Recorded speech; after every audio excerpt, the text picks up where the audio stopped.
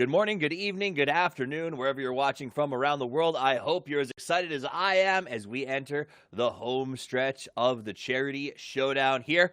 It is going to be an awesome day. We're about 15 minutes away from starting. My name's Toffees. I'm excited to be hosting you guys, taking you through all the action today, joined by some of the best casters and analysts in the game. And it is going to be a fun one because there's only 10 games left to play as we get this party started. So before we do that, I want to take those of you who might be joining us for the first time through the format, through the layout, through the prize pool, through the details of the tournament, and then I'll be joined on the desk shortly by Matchroom and Godspeed to talk more about what you can expect from this thing going forward and talk about what happened yesterday so you have a good perspective of where we're headed. But as far as where we're headed, the first thing we should talk about is exactly how this is going to work. We're headed all the way through Sunday, so 2 more full days of play. I'm sure you're aware, if you look at the clock, that it is just about 4 p.m. That's when the games kick off. We got 8 invited teams who got here through invitational process. We worried sometimes that they might be a little cold or unprepared, but a lot of them have stepped up. Qualified teams, the guys on the right,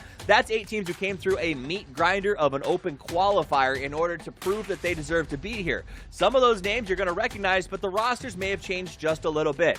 As far as the schedule for today is concerned, we're going to kick it off with 3 games on beautiful Erangel and end with 2 matches on Miramar, and then we'll flip-flop that for the final day of play so that we finish where it all started on the island that makes and breaks dreams. Point system is the same as it has been for a while now, but if you're new, I'll let you know. First place is worth 10, and everything below that is a little lower in the show. Kill points are worth 1, knocks are worth jack. So if you can't finish it, maybe don't start it. That's the big one. You want to put up your points, get a good PPG, and roll up into the big victory. The overview for this bad boy is a $200,000 prize pool, but let's be real, it's a little different than normal. $100,000 goes to the teams who are competing for their actual take-home prize pool, but there's a bit of a bonus, $100,000 straight up that the winner gets to choose to give to the charity of their choice. Totally new vibe, something very exciting for that team who comes out on top, in addition to the fact that they will be hoisting, not heisting, but it may be a steal if they have a good last game, for $25,000. Second gets 15, all the way down to last place with the consolation prize of $1,000, as well as a pat on the top of the head from Matchroom to say thanks for showing up. Hopefully you come back next time. A lot of fun, but it's not just going to be me talking about this game. I'm joined by the best and brightest in the business, and to outline that, I went ahead and invited 2 of them to the decks to get this thing started off today. I'm joined by Matchroom and Godspeed. How are you guys doing today? Let's start out. Matchroom, welcome back. I think you had a little bit of a break. Are you excited about today? Yes, I don't know, there was something about just sitting and watching yesterday. I just wanted to be so involved, so I am glad to be back today. We had a whole bunch of big moments coming into play, so now it's just a matter of seeing how this is going to lay up, because I feel like we're in for a phenomenal day of games. Gods? Yeah, I mean, yesterday we had a slew of really great games. We're now at the halfway point of this tournament, basically, so I think the leaderboards are starting to kind of get a little solidified, but there's still wiggle room, especially in the middle of the field, so I'm really looking forward to see which teams are actually going to go for it and which teams are going to fall short. So you've played at this level before with various teams, and I know that you've had the experience of being at the bottom of the leaderboard as the sort of second half of the tournament starts. What's that mentality? What mindset? Sort of how do you approach that when you come into the backstretch? I don't want to say it's too different from a mentality of like kind of being towards the top. Okay. I've been in the MPL, right? But I've also been in the bottom, like you said, and I think at a certain point when you start to find yourself towards the bottom of the leaderboard and you basically have only half the games left, you really either need to go for broke or you just there's really actually no other play. You just need to go for broke because at that point you're falling further and further behind. What you're doing clearly isn't working, and you need to change up your strategy. You need to either play more aggressive, or maybe you're playing too aggressive. You need to sort of find the middle ground, but something has to change. If you're on the bottom, you can't keep doing what you're doing and expecting it to work. I mean, that's kind of the definition of insanity. So yeah, for the teams that are on the bottom, they got to change it up, because there's a reason they're on the bottom. Absolutely. Now, if you guys at home want to let us know what you think about the teams on the bottom or the top, you can do so by using hashtag PCS Charity Showdown to show us your favorite PUBG moments of the day, to let us know who you think has been underperforming and is going to be the best. I want to hear that from you. You can follow us at PUBG Esports on Twitter and Instagram and get all of your PUBG news, including the details of the new Continental series that's starting very, very soon over at na.pubgesports.com. Now, what I want to know from you guys, both on Twitter, Instagram, and here in the chat, is who do you think is going to win here? Who's going to come out at the end of day number 3? Will it continue to be Oath, or will Zenith reclaim their position, or is there a team we're not even talking about that is on the way? Put your predictions in chat right now. I want to see what you guys have to say, but it was an incredible first day of PUBG, guys. Was very excited to watch it. We saw sort of Oath coming back to life in a lot of ways. Matchup. To the opposite of what we just talked about with Godspeed, the mindset of being on the bottom. Teams like Oath who have a big lead, do you expect to see them start to play defensively, or how do you handle being at the top as you go into the second half of the tournament? Well, we often see two things happen. Once you kind of start... This is kind of the more erroneous way to play, is people start going, ooh, we're at the top of the leaderboard, let's play safe. And the moment somebody starts playing safe, then you're just losing potential points all over the place. The other side of that, sometimes we see somebody be like, hey, we're in the money now, let's just go hog wild, and then you start dying very early without getting those points. Really, it's just always striking that balance. Trying to hold through whenever you've got a decent amount of points, you're at the top of the leaderboard, just try to stay consistent with what you've already got, because then nobody can catch up to you. That makes sense. Yeah. Keep the distance. Don't fall into a defensive trap, Godspeed. I mean, have you seen teams do that and fall behind before? I mean, I think, again, I'll use us as like a perfect example, right? We held the top spot for so long. Basically, I mean, you just want to continue to do the same practices and the same good habits that you've exhibited throughout the event to get to that point of being on the top in the first place. You don't really want to change that formula. And let's take a look at how those teams got to the top in the first place with a highlight package from yesterday.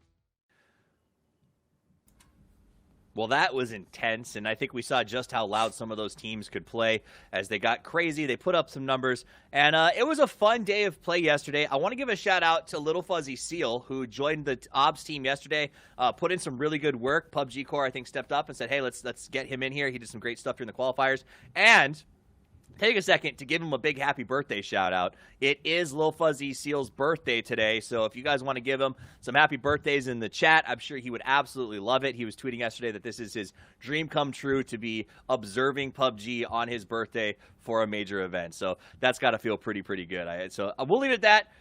Guys, let's do a quick review of sort of where the teams landed. When the leaderboards are ready, they'll throw those up for us, Matchum. But take me back to yesterday. You got to watch and sort of sit back and relax, have yourself a margarita.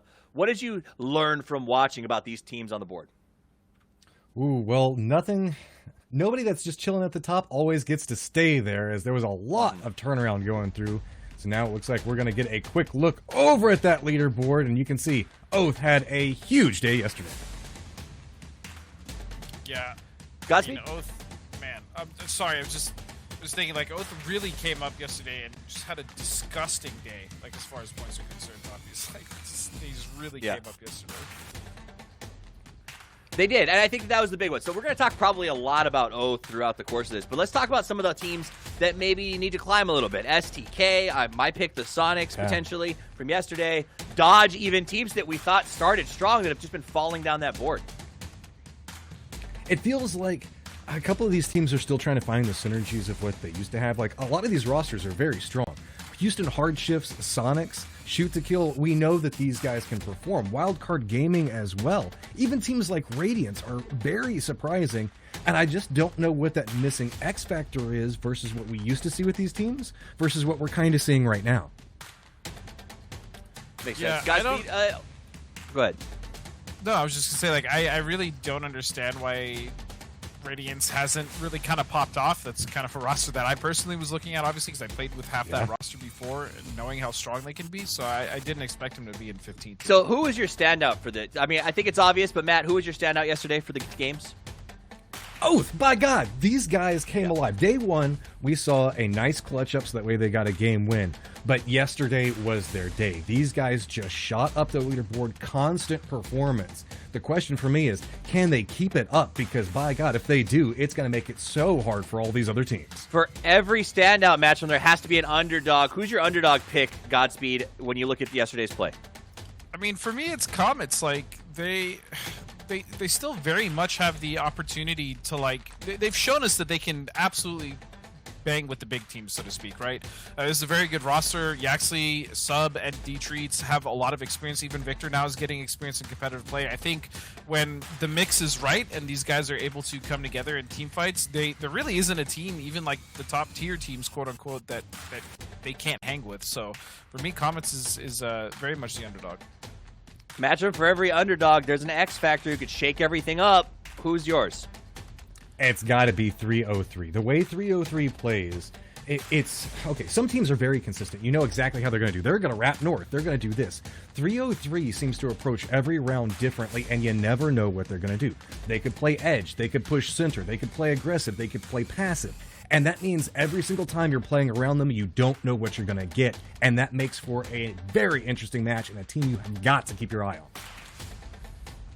At 303 is another roster for me that has experience. Toffee's like, these guys, they should be able to climb even higher. Personally, they are. They're guys who have experience, but I don't think that they've had sort of, with the exception of maybe Voxic, true breakout moments. Maybe where the general PUBG, community and the international level sort of gets to know them individually. So to me, that's also a big upside for them, is come into a tournament like this, put up some big numbers, and I think teams and players, and we've seen it, who may not have been as well known, can make big names for themselves during this sort of coming off of a 2-month downtime. Am I wrong?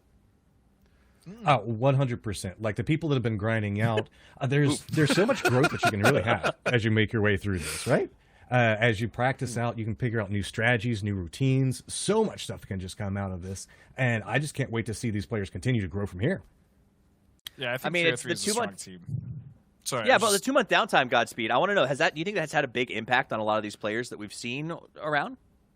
I mean, I really don't like that excuse. Like, a lot of people are like, oh, we haven't played in so many weeks or months. I don't really buy that. I mean, generally, if you're mechanically skilled and you've been playing the game for X amount of hours, a lot of these guys have been playing this game for over 2, 3, even 4,000 hours. I would imagine like this has been something that they've been dedicated to for a while.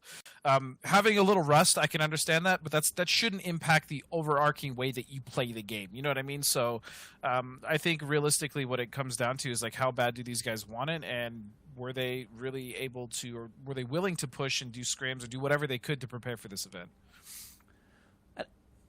And I do think that will be interesting to sort of see how these teams develop. But speaking of teams and how they're going to do, it's that time. We asked chat to tell us who they thought were going to come out on the top. So it's only fair for us to tell them who we think is going to come out on top. I am going to double down on my pick from yesterday. I'm sorry, boys. We know how bad that's gone for people in the past, but I'm going to put Sonics up there. They finished strong on Orangle yesterday with that sort of big performance at the very end to get back on the left side of the leaderboard, the right side if you're talking about scores. And I hope that they continue that today and continue to push up because their roster says they should be doing well. Matchup, who's your pick to come out on top today? Day one, I was torn between 2 different teams, and I went with Radiance. This time around, I'm going to go with Zenith, and I feel bad because I'm like you, Toffees. I'm a kiss of death. I know everybody on Zenith seeing this is like, oh, God, this is not going to be our day today. But I still got faith in you guys. I think that you can contest for that top spot. Godspeed? I mean, for me, it's Oath. I kind of looked at this roster before the event even started, and I really liked what I saw. They were kind of my pick for day one, even though I obviously wasn't on the desk. But they were definitely my pick for yesterday, and they killed it yesterday. And I really feel like with Wolf now and the amount of talent he has under him, this roster really, the sky's the limit for these guys. And I think they'll probably maintain their lead not only today, but for me, they're looking poised to just win the whole event. So Oath all the way for me. Nice. Well, I want you to slow down a little bit. You might pull a muscle with all that flexing you're doing about how you picked them yesterday. That said, though, you were right. They did step up, and they performed incredibly well. So can take nothing away from the guys from Oath. They have been phenomenal, and I think it's not surprising to see. That said, I think we're ready to head over to our casters for this first match. It looks like we'll be joining the... Okay, hold on a second. It looks like we're still getting ready with the map. Let's talk about Oath for one more second. They are a young team led by Wolf, who I guess is the elder statesman. I don't think he's that old, though. Is he, Matcham? We just think of him that way? But whatever you're asking me, what kind of question is that? Is he that old, Matcham? He's not as old as me, but he's younger than me, so I'm going to go ahead and give him the benefit of the doubt. It's a roster full of names that we know can compete, and we saw them. A lot of these guys have been around since the very, very beginning. And I know we say that a lot with a lot of these PUBG players from North America, but it's good to see them finally gel together. Like, I know a lot of people have talked about Wolf and the leadership capabilities they can bring out. We've just never really always seen it be consistent, and it feels like it's falling together with this roster, and everybody is on the same page. Okay, well, I think that sounds like we're good to go. So let's head over to the match now, the first match of the day with the dynamic duo, the casting team of Cameron Davis and Mike Hypock, who I think are going to be doing a great job breaking it down. They should be taking us through a wonderful first match of Orangle. I'm pretty excited about it. I'm excited to see Pac back in that color role, and Cammy D, I think, having a good time on the play-by-play. So, gentlemen, without further ado, thank you to you, Matcham. Thank you to Godspeed. Let's send it over to Campoc D.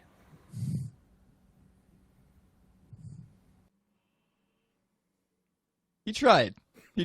Bless his heart. He tried to it's make interesting, actually, that he went with Campoc D. That was like the last of the options in my book, but none of them were great though. But he has a brand he needs to sit on, so it's I appreciate A for effort. Can we give him that much? Yes. Day number 3, we have 5 more maps ahead of us, 3 on Erangel and then 2 on Miramar later on of the day. Honestly, not much more to be said after that, I don't think. No, I mean they touched on Oath obviously quite a lot on the on the desk before, and they had a fantastic end to yesterday. And again, it wasn't. I mean, the first game of the last game of day 1 was literally a 16th place 0 points. So see him kind of bounce back of that last 3 games yesterday, 1st, 2nd, and 4th place with a load of kills to boot. But I actually feel like they could have closed out all 3 of those. To be honest with you, the way they were playing as well. It was just really impressive to watch. Well, we're going to be heading into the very first game. Number 1, game number 11 of the entire event, playing in the air. Almost done. It's a pretty even... no, I lied. It's actually not the best plane. It's a little more towards the south. Yeah, speed locked up for you as well. No? Anyway, everyone's parachuting. You'll have to describe. Describe the plane to me. Well, anyway, it's a little bit more towards the south, but everyone, I think they should be okay. Anyone trying to go super far north, Georgia Pole, especially Severny, they might be a little bit of trouble. But I'm not seeing any really heavy drops right now. No one's been forced to go to South Africa Island outside of Exodus, that's where they've been landing the entire time. No one has had to go there as a backup plan, but this first circle, these Erangel matches, I feel like every single one has been a very, very interesting circle. It sounds to me as if we're going back towards the military island. Oh, it's going to be great once you finally see it. No, it's actually split right down the middle. Half Millie, half, I guess, east of Primorsk. I don't think we have a specific... Berry Pier. Well, hopefully you can describe it in great detail to me. I mean, luckily, nothing's happening right now. Everyone is just looting up. Everyone's getting to their locations. And I think the southern plane path favors this circle a lot. Unless you're one of the unfortunate teams, like I'm actually seeing Radiance do this, continue to drive north. It's going to be a really rough rotation to come all the way back down south. But 303 right now, you can see them. They are wasting no time. It's going to be Landoon and Lush immediately crossing the bridge. They landed in Milta, picked up their gear. Oh, Voxic as well on a motorcycle. Picked up gear as quickly as possible, bare essentials, and then made their way across.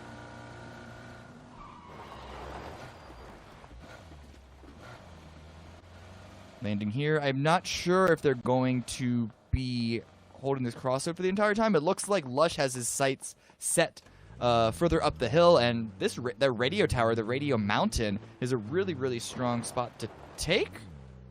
Okay, they're getting a little bit greedy now. I wonder if they're doing this just for loot, or if they're going to hold this full-time officially. Because we got Landoon holding down that crossroad. D-Rich is joining them right now, but then Lush is still going up to the radio tower. Nonetheless, comments as well. Oh, sorry, this is Illusion. They're still driving. They're still going all the way to Severny. It's almost 4 minutes, and Icy Flex and Free Me Please have yet to actually make it to their loot spot, so they're going to be coming in very, very late. Be a bit interesting to see how they play out the rest of this game. Stop them right now. They're going to get their loot. Icy Flex hop in the vehicle. I'm assuming to get somewhere even closer to his loot spot, because they're going to want to make this as quick as possible, as efficient as possible, because even though these teams have looted these spots for a while now, they should know the most efficient pathings through these locations, and to not cross over into where your teammate just looted. You still want to be able to pump those numbers up. It's basically speed running marathon for some of these teams. Sonic's pulling up.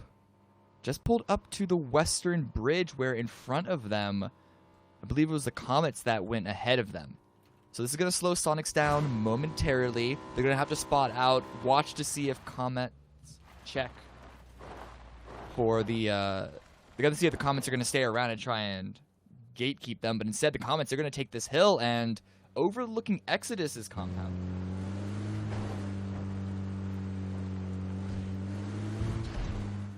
Okay. Alright.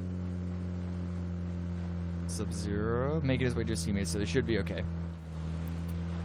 Well, I'm back with you, Cammy. Glad to have you back.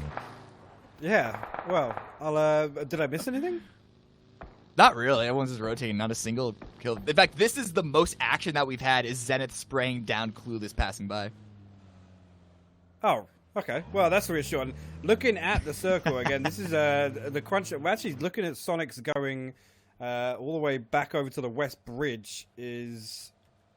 I mean, that's a good spot to kind of pick up these rotation kills if anybody does decide to obviously flock towards that. It's usually 2 or 3 teams that do try and cross it, but getting there that early, we know Sonics are an early rotating team, so if they can get set up and maybe catch a couple of teams, it's going to net them a few needed kills, to be honest with you. Roth takes a couple of bullets as he's trying to cross. It's Clueless. So this is the weird sort of leapfrog that happens. They stopped in Milta. Oh. Clueless got stopped in front of them, and then they passed in front of. It was weird. It was weird, but nonetheless, I think everyone's gonna be able to cross safely. Yeah, and actually, it's Oath for taking a boat. I mean, they've only come from Milta Power, but they've got themselves across pretty quickly. Obviously, a big problem being they need to get themselves some vehicles if they want to rotate over to the west side of Sosnovka. But, I mean, I guess if they can get hold of a vehicle, they're going to have first dibs on where they want to play, because without knowing if Exodus have flexed down to the south, and we have seen Exodus historically do that little camp down on the southern beach, right? To try and look for a boat rotation coming in. Doesn't look like they're doing that right now, because we did just see them face-to-face with Comments a couple of minutes ago on the western side, just past the western bridge. The Sonics, as you mentioned, they are not crossing the bridge just yet. And actually right above them, it seems to be the Houston Hardships. They're not in a big they're not wanting to move too quickly either. Remember, this is not in a military circle. It is military favored, but there is still enough of the main island left over to where you can never be 100% confident that it is going to go military. If we see a phase 2 north hard shift, everyone that did that cross that we were just watching are going to have to come all the way back up. Yeah, and the problem is and again, most teams have their, rehearsed, this is what we do for a military, but when it's a 50-50 like this, again, that's why you can see hard shifts kind of positioning like this. They're potentially looking for, the insurance policy. If it bounces back to the north, they're in a really good position. Other teams, it becomes more and more difficult when you kind of commit 2 people to doing one thing and then 2 playing the insurance policy. Which is, again, why I like Sonic's position. Having control of the bridge, if everybody does have to make that mad dash back across, they can kind of double down on getting those kills again. Dodge right now. Trying to see where they are. They're actually just past farm. And right behind them, it's going to be Radiance. I called Radiance out earlier on as having probably the worst rotation. The plane was not favored for where they wanted to loot up, which is towards the north, which meant that they had to drive up there, and now they're having to drive all the way back. And so I hope that they have enough loot. Croft, a little bit of a spin out, but I think he should be okay. I don't think Radiants are in a position to really catch him off for that. Searching for a boat, I believe, but I don't think Monty's going to find anything. Instead, Croft's going to try and hold this hilltop. It's a risky position. It's quite open in certain areas. But is this one of those locations similar to the Sonics that it's a good place to hold for this sort of split circle? Yeah. Dodge, again, they didn't really talk about them in the pre-show, but they had a rough day yesterday. They only had, their highest placement was 4th, but outside of that, it was 13th. Right? Other than that, they only had like 7 or 8 kills, I think. So they're going to be, coming into the day, hopefully switching something up. Now we can pretty, well, I don't want to say it categorically, but looking like we're going down to the island. Shall we say 90%? Is that fair? 90% military island? 90%'s fair. Yeah, I think 90%'s fair. We've seen them pretty. Whoa! All right, don't run over your teammate. We've seen them bounce back north a lot, but I think it's pretty safe to say this one's going down to the south. Wildcard probably going to send one person across here whilst the other guys hold the cliff. Potentially 2 actually. It looks like Sharp Shot's dropping down as well. And again, this is another strat that teams will leave 2 people here to try and kill some people that come and take the cliffs as well, and then send 2 across so that they've kind of got a cushion inside the circle. Lucky actually that SDK usually when they can get early over, I know sometimes they'd like to camp this beach because they are one of the teams that used to go across, ramping off there where we saw Keenan drive over. Yeah, I'm not the biggest fan of swimming across. It's very, very risky, but I feel like the fact that the first circle was a split circle, it's actually going to be a safer cross because there's no one holding, as you mentioned, STK holding that beach. Like 100% people are going to swim. With that split first circle, it's not that easy of a call to make because as far as we knew, it could have been back up north. So I like how they went almost immediately, especially because there seems to be a little traffic in that location right now. But Team Clueless able to make their way across. Slowly push in towards the circle, actually coming in from the south side. They crossed from the eastern bridge, wrapped all the way below the military base, and now they're just going to be holding out in this compound. It's not a super strong position, but it is a safe one. Yeah, it is, and ultimately, again, those teams that do decide or have decided to make that boat wrap round, again, have probably done it already. So this compound that Clueless have moved to, probably not going to see too much action unless we see a couple of shifts towards that area. Again, surrounded by a lot of open fields. So usually, the team that is there can farm a little towards the mid game, but I think it's going to rely on 2 back-to-back shrinks to go that way, Cammy, for it to pay off for them. Illusion right now, still rotating in the blue, which is not so much of a surprise. They were the furthest outside of Radiance as far as their travel time. But Maluk from the hard shifts didn't actually see how this happened. I have to assume that, well, nonetheless, it's the Sonics that got the down, and it's going to be a nade coming out from Profi to hopefully finish. That one lands right on top of him. And so the first kill, actually, of the entire round is going to go in the way of Sonics. And hang on a second. Shrimsy got that knock, and he's all the way over at the yellows. That's an impressive knock. That's like... I'm guessing he was somewhere else, maybe a bit elevated, because there's no way he has an angle on that from the yellows, right? Well, unless maybe he got knocked as he came across from the boat here. I don't know. We didn't see it, so yeah, I think it was. I'm only speculating. I thought Profi was Shrimsy for a second, then I saw the nameplate and I was like, wait a second, Shrimsy's over at the yellows, but good loot for Sonics. You see Profi here swapping some attachments out, so it's definitely a well appreciated injection of loot. The kill feed, Dodge actually taking a couple of downs, a couple of lifts against them, but so is Profi. The hard shifts holding a hard line on that location, trying to punish any sort of, well, like exactly what Profi was doing. Fortunately, though, he's going to be able to make it out, and the circle is going to send her up once again. It is, dare I say, 100% military island. yes, and obviously we know which shift is coming next, so I mean, depending on how hard a shift it is, you know, Exodus' position, STK's position is going to become very strong in the next circle. Again, Sonics don't necessarily hate where they're playing because they have good routes up onto the hills to the south, but they can't let anybody get in front of them. They need to split people across, which you can see on the minimap right now. There is a little pink icon just at the bottom of the minimap, and that's what you want to do. You want to send somebody up there early. These guys stay behind. Make sure nobody can swim across. Nobody can get across the bridge late. That's a really, really good forward play for Sonics. Back to Clueless. They were able to push further north, I believe, and actually able to make their way inside the circle on the southern line once again. They're not going too terribly aggressive, though, because I imagine that their information of what's inside the circle is quite limited, just judging by their previous rotation. You can see all these players, actually, with the scopes that they have, just trying to search, but sounds like Nitrogen has information on the comets ahead of them.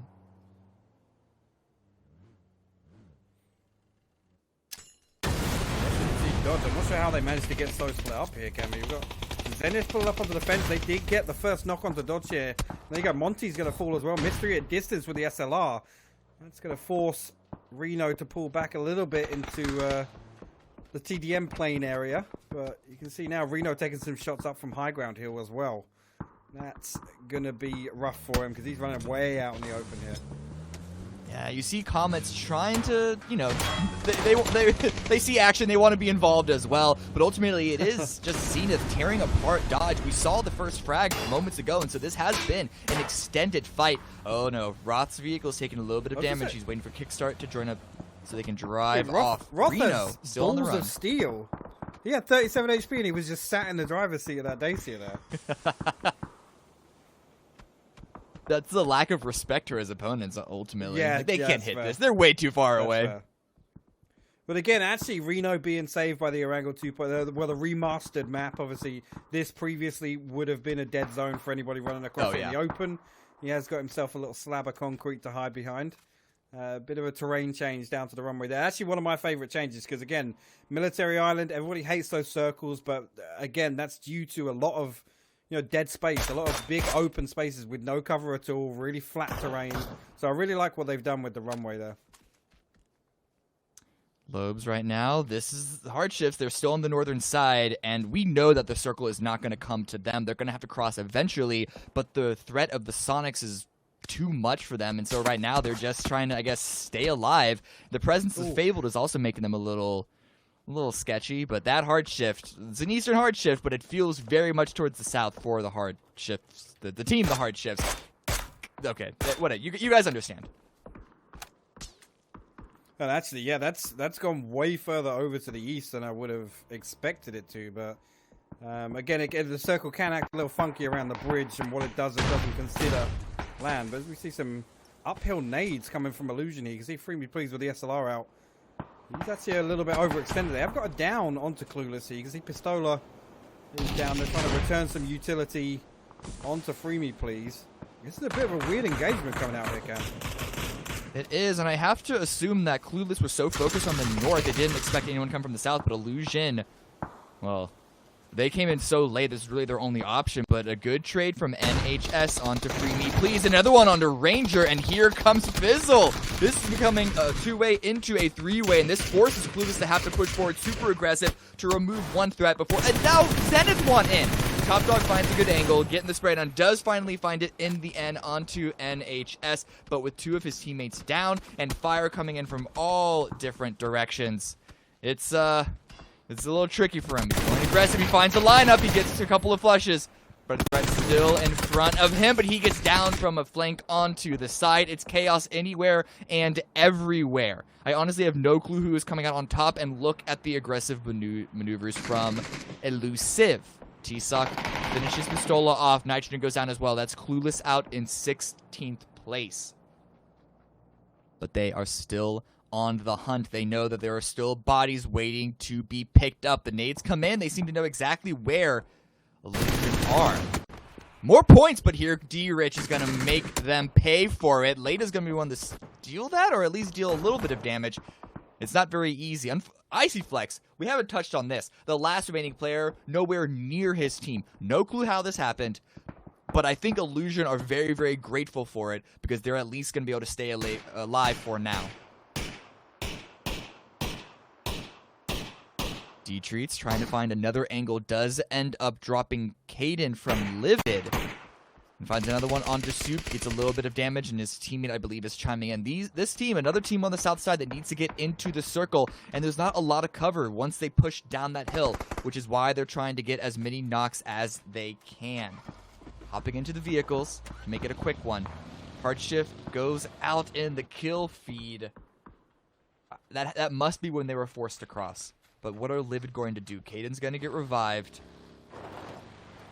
But the Comets, where are they moving to? Are they trying to get into the circle? Are they trying to go aggressive onto Livid? Or are they trying to do both? Looking at the mini-map, I think that is the play. They're fairly comfortable that Livid is the only immediate threat around them, which is why they're playing so aggressively, so out in the open. Angle not yet found by D-Treats. Spots ahead, gets the spray down, can't get the knock. There it is in the end. Soup goes down, but immediate answer from Caden. Drops him super low. Now the blue should be doing the rest. Caden does get traded. Now it's just Fudge forced to go aggressive and try and save something. At least collect these points, because Elusive have found the angle as well, so the Comets might have bitten off a little more than they can chew. I think Fudge, he's actually still alive. He was down to, I think, less than 5 HP. But look at this. Look at Uncivil. What other team is going to go so aggressive when they hear the gunshots? It's going to be STK. It's just Uncivil by himself. Fudge, I doubt Fudge will be expecting this. He is so focused in on Comet's angle. But Uncivil, he's going to get over that hill in just a moment. He knows exactly where he is because his teammate is calling it out. The nade comes through. It should clue Fudge in. You can see him looking in that direction. Second nade come out, though. Uncivil should be able to land this. There's a backboard to bounce off, but a good dodge by Fudge. Now in the blue, Uncivil should know that he's not hiding behind the rock anymore, but that only raises the question where he is. Sub-Zero is going to find him. Out from the frying pan into the fire. But now this hill is open for STK to steal, for them to use. And Comets, they've been wounded. Victor, that's a free point if they find him. I think he's going to bleed out before they spot him out. No, okay, I think... No, it's Purdy that dropped him in the first place. That is still a kill for them. 4 right now for shoot to kill. And a car. And a car. Why not? Swapping over here to the northern side. Sonics versus Wildcard. And, ooh, Purdy Curdy has something to say still. He's not happy that our observers pulled away from him. But neither of these teams are in the circle. But Honey Badger, only Pentalol remaining on his squad. And they're both going aggressive. They hear the vehicle. He's going aggressive, trying to get a spray down. This could be good if he finds the angle. He is able to make it onto H-Win. And that's going to be the Sonics out in 11th place. I want to say it's open rain for Wildcard on the northern side, but I really don't think it's a lot for them to work with. Found a vehicle, though. Certainly going to help them out. Might be forced to use it as cover. But on the lack of cover that they have on that northern side, anything is going to be considered a blessing. Reno still hiding out. Lost his teammate to Zenith earlier. And actually really close to said team. Just on the other, dare I say, 100 meters to his left. All just proning, though. STK now pushed down the hill into a compound held by T-Sock, the last remaining member from Elusive. Mollies are out. I'm assuming those are from T-Sock. Yeah. That one definitely was. Trying to stop any sort of push upstairs. But I don't think SCK are too worried at the moment. How many mollies does this kid have? And now he's on fire because Alo ran outside, found the angle, and they cleared the top floor. Easy peasy, lemon squeezy. Now they have this building all to themselves. It's going to be very, very well appreciated. Back over towards the main mini-map. We haven't seen a lot from Oath or Exodus so far, or 303, but those are the teams that have the most players in the circle. And all three have relatively strong positions. This is one of those unfortunate rounds. One of those unfortunate rounds where the circle shift could actually decide a lot more than you hope for. I believe they just drove back to go pick up a teammate. They should be going back to 4. Yeah, it's actually Radiant's now stuck against the. Again, this is a terrible position to get pinned in, especially if you've got teams in front of you and behind you, Cam. This fence, notoriously difficult to cross over the road from. I think both Zenith and Dodge are going to play to hold them here. I think is it just baddie up for them? Zenith actually still have 4 up. Yeah, they've been able to make their way in. You can tell that they're not the happiest with their position. But perhaps they can make something work with the manpower, as you mentioned. 0 kills again for Radiance, though. I mean, they're just their struggles continue again. That's just so surprising in this roster. I'm not surprised considering their plane path into loot rotation, into circle rotation, but it certainly doesn't feel good considering the previous games that they didn't have that necessarily as an excuse. Oh, Billfrost does find Mystery. So a little bit of damage onto Zenith if they can't revive him. Yeah, Oath now. I mean, other than that one player that's out behind them, I'm pretty sure they're going to be aware. Illusion must have come across from the hill with the yellows, but Oath in a really, really strong. And again, another area of the map that got changed with the remaster, Cammy. That hill is just so much stronger now. Yeah. I honestly think, as far as edits per square foot, Military Island got the most. And you're right, especially this area. Ooh, but look at this push by Exodus. Ooh. They don't want Oath to have free reign over that high ground, so they're sending 2 out, maybe even 3 if Vegas is aggressive. Pat Caps playing on the back line, spots out an enemy, doesn't hit it. Yeah, I like this. Packap staying down there, playing anchor, sending 3 up, and actually the circle bouncing back towards. You can see, actually, Wolf's going to open up. Taylor J's going to fall initially. Wolf's going to get second down onto Vegas. So Venerated now, the last one on this hill flank, and nades are going to come down to follow up. It's going to close out Taylor J. Venerated in a world of trouble now. That is not what I expected of all the players of Oath to get a 2-piece, and against which of those players. I don't think anyone would have dreamed that one up, but Venerated, didn't even consider staying around to try and win that fight and get a revive. This turned from a great idea into a really, really unfortunate execution. But actually now, Flex pounces from behind, and he was the illusion player that was up on the hill behind Oath, and he's going to get Snakers for free. He's going to get Reload down as well. Belfast will trade that out, though, and that will be Illusion going out in 8th place. Oath will lose 1. Heads up play from them. Really, really good hold from Wolf there to shut down that flank, because that could have been disastrous for them. Yeah, good on Icy Flex to get at least 1.4 Illusion, and I think he may have gotten 1 or 2 placement points as well. Definitely better than what it looked like at the very beginning with that fight against Team Clueless, but nonetheless, Oath now, they do have full control of the hill, but it is no longer in the circle. Where can they go? But now, speaking of teams that have to move, we see 303, we see Zenith, we see Radiance, all running out in the open. Yeah, and that was pretty much the ending we were expecting for Radiance. Other than Badilo actually making it up onto the hill. I'm not sure how he's managed to elude the members of 303. Actually whiffing a couple of shots there, and now he's going to get picked up by the overpeak. Yep, and he will actually fall to the blue. It's not Belfast that picks that up, and actually Landoon going to turn around, headshot Belfast. That's going to put him down. Oath only 2 on their feet right now. 303 are 3 strong. That was a mouthful. But I don't expect them to be pushing up the hill here. Belfast will get flushed out by Landoon, and that's actually weakened Oath a hell of a lot. That's can we call that sloppy? A little bit. I do think that defense against Exodus might have, raised their ego just a little bit too much, and they bite off more than they can chew. Landoon and Voxa going really aggressive onto this. I think Oath considered a vehicle play momentarily, but rather they're just going to be waiting for the push, or perhaps not even expecting it, because Landoon finds a free one onto Wolf. A quick trade by Relo, and a second one onto Voxic. Of course, Luke is certainly helping him out, but what can Relo do? Can he clutch this out? It's going to be STK as the Guardian Angels for Oath. The long distance third party from SDK there, claiming 2 of 303. Belfrost, sorry, Relo actually claiming the third.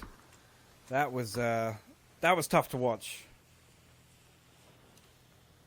Relo hiding in wait to see if anyone else wants to come up. But I don't think if there were anyone below that hill, they'd want to move. But right now, it is all STK. 9 kills, still 3 alive, up against a solo and a duo. Good high ground as well to spot out Exodus, who they lost their home to the blue. I mean, Exodus potentially can live through this next circle and get themselves to second place, but I mean, short of having, I was going to say a vehicle, but you can see that one's on fire, and short of having stacks and stacks of utility, which Venerated one smoke, doesn't look like he's got enough to close the distance. I mean, Exodus could potentially look for this kill onto Reload, but it's looking like Reload's just going to tank the blue. You'll see him go out in third place. That's the right decision for him. So now just 2 members of Exodus versus the 3 strong SDK in the compound. Alo probably going to flex out, and why not? Grab this crate. Grab this crate. Crate's also quite useful as cover. And SDK, now that Relo is out, they know the freedom that they have against the last 2 remaining players. A couple of tags back and forth, and Alo finds the angle from the crate to able to get the first knock against Venerated. It is now Pat Caps. That one looked so good, but he only hit a shoulder, I believe.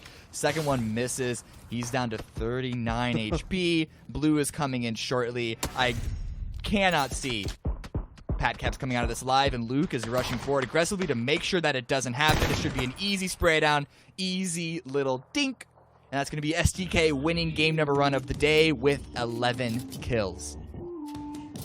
Yeah, I mean, they don't come much easier than that, right? I'd say probably circles 5 and 6 favored them very, very heavily, but Oath were in a fantastic position. Unfortunately, I don't think it was maybe biting off more than they could chew. It was just unfortunate timing there. When they shut down that flank from Exodus was when the Illusion player pounced, and then after that, you know, trying to clear their edge down towards the edge of the military base itself. And 303 obviously made a move at the exact right time for that as well. One of the members falling to the blue, so just a bit unfortunate timing for them there. Nonetheless, it was very, very exciting game, but I think I'm, you know, let's just let the desk break it all down at this point. I gotta say, because that was a wild one, and honestly, I gotta wrap my head around the split in the beginning and all those circles.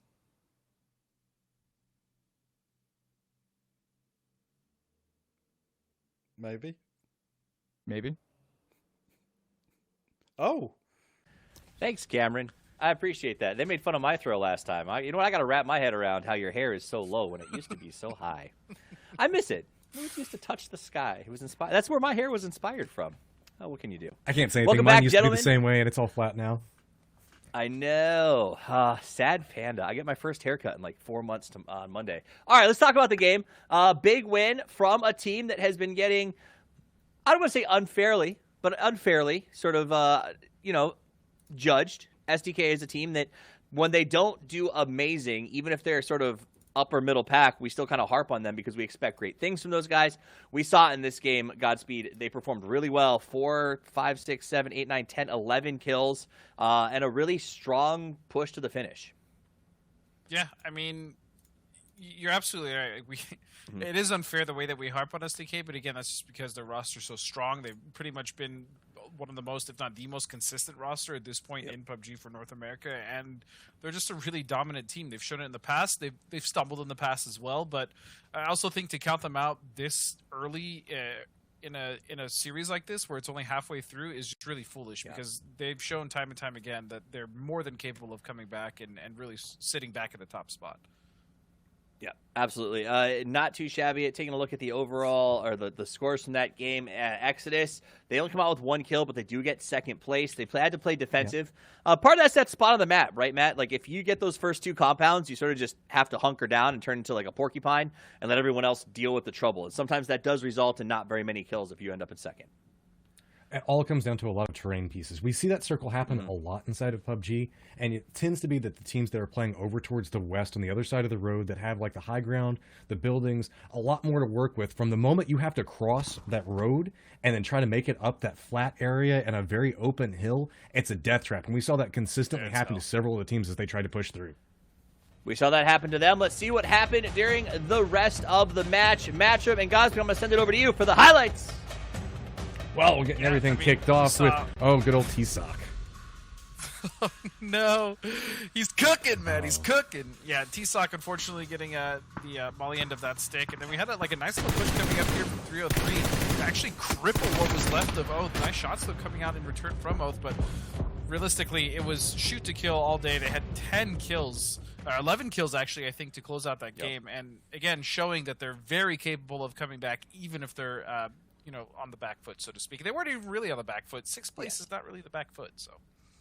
Yeah, but you also got to remember, it was a good circle for us, but kind of a garbage circle for them. The first game of the tournament was a shift to the south on the same spot, nearly. And I think it was Purdy that tweeted right away, wouldn't be a major if it didn't start on military. So you know that's something that they think about and worry about and struggle with, and they come out and they win the military circle. So that speaks volumes if the next 2 are in their house. You know what I mean?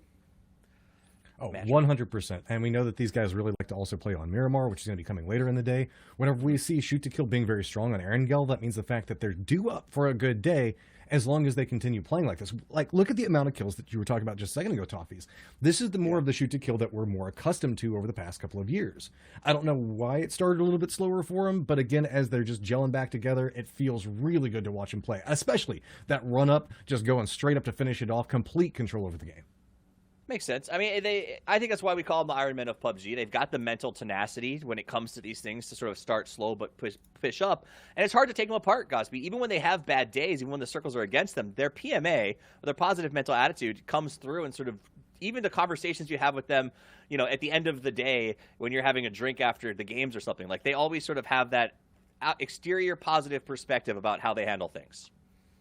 Yeah, 100%. I mean, they're always guys that are, no matter what, going to reset, and I think that's what makes them so strong. So you're absolutely correct. And they've been in this situation before, so yeah.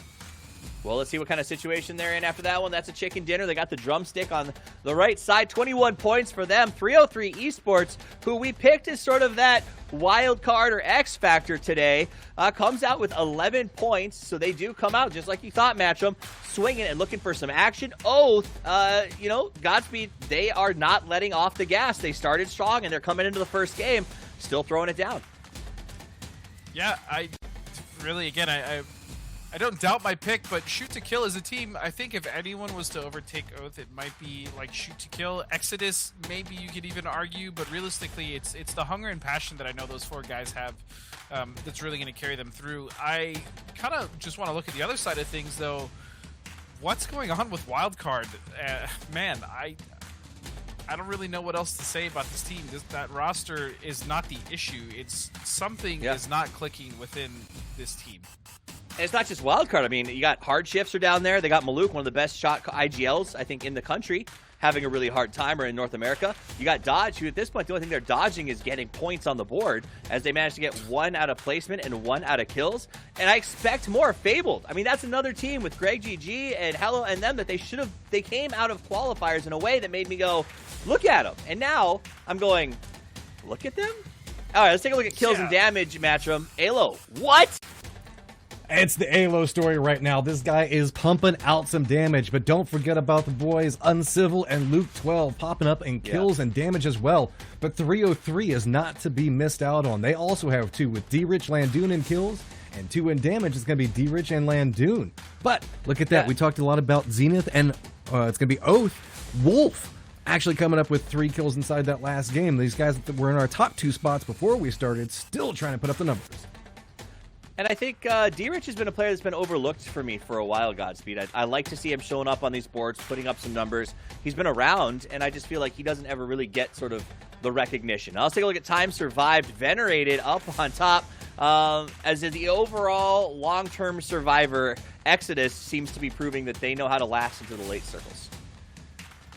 Yeah, they are survivors for sure. I mean, they've gotten a good amount of, they've won a game. They've got a decent amount of points from placement as well. Obviously, they've gotten a lot of kills. But just to touch back on D-Rich, I think that kid has a lot of talent. I just think that he hasn't really been on a team or had the opportunity to show it. But I think now we're starting to kind of see what he's actually capable of, which is quite a lot in my opinion. I agree with that 100%. All right, take a look at the overall leaderboards. That's what matters. That's who gets the biggest share of the $100,000. Oath with 2 chickens still on top. Zenith actually rises up to second place to tie Exodus for 86 points. But Shoot to Kill is closing the gap rapidly with the double chicken legs and 83 points. They are closing in on the top 3. 303, it looks like they are shaking things up as the Sonics start to fall off. The Comets and the Heart Shifts just behind them. Dodge, who was at, I think, 4th or 5th place at the end of day 1, all the way down to 10, and it's becoming an illusion for some of these teams, I think, to get out of that bottom 5 and make it into the chance to sort of really take home a meaty prize.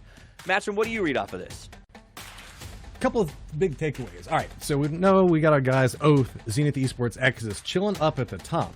But one of the things about it is the chicken dinners across the right side.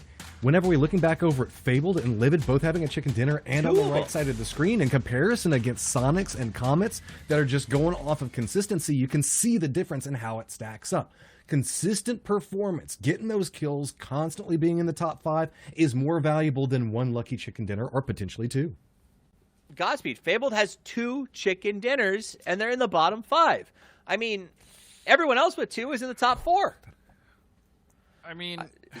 Yeah, that's a problem, Toffee's like, and I don't mean to harp on them, but when most teams that are, placed within the top 5, especially the team that's on top, has, 2 chicken dinners and you're on the right side of the leaderboard and you're really slacking. I mean, there's something that's innately wrong. I mean, you're clearly not getting the kill points. I mean, you can argue that one of their wins was just because they had center circle, and generally when you get center circle, you're not always going to get the best option for kills, and I totally get that. But I feel like Fabled has been in a position where they could capitalize on kills, or they could have gotten more, and they just haven't. So, that's something that they're going to have to watch, or at least, kind of check the tape, so to speak, and look back and see what they could have done better. But yeah, that's not exactly the best look when you've won 2 games and you're struggling to even pass, 10th, 11th, 9th place. Well, and we're in day 3, right? There's not a lot of time to go back and check the tape at the end of match today. Yeah. Matchroom, what are your final thoughts from that game? Maybe your favorite moment as we get ready for game 2 to get underway. I still have my eye on Zenith. We saw them perform so consistently in the first day. Today we've got 3 Aryan Gills to start off. That's where they were super strong on their first day. Coming in, a lot of performance. I really want to see them keep that up. Now the question is, are we just going to see a very gelled Oath just not allow them to make up any of that ground? Because both of these teams are really doing so well right now. Godspeed? Sorry, I want to touch back up on Fabled. I really think that this is a roster that has a lot of potential. I really believe that they're not squeezing every single point that they can out of the circles that they're given. I really want to see that roster do well because I've watched them before at MPLC and I've seen some great things, and man, come on, Fabled. I'm rooting for you guys. I just really want that team to pull through and do. I mean, I agree. Fabled is a team that during the run through qualifiers it felt like a fairy tale story, but things have just been getting more. Yeah, but things have been getting more and more grim, and I just am starting to see a struggle there. And I don't know if it's a lack of confidence when you get to this stage. The 100,000s gets scary, but we'll see what happens as map number 2 is about to get underway as we go to Cammy D and Hypoc, the man who's either wearing a pink shirt or has shaved his chest. I can't tell.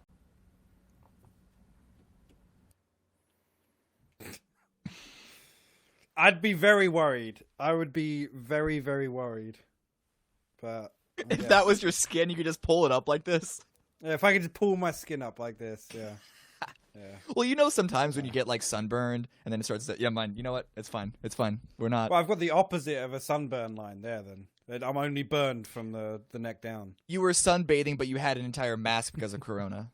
Yes, I was. Well, no, yeah, okay, I'll take that. That's fine. I don't know. Anyway, let's get I back guess into the game. the jokes are going to get weirder and weirder tonight for the rest of the night. Yeah, buckle in because the train's not stopping here. Yes, one more Erangel. Not one more. We have another one in the 3 Erangel matches to start off the day. I'm just going to assume this circle is going to be another wild one because we have yet to have a normal circle on Erangel. I mean, the plane's a better line. That's pretty good. That's as vanilla as they go, right? Other than being straight across horizontally, but nobody should have any issues at all getting to where they want to go to. Maybe just our South George team, which is FTK. I can't see them out just yet, but they haven't jumped early, have they? No, I haven't missed them, no. So, yeah, not going to really expect too many surprises just yet. I'm wondering, really, if Exodus is going to prioritize coming back over towards the Western Bridge instead of committing all the way down, because, again, we talk about Erangel Remastered now. There's a lot more viable loot spots than committing all the way down onto the military base itself. Obviously, they are out on the second half of the plane as well, but Exodus, the team I do want to touch on, Cammy. They've made it to top 3 again. I'm feeling like that's like their 5th top 3 placement now. Yeah, it's been pretty good, but unfortunately, nothing's been really gelling in the way that we saw on the opening map of Thursday, where they actually won from a similar spot than we saw the game today. Yeah, I mean, that's the point I'm getting at, is that it doesn't feel like they look great in the end game. I mean, that first win was we got to put a large amount of that down to Circle Luck, right? And again, venerated farming from the top of the flat top with a Mini 14 6X or 8X or whatever it was. Yeah, of course. What felt like the last 15 minutes of the game. But we've not really seen them too active. And again, military circles, you'd expect them to maybe, again, not to kind of coin Godspeed's phrase, but squeeze every point possible out of those games. And I feel on the eye test, I agree with you, but I'm looking at their numbers right now. They're sitting in 3rd place. They're tied in points with Zenith. They have fewer kills, but it's not by a huge amount. It's not like they're crawling into their into like the final circle with 0 kills, right? So, but I get what you're saying, that it doesn't feel as explosive, perhaps, as you would kind of expect this roster. No, even to be out of practice and cold, as we've used that term a number of times over the last couple of days, but, to be out of practice, not really, been grinding the game for the last, 6 or 8 weeks or however long, I still would expect that team to pop off. Yeah. Well, again, can't really discount them too much. I'm underwhelmed. I'm underwhelmed, Cammy. That's fair. You know what? I'll accept that. Illusion right now, another team that I'm unfortunately a little underwhelmed by. I did put them as my X Factor yesterday. Their Erangel games on day 1 looked so good, but then they just couldn't string anything together. It's not... I mean, I put them X Factor for a reason, where they were not going to be a favorite, but it was very like, are we going to see them pop off? X Factor's like a safe bet then, right? It's, if they don't do anything, you weren't wrong. Fair point. But nonetheless, I still actually am going to be curious on how this game pulls out for them, because for them and Radiant specifically, that last circle with the last game with the plane and the circle combined was not very healthy for their loot rotation. This one's the exact opposite. They both had probably the best drops from that plane, and the circle is strong for them as well. So hopefully this can be the exact opposite from what we saw. STK, on the other hand, they're only just now arriving to Georgia Bowl, but the location of this spot compared to the circle should be pretty straightforward. Push to the north and come in from the west. Yeah, this actually just gives me terrible flashbacks. Obviously, White Fate originally, we used to insist on always going to North Georgia as well, no matter the plane, and we'd be getting there, and it'd be like, oh, well, we've got 7 seconds till the circle starts closing. Oh yeah, that was like before vehicle set spawns, right? It was, yeah. So if you didn't get anything on the west coast, good luck. Yeah. Hang on. What's going on here? Yeah, so Shrimsy's actually found Gregshot over by the West Roshawk spawn, just off the bridge next to Watertown. So Sonic's, again, quick out. I mean, this is a stark contrast, right? This is Sonic's already rotating and looking for kills, and Kurt has just got to his first building to loot. Yeah, well, the Sonics roster is definitely one that is well known for being quick on their feet. But Fabled, not only did they lose Greg, Evasion got knocked too. What was Greg doing down there if the rest of Fabled are up here? I don't know. Late to the party? Like, said, wait, let me loot this last house or 5. I know not that even late, he never showed up. Well, Hell is trying to put some pressure back on a wild card. Unfortunately, though, just Evasion's position, they were not able to even get close to attempting to revive him. And Fabled is one of the teams that's been really, really struggling this weekend. Dare I say, fortunately, Wildcard seems to be backing off a little bit, but it's really just Honey Badger moving around, and it's not so much backing away from Fabled, but trying to spread their wings as wide as possible for control over this bridge specifically. Yeah, and I think that, again, fair statement, but also Wildcard again.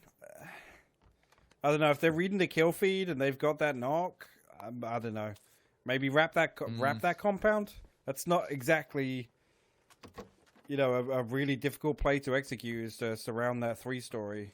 I don't know. Maybe that's it's a bit of passive play. Keep 4 up. They don't want to risk anything, but I don't know. To me, if you know a team's performing badly, we're talking about Fabled.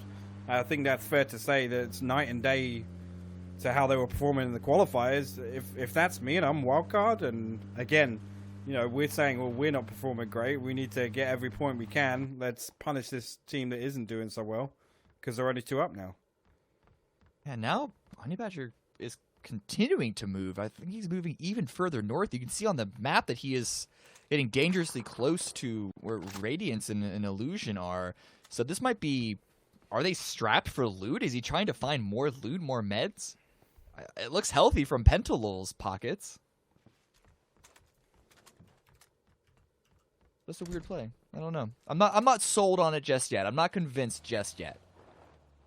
I mean, I can understand if their split was much wider, then yeah, by all means, don't, pressure the 3-story as 1, maybe 2 players, but it looked like all 4 of them were there, and they could maybe hang around a bit longer. Okay. All right, okay. This is what you're asking for. Hardships, they're the team that are going aggressive. They recognize that these Illusion players are split, but Top Dog holding the hard angle. Maluk wasn't able to assist in time. Oh, he's going to get the nade off as well. Finish it off. It's going to blow the car up. Oh, no, it's not. Oh, and actually, Jason's going to get picked off a distance by H-Win as well. This is not good for Hardships. They wanted to pull over, assert some dominance, take control of the crossroads. Ranger's going to be reading that kill feed. He knows that the second player has been knocked on this 1-story. Maluk not in a position to put down enough damage to stop the flush coming out for the first player. But it's whether or not H1 will get the bleed out credit. Unfortunate time for the third party there. Top Dog going to try and smoke, actually baiting the smoke first off. Loeb's going to get a couple of tags, but he will make it inside the 1-story. He's desperate to steal this kill away.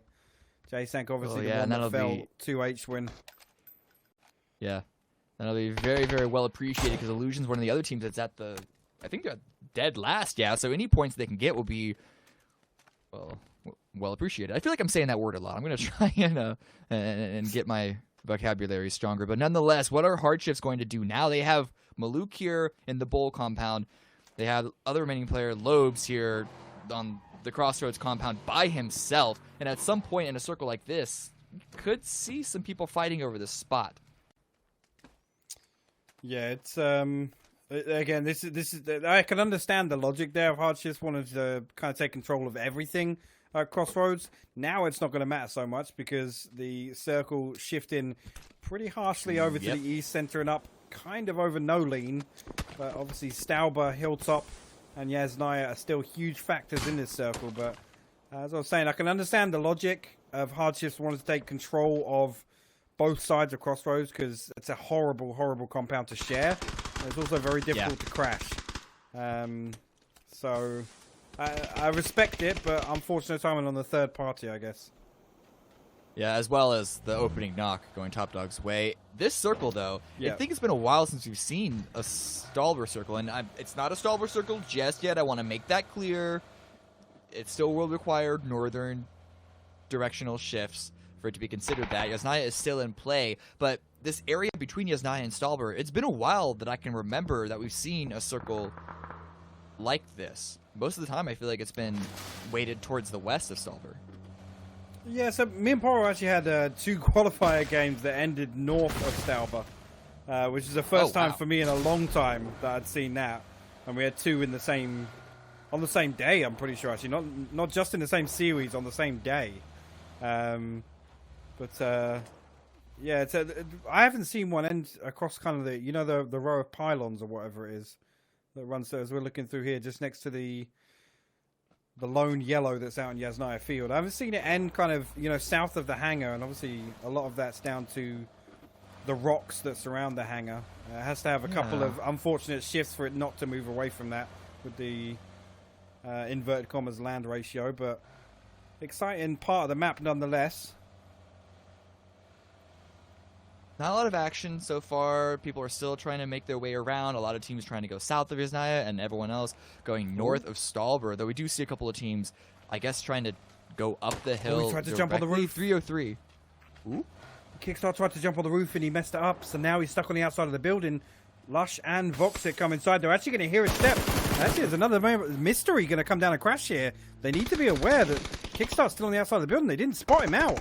I thought they heard him there. Kickstar's going to get 2 knocks. Lush and D-Rich will fall. Later's pulling up as well now. He wants a piece of the action. Voxic is down on the outside, and actually Landoon all the way over at the Alamo. So he's in no position to help this. That was I don't know if it was purposeful by Zenith, because as you mentioned, Kickstar looked like he missed the jump, but he was there. I thought they heard him. I guess not, or maybe they were just so distracted by the vehicle coming in. Tunnel vision is a hell of a drug. But Zenith, they got those kills, but they do not want that building, so they are going to continue to move. But, well, getting shot. Maybe go back. Let's go back. I was convinced they heard him. There was 2 303 players staring out the window that Kickstar was crouching around. And then for some reason, all 3 of the people from 303 all tunneled on the Dacia pulling up. And then Kickstar got the opening knock for free. I'm assuming he shot somebody in the back that was shooting at Mystery's vehicle as he was pulling up. But, okay. And then also on top of that, what the hell's Landoon doing at Alamo? I don't... Trying to get a spread? I don't know. Anyway, moving on. Circle shift. It's not heavily towards the north, but it is still north favored. Yasnaya shouldn't really be much in play much further. So any of the teams, as few as they are, that are hunkered inside, should be looking to move.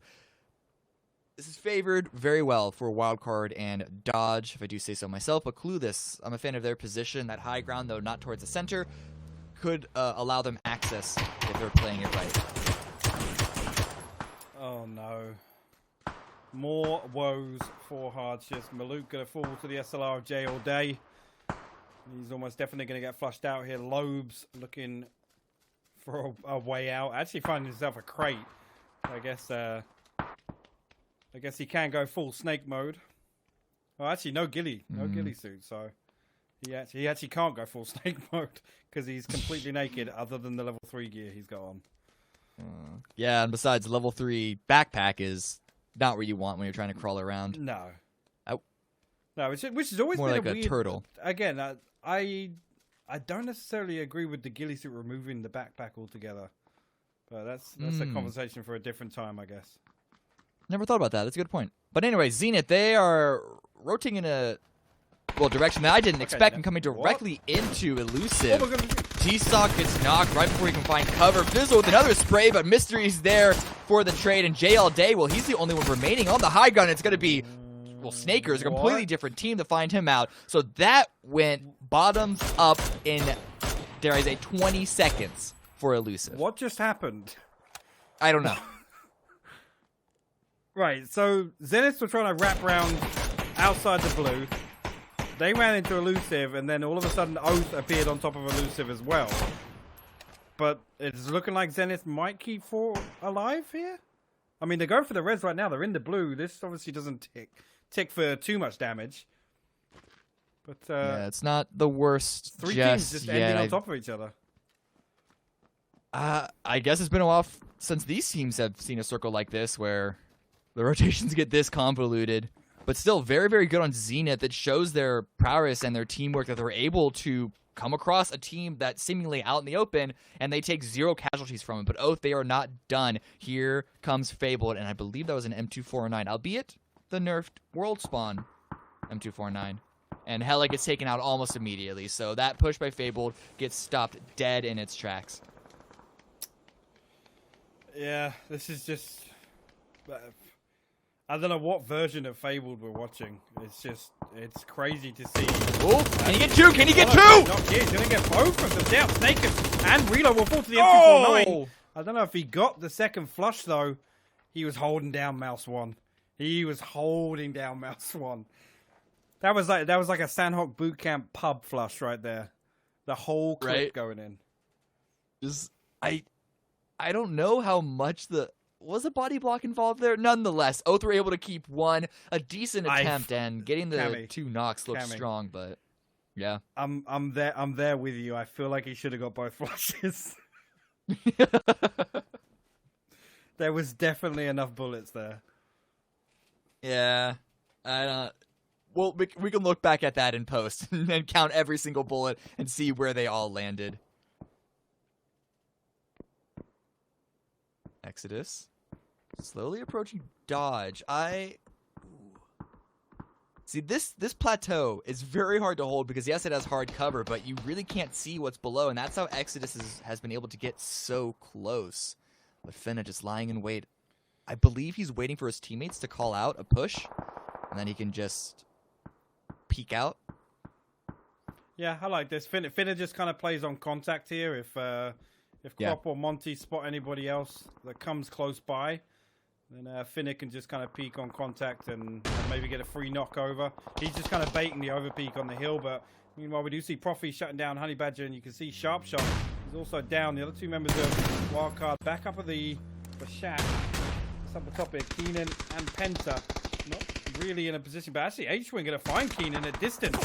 Both of them going to get flushed out here. Last member, Pentalo, will try and get uphill, but he's going to take a lot of damage. He's going to try and get into the UAZ, but actually jump out the other side. That was some swift footwork from Penta there.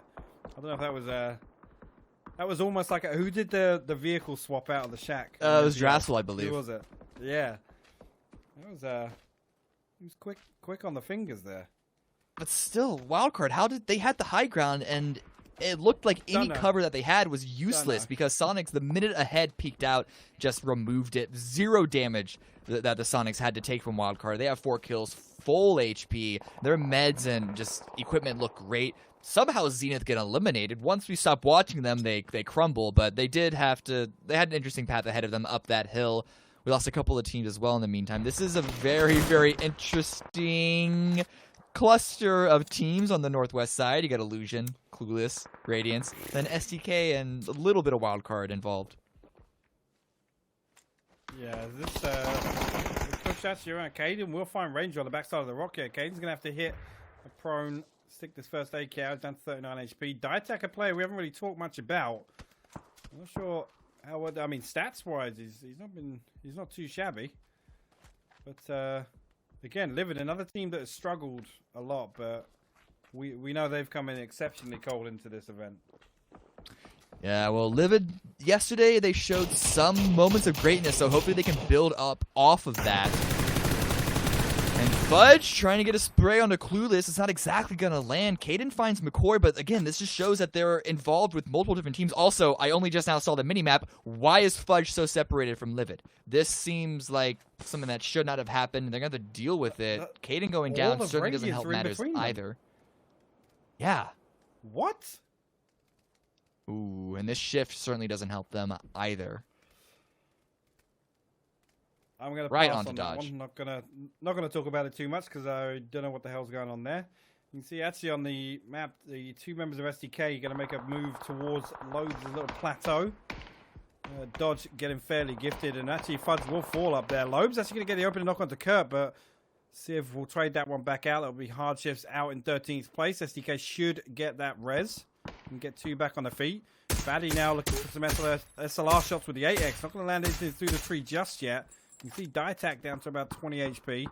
He's going to struggle if Batty catches sight of him. Oh, did he just spot him there? It's so difficult to see what they can see through the tree. Yeah. Whenever the X-ray's on, you almost want to say, you're looking right at him. Shoot. Oh, Livid, though, that just... We saw right there, they were not in a comfortable position, caught between Radiance and Illusion. Sorry, yeah. I think, okay, they just now go out, right when we look away from them. We don't want to show brutality on screen, I suppose, but the Comets there are taking a couple of licks against them. Exodus have moved, they pulled away from the plateau just a little bit, holding down this sort of secondary step, holding down along the rocks, and they seem to be controlling the area fairly well.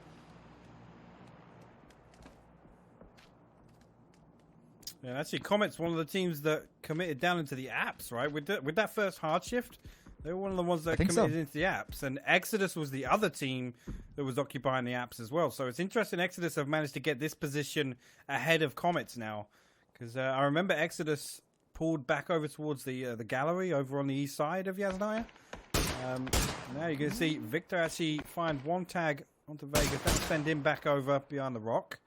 But anyway, you're going to try and counter-peek that. But not going to commit to it just yet. Comets now, not many options other than to fight up hills. We jump on board with Radiance here. They're going to push over towards Clueless. Baddie with the 3x-M4 in hand. Pistola puts him down first. That's a great opening knock from Pistola. McCoy and Waldo are going to have to try and find something to reply back onto that. Pistola will fall. Now McCoy out in the open needs to find a tree or something to hide behind. All of this smoke cover coming down. Going to make it difficult for Radiance to close this out. Nitrogen trying to follow up on what Pistola started, but can't get a knock on a McCoy, but it's good damage nonetheless. The blue coming in is going to make this even more complicated. Let's get out of the blue. Waldo trying to hold the low ground, but the reload's going to make it hard as well. 50 HP, blue on top of Nitrogen, just now stops. I think he's going to be able to heal, but Patrick goes down. And that's it, yeah. McCoy actually found that. Crop landed a long-distance headshot onto McCoy. That's all the way from the warehouse. You can see Dodge just sending bullets all the way up here. Waldo eventually going to fall to Nitrogen. And actually, Nitrogen getting both of the kills there, stealing one away from Dodge. And that will be Radiance out in 10th place. Nitrogen, the last one up for Team Clueless. They come out of this with a couple of kills, 6 total, 2 on the board for Nitrogen.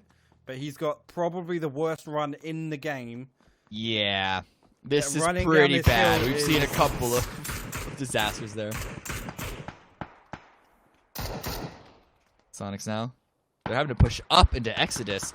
They've had a good upwards push so far against Wildcard, but can they be as successful this time around? Monty gets a couple of nice knocks in the kill feed against Illusion, but on Exodus' side, they lost pad caps, and Venerated is also down, and it's just Taylor and Vegas standing. I don't know if they're going for the revive or not. I think Vegas is reviving Venerated. That one does finish, but Mime is getting ever closer. Shrimzy as well in the Comet coming in from the eastern side. Exodus, they have lost total control of this area. What can Taylor J do? He gets one down. He's going to go for the full flush to get as many points as possible before, dare I say, his inevitable death. Actually, Mime now trying to aggress onto this. He will find Taylor J behind the rock. He can get the flush on the Venerated and Taylor J. Vegas going to get an orc tag. Back onto him, landing a headshot. That's going to force Mime back downhill. H-Win counter peeking up, and we'll trade out Vegas. That will be Exodus down in 9th place. And now, Comets, do they try and set up for this? They know. Actually, Bale from distance puts Yaxley down, so that could open things up for Sonics. Sonics saw them in the kill feed as well, so they know that they're close by. But they also might be aware that if they peek up to go aggressive on Comets, the exact same line of sight that Oath have onto Comets is now going to be onto them. So it's a bit of a, I don't know, a scary situation, if at least for me, if I were in their shoes. A little bit of a spray. D-Treats goes down. That's 10 kills for the Sonics once they confirm that knock. So despite being in a relatively weak position, they are still picking up a good number of points this round. Profi gets a second onto Balefrost. So they're fighting off multiple teams at a time. In the meantime, Sub-Zero, the last remaining member of the Comets, found a nice little safe hole to hide in.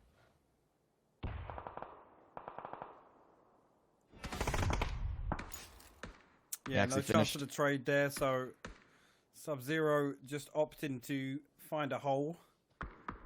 And, I imagine he's going to be able to see another circle, but I can't help but feel it's not going to be long until Sonics will find him.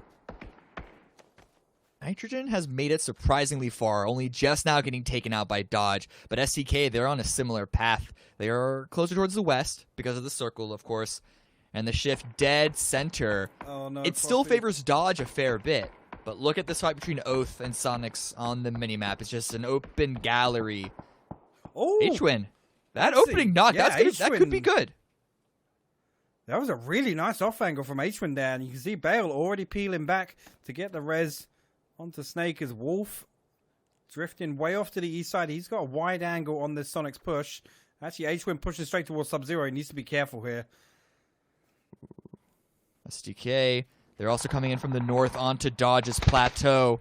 Okay, never mind. I thought that we at least had a breather on the southern side, but Sub-Zero lying in wait, he's going to make things even more difficult for our observers trying to keep up with all the action. He finds another one onto Sonics, now down to 2. Fortunately, they know exactly where he is. I don't think Profi's arm is long enough to lob a nade in that bowl. But here comes the counter push by Mime's just going to do Mime things and just W key it. Oh, yeah. That's what Mime does. He'll run up and pick this with a red dot. Of course. Ooh, he's going to smoke into it first. There you go. We'll win the 1v1. I baited something, I guess. Yeah. And now Profi comes in just in case a trade was needed. He's here now. Crop will find out. Hey, I'm here. SDK going out in 5th place. Dodge now need to be careful because they're not going to have an awful lot of space to play with Oath this close to the hangar. So a lot of this flat ground over to the east side of the plateau. Really difficult to play if Oath are able to get somebody up on the rocks, which I think they've actually got 2 members stacked up there now that Wolf has regrouped a little bit. Finna in a good spot in the watchtower, but we do have a little snake behind Sonics in the form of Landoon of 303. And I'm pretty sure Sonics have absolutely no idea. Again, Zero Landoon has been idea. alive for so long over here that I don't think he shot anybody. Now he's going to shoot. Oh my god. He nearly got turned on. But Landoon does get the last blow onto Profi. Profi probably going to get flushed out here because I don't think Mime is close enough for the trade. He's not. No. Mime is not running that direction. He is still so focused on Dodge and Oath. I thought Oath, as you mentioned, was going to go to the high ground, but instead they're just pushing forward towards the center. They weren't super happy with the way that the high ground traversed. But Landoon finishes Profi off. What does Mime do? Does he try and stick to this 1v1 or try and get involved in this other fight as a third party against this 3v3? Not a lot of cover in the middle of the playing field. Snaker gets the first couple of knocks onto his opponent. And this is a nice little hill to hide behind. But it's not going to be in for that long. No, and this next circle is going to, I think, forces Dodge all the way out of these hangars.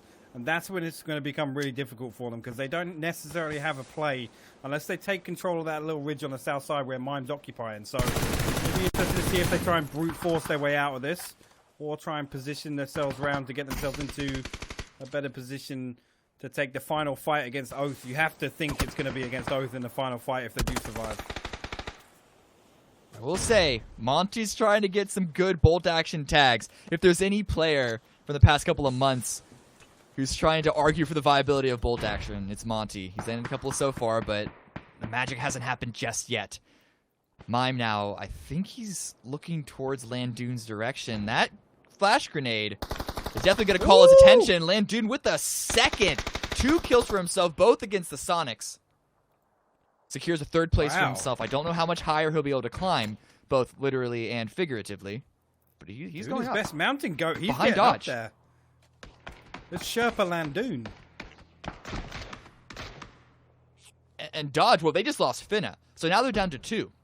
And if they're not worried about Landoon and he continues to push over this ridge, it could spell even more disaster. But Oath have been able to secure control of the playing field for, well, the past couple of moments. And I don't think they're going to let it go without a fight. Monty forced to crawl on his belly, a couple of smokes out to stall out the fight as long as they can. Snaker's just going to back off. Yeah, Snake is wisely backing off. I think if he's got a tree or something to play a bit further back, then facing Dodge here 1v2 isn't the play, but you can see there he didn't break LOS before Monty and Crop came out to peek him. Monty down to about half HP, Crop still full HP, a little bit of boost running as well. Landoon gonna poke his head up, get some damage onto Wolf, but he will take a couple of tags. That's gonna give Dodge the information of where Wolf is hiding, but what do they decide to do here? I don't know if they have a push onto him. Monty's pushing in the open right now. He should get an audio cue shortly, and Wolf should be able to peek this. Now, that nade should be the end of Wolf. Oh, I thought it went a little too far, but it was just in range, and I think the damage on the Wolf helped as well. Now, nades down onto Landoon's position. This looked like Oath was going to steal it away from Dodge, but they were able to secure it back with very, very good gunplay. And now it's just Landoon. What can he do in this 1v2? Can he steal the win away from Dodge? Remember, this was Matt's X Factor pick. So he is just smiling with glee right now. But I also might have just spoiled it. Now, if he wins this, we are absolutely not going to hear the end of it, but he has to win it first. Nope. And a 1v2 is not the easiest, but the lack of cover. If he's got quick flicks, he might be able to do it. Slowly walking up. Monty proning on the floor. They're 100% waiting for him to make the first move. Spotted out, and oh, a quick moment, but Monty's going to finish it off before anyone doubts them any further, and that's going to be Dodge with a win with 9 kills. 9 kills. Pretty good. Yeah, respectable. Respectable. Again, they had a position in the circle that wasn't necessarily going to net them a huge amount of kills, but again, we always say that the early positioning followed up by a little bit of favorable circle luck, it sometimes can go both ways. Ultimately, the hanger position there, if you play it aggressively, you play out, clear the south ridge, you can farm a little bit, but I think they made the right decision, and the fact that they came out on top in the end against Oath, that for me was kind of the biggest win out of that victory. Yeah, they definitely abused the fact that the cover was very, very limited immediately surrounding them, and even though they weren't the ones directly involved in those fights, they certainly third-partied as much as they can. And I feel like there are a couple of compounds that if you're dead center, you don't really have to do anything. The openness of that hangar plateau, I feel like they made the right choice by being as active as they were and got 9 kills. If I'm not mistaken, that's about average for kills. I haven't updated my my math in quite a while, though. Well, anyway, that's enough from us. I'm really excited to see what Matt has to say about this 303 almost steal. I'm not sure the world has updated their math in quite a while, so interesting. Oh, hey, look at that. Matcham and Godspeed, welcome back. Switching things up just a little bit this time around. Matcham, you've never looked so pretty. I have to tell you that right now. Oof. Very, very nice. Very nice. That's beautiful. Hey, let's talk about the game. Now, which one of us gets credit for the 303? Oh, that's my question. Okay, now it's back to me. Oh, I'm so sexy, Toffees. Thank you. Thank you. All right, yeah, you said 303. Let's talk about 303. Go. To be fair, it was both me and Godspeed, and we both decided, hey, we wanted 303. So I can't take all credit for this, because if it was the case, I would have cursed them at this point. But 303, solid performance. Again, they just managed to get away with some very interesting plays on a regular basis that you're never expecting.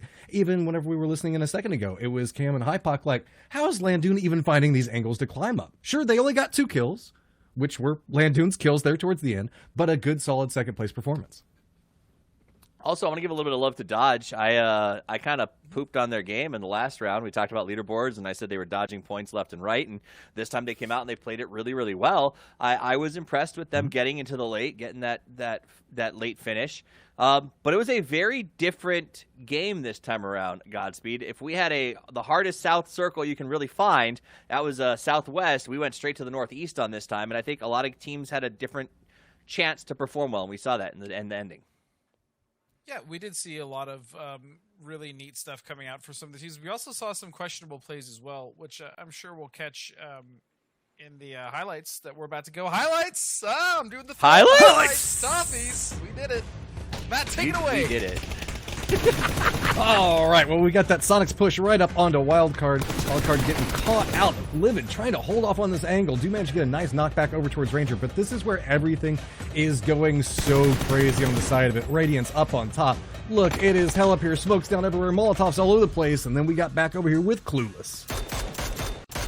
Yeah, Nitrogen actually getting the kills here, finishing a few knocks, as well as just finishing off Radiance. And he survived quite a bit longer than we thought he would up on that hill. Meanwhile, Mime just W-keying as he does, Sidebot pointed out. But the thing about Mime W-keying is he usually gets the frags too, so you gotta give it up to him.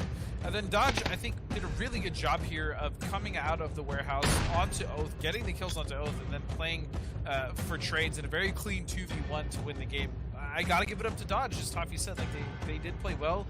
Sure, the position they were in wasn't the most optimal as far as getting kills, but they did what they had to do with what they were given, and they were able to walk away with a W. So.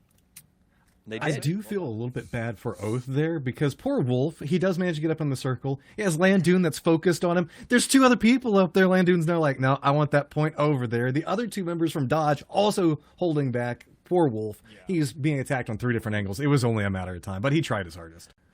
I mean, you know, Wolf is not as strong without his pack. I think the rest of the team there not supporting him makes him weaker. But I'm never going to feel bad for them at this point because they've been playing out of their minds. They're constantly showing up in the final 5.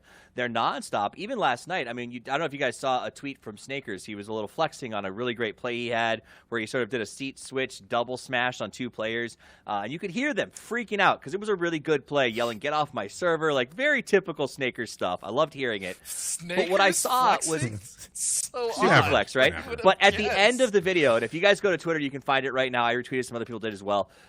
You hear a voice in the background, and it's Relo, which normally it's Wolf that I hear in this voice, and he just says, reset, calm down. And in that moment, even when the whole team is hyped, there's always at least one of them that's got the mindset of get yourself centered. This thing's not over. And I have to show a lot of respect to the way that they've been playing. And I think that will show very clearly when you talk about leaderboards coming down the line. But this time again, 3rd place with 13 points. They seem unstoppable, but Dodge does come out as number 1, Godspeed. Yeah, I mean, again, got to give it up to Dodge. They've played it well. We've obviously seen it. This is a team that is capable of playing well. They've had ups and downs. I think the inconsistency for me is where I was kind of questioning where they would fall in this event. But, I mean, they're bouncing back. Hopefully they can kind of ride that momentum. Another team that, you know, kind of bounced back as well as far as points is Sonics, which is a team that you've kind of been very much on, or rather behind Toffees, but they just, they I feel like it's 1 step forward for them and then 2 steps back. Yeah, I think when the Sonics come out, the Sonics flood, but they aren't quite getting it every single time. It's, yes, hit or miss. Matchum, what are your thoughts on this board? I want you to see what you think about maybe the bottom half before it disappears on us. All right, Zenith still managed to pick up a couple of points I think is very big. Yeah. Oath is still just they're just putting on a masterclass of how to constantly put things together, but it's all about the kills and damage. Mime walking away with a solid performance right now, picking up 6 kills, as well as H-Win back there. Sonics showing up this last round, definitely proving the fact that they should never be ignored.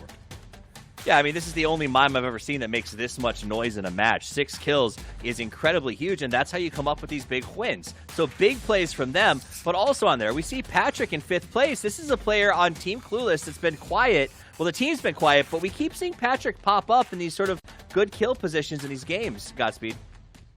Yeah, Patrick might be a player that, you know, I think other teams could potentially be just checking out, because it's kind of a hallmark when you have a player on a team that, you know, isn't quite doing as well as they want to be, but you constantly have a good performance coming out for, you know, one specific player on that roster. So Patrick, so far, I mean, he's been able to do as much as he can. It's just, it seems like the rest of that team is kind of struggling to come up to the plate as well.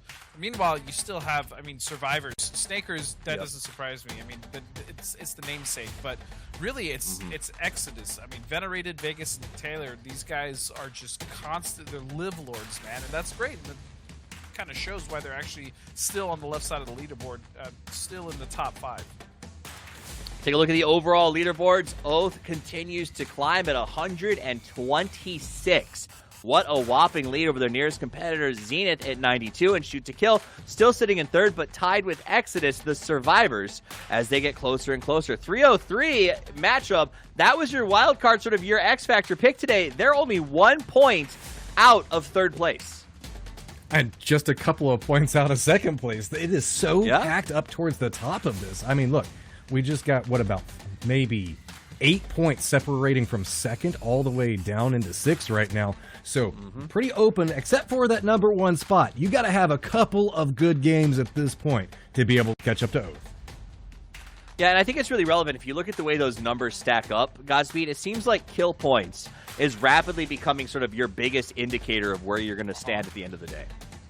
Well, not only is it going to take a couple of these teams to have some really great games in order to catch up to Oath, but it's going to take Oath slipping up dramatically and just having like a travesty of a day for them to fall so short as to really let the other teams kind of creep up on them. Because as you said, as you know, Matt has alluded to as well, Oath is not putting, they're not letting up on the gas at all. I mean, that thing is floored all the way, and they continue to seem to be racking up these points while a lot of the teams that we thought should be doing much better. I think I'm going to throw Wildcard and Radiance kind of under the bus there, or teams that we thought would be up there with them are, I mean, they're not even close. I mean, we saw Wildcard go out early again, so I don't know what's going on with those rosters. I mean, I think Oath is a team that shows a lot of promise. It has for a while, and they're finally just turning on. I think the maturity is there. I think Relo, for me, has gone from when I met him in person, he's kind of a quiet soul, and he's always given me that vibe of like the little brother. Yeah, he is. But I feel like he's kind of come into his own and is able to find his voice on this roster, and that's kind of a big deal for them to see that maturity step into play. So very, very cool stuff. Matcher, what was your favorite moment from that match? Favorite moment? I'm actually going to put it as my most confused moment because we both all had a reaction about. Oh, actually, we all did, and that's Wildcard holding the high ground in a very defensible position, and then suddenly just having a team be able to walk right up on top of them and take them down. That I mean, it's not the biggest play on the face of the earth. It's just the most confusing play. Like, what were they looking at, and why didn't they prioritize the threat that was right next to them? Godspeed, before I get to your favorite moment, I do want to let everybody know that as you watch this, if you think, hey, I can hang, I can make those plays, I can get the double knock with the M249, now's your chance to sign up. You can drop in and sign up your squad for the NA Challenger Series right now, but registration closes on the 25th at 11:59. So, not a lot of time left. Get over there. And you know what? Even if you don't think you can go for the big leagues, it's still a heck of a lot of fun to be able to play at the super settings on a competitive format. And I think definitely worth the time. So go check them out. It's at the GLL website. That's the place to get signed up. Let's go back to you, Godspeed. What was your favorite takeaway from that match or your final thoughts sort of before we go to the next one? I mean, it wasn't a massive play, but I really loved the way that Zenith actually handled 303 coming in with a split. They initially had like the Alamo just east of Yasnaya, and 303 tried to split at the kind of the Prio house. Kickstart was there by himself initially. He was able to get himself in a position as 303 pushed up to kind of not be heard. Waited for a opening knock. Beautiful timing. He got it. The rest of Zenith came in. It was just very well coordinated, and they were able to kind of wipe out the members of 303. I think it was 2 or 3 of them that actually went to that position for the split. So it was just really clean play by Zenith, and it kind of echoes why they've been doing so well and have been towards the top of the leaderboard. And that moment just stood out to me for them. Yeah, they've been quiet, but they're still performing. Real quick, last thought, Matchroom? At this point, can anything stop Oath? They're just tearing it up right now. Nobody's been able to find a vulnerable point. Whenever it comes to endgame, they're always so clean, always in those top 3. But maybe somebody can figure out something to stop them. And that's where I've got my eyes posted this game. Awesome. Well, we're getting ready for our last match of a wrangle for today. Not our last match of the day, but our last time on the island. So let's go over now to Cameron Davis and Hypoc for the call.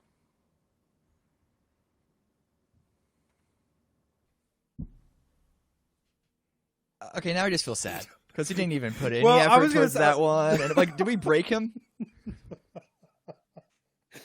I wasn't going to say anything. I'm glad you did. No, I'm joking. But yeah, he's calmed down a lot, I guess. What the hell happened in the green room during that map? I don't know. Yeah, he just looked so broken. But anyway, it's fine. One more match of Erangel. Enough about the desk, because we're going to see them shortly in just, I guess, another half hour. Because we have one more Erangel left of the day, because we have 2 more tomorrow. Before we go over to Miramar, you expecting anything off of this one? No, I mean, I'm expecting more online Oath, I guess. Is that going to be the meme for this weekend? I mean, they did. I don't know. The other event they played in, they absolutely stomped, wasn't it? Was it 303? I think it was. It was. It was 303 where they were looking absolutely dominant just a couple of weeks barely even a month out from the Season 4 finals. It's fantastic to see them play in this form, honestly. And obviously, the addition of Balefrost into that roster has been more of an impact than I would have thought. And Bale, I'm a Bale stan. I absolutely admire Balefrost's abilities. It's fantastic to see him land on a good team. I was gonna continue the conversation about Oath, but I have to direct my attention towards this plane pack. This one is garbage, and already we are seeing, I'm counting 4, I might be counting 5 with Radiance, teams going to Sosnovka Island. Exodus, it's not just their island anymore. They're gonna have to share it, and I don't know how well they are sharing their toys. Interesting one as well to note is Radiance switched up. Have we seen them switch up to Novo yet? I'm not. I don't think we've had enough kind of South Plains to say maybe whether or not once? that's a backup drop or maybe just a reactionary drop. But yeah, it's crowded down there. Well, the team that's actually in the center is going to be Fabled, and they've had a struggle of a weekend, so hopefully they can at least hold off the initial sort of chaos. This circle, this is actually a relatively normal circle, probably one of the most straightforward we've gotten this entire weekend, but when you pair it with this plane path, it does still make things a little complicated. Yeah. And this is why it's always important to kind of bear in mind. Again, I don't want to say there is any bias for Southern Plains going to military, but this is why you've always got to keep it in the back of your mind. I know some teams will lean into the South Plains, South starting, the 10% slice, however you wanna cut it. But I actually always like the combo of bad plane to bad circle. I guess I'm just a freak for chaos. Okay, now, did you like that when you were a player? Absolutely not. Absolutely not. Okay, there it is. No, you get a little bit of taste for the sadistic once you're on the other side of the camera. Historically, bad plane into bad circle when you drop in North George is like the worst combination ever. And again, we used to hate military circles because it's just so much distance to travel. But again, when we moved to Rostock, bad plane off, if it's a bad south plane off center circle, then, you're in Rostock. You can pretty much rotate anywhere from there. It's all about where you are, and that first circle pop, I mean, it should change up your game plan for a lot of teams, but you see some teams just stuck in their ways. Yeah, and part of that could come from lack of experience, also could just come with lack of motivate. Not what's it? I am at a loss for words. Confidence. There it is. Oh my god, that is not even like an SAT word. That's a normal word that I just couldn't think of. It's fine. We're moving on. Lack of confidence in your abilities and your shot caller to be able to call things on the fly. Well, I mean, that's it. That's the test of a good idea, right?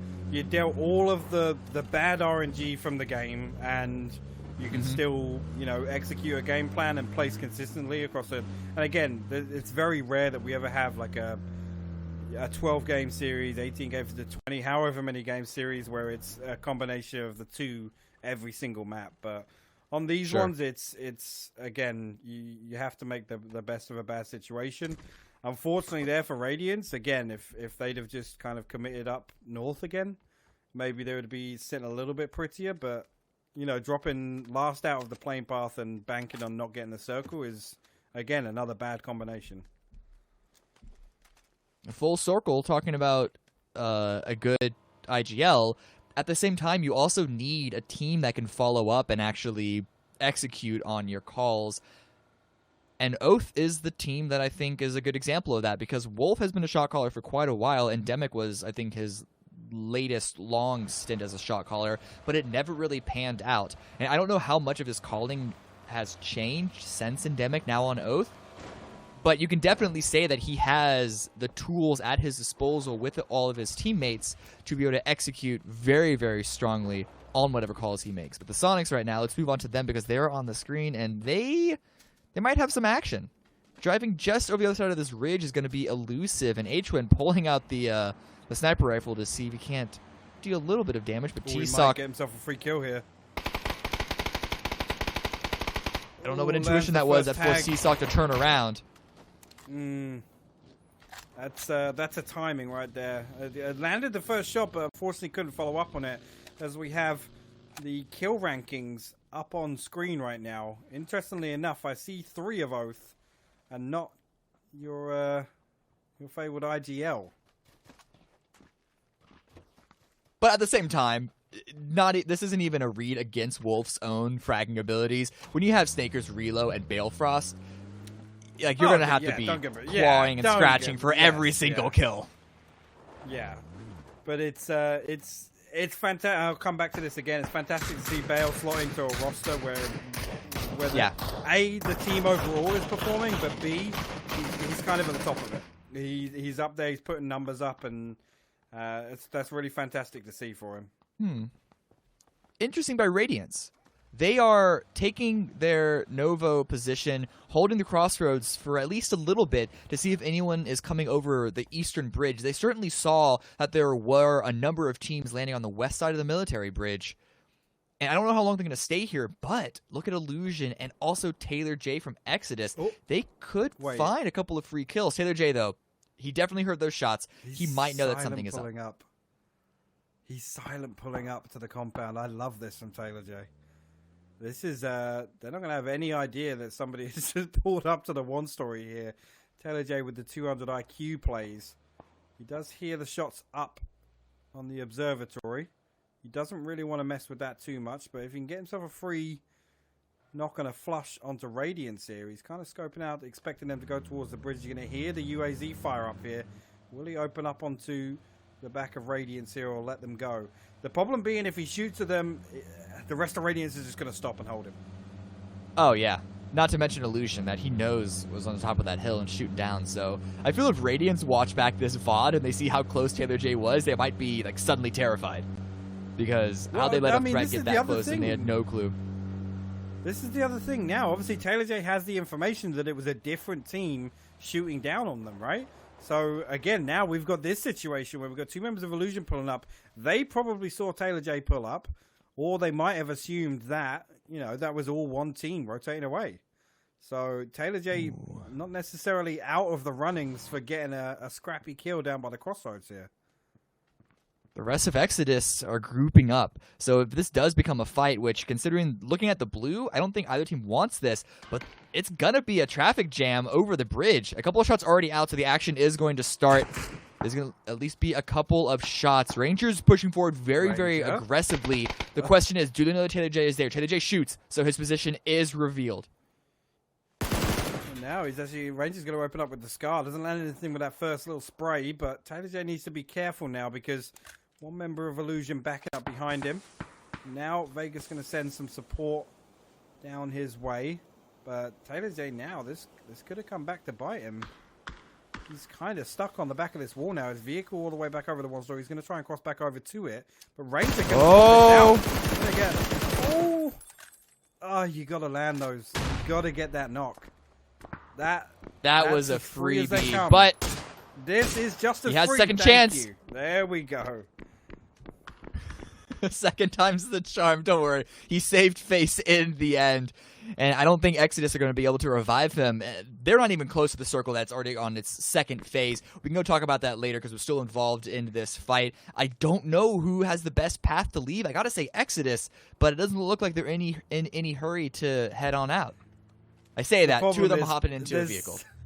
I was going to say, the problem is usually in this situation, there's just no winners. It's whoever leaves first. There you go. Generator's going to get knocked to the blue. He's going to get himself flushed out. Icy Effect's going to pick up a free kill there. Now, as I was saying, there's just no winners in this situation because now I fully expect Exodus to sit on the other side of the bridge.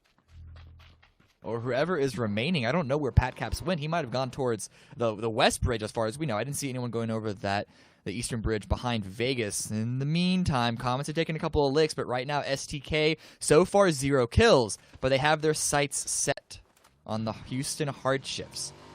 And the Hardships have been an interesting team. They've had a couple of moments of greatness and a couple of moments of, well, the opposite of that. And they're a little spread right now. Fabled, significantly more grouped up, could find an opportunity, but I think the rotations are coming in. Maluk and Lobes are both repositioning themselves, trying to get closer, or at least hide in the vehicles. Yeah, I think Lobes maybe has an idea SDK positioned over there, so he's just parked his buggy on the north side of this yellow. Can't call it a yellow anymore because it's blue. Is this one blue or pink? Are we in a pink or a blue right now? It's a yellow. I think it's a pink, but it's a yellow. Still a yellow. I think it was Toby. Yellow's not a color anymore. Planks now. They're called planks. It kind of stuck with me for a day, and then it started to irritate me. And then promptly forgot. You can try and change callouts all you want. It's like a proper noun. It doesn't actually matter what it is. It's the official name. It's in the books. We got Fabled in a similar spot to where they were in the first Erangel game. Well, not first, second. Because the first one was the Millie Island.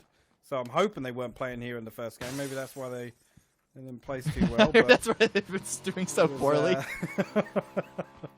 This was, I think they were over by the 3-story, if I'm not mistaken. That was where they saw that weird engagement with Wildcard, where Honey Badger decided to drive 2 kilometers in circles, and not take the fight with them. We see Elusive now. Weird things isn't super unique. No, it's not. Mime might pick himself up. We got the engine cut from Fizzle there. Mime seemingly out in Narnia. No teammates with him, but he might actually pick up this third vehicle coming past him, which is a completely different team. It's actually Livid. Diattack coming past. Oh! There you go. We'll get the killing blow onto the UAZ. Going to pick himself up a kill point there. Now, I'm not entirely sure where that Livid player came from, because the rest of them were elusive, unless my eyes deceive me. Yeah, it's been a weird crisscross of rotations. You can see Livid way off in the distance on Mime's screen right now, but this is still a very good aggressive was just trying to blend in. He was just trying to blend in. And now Livid are driving back south towards school. They're going to run into Comets. Yeah. Okay. Not sure what to make of this. Illusion and Exodus. Yeah, so, okay, I was right about Padcaps. He went over to the western bridge, so did the rest of Illusion. And they're still in the blue, though, which is going to start to add up over time. It doesn't do a lot of damage, but for as long as they've been inside of it, I hope they have a lot of meds. But this shift is going to be interesting. I'm pretty sure we all know where shift number 4 is going to go. It's going to be another hard shift towards the southeast. And you can see everyone revving their engines and trying to get down there as quickly as possible. But I don't know how much space there is to share. There are a lot of teams on the north side of the river. There are a lot of teams. So this is going to be interesting. A couple of teams making a mad dash. SDK probably going to come back and take the Prior over on the east side. Uncivil actually going to go for a quick dip there on his 2-seater. As I was saying, Halo actually making it to the desired destination. That's what I was talking about, the Prior over on the east side. We've got Fabled already over at Valiate compound. Do we still pay homage to Valiate and call that Valiate compound? I think we do. Ooh, that's going to be up to We've the still got community Valiate, we've still got Sharky compound. No, I just made a decision. I'll take it. I'll they take don't it. Get to call it. They don't get to call It's it. official. It's official. You hear it from our Lord God Hypoc himself. God King maybe that's Judge, a bit personal bias. Executioner. just a little bit. Yeah, just a tad. That's a tad. Fabled, trying to steal this compound away from the Comets. Ooh, that timing looked just a second away from being really good for Greg Shot. I'm sure the Comets are aware of Fabled's approach, and they have been wounded. We didn't see exactly what happened, but we saw it in the kill feed, and I believe the Comets are down to 2 that you see right. No, Victor. Okay, down to 3. It's Victor on the left side, and Evasion's going quite aggressive, but elsewhere on the map, on the southeast of the circle, free kill for Oath. Yeah, Snake is going to feel good about that one.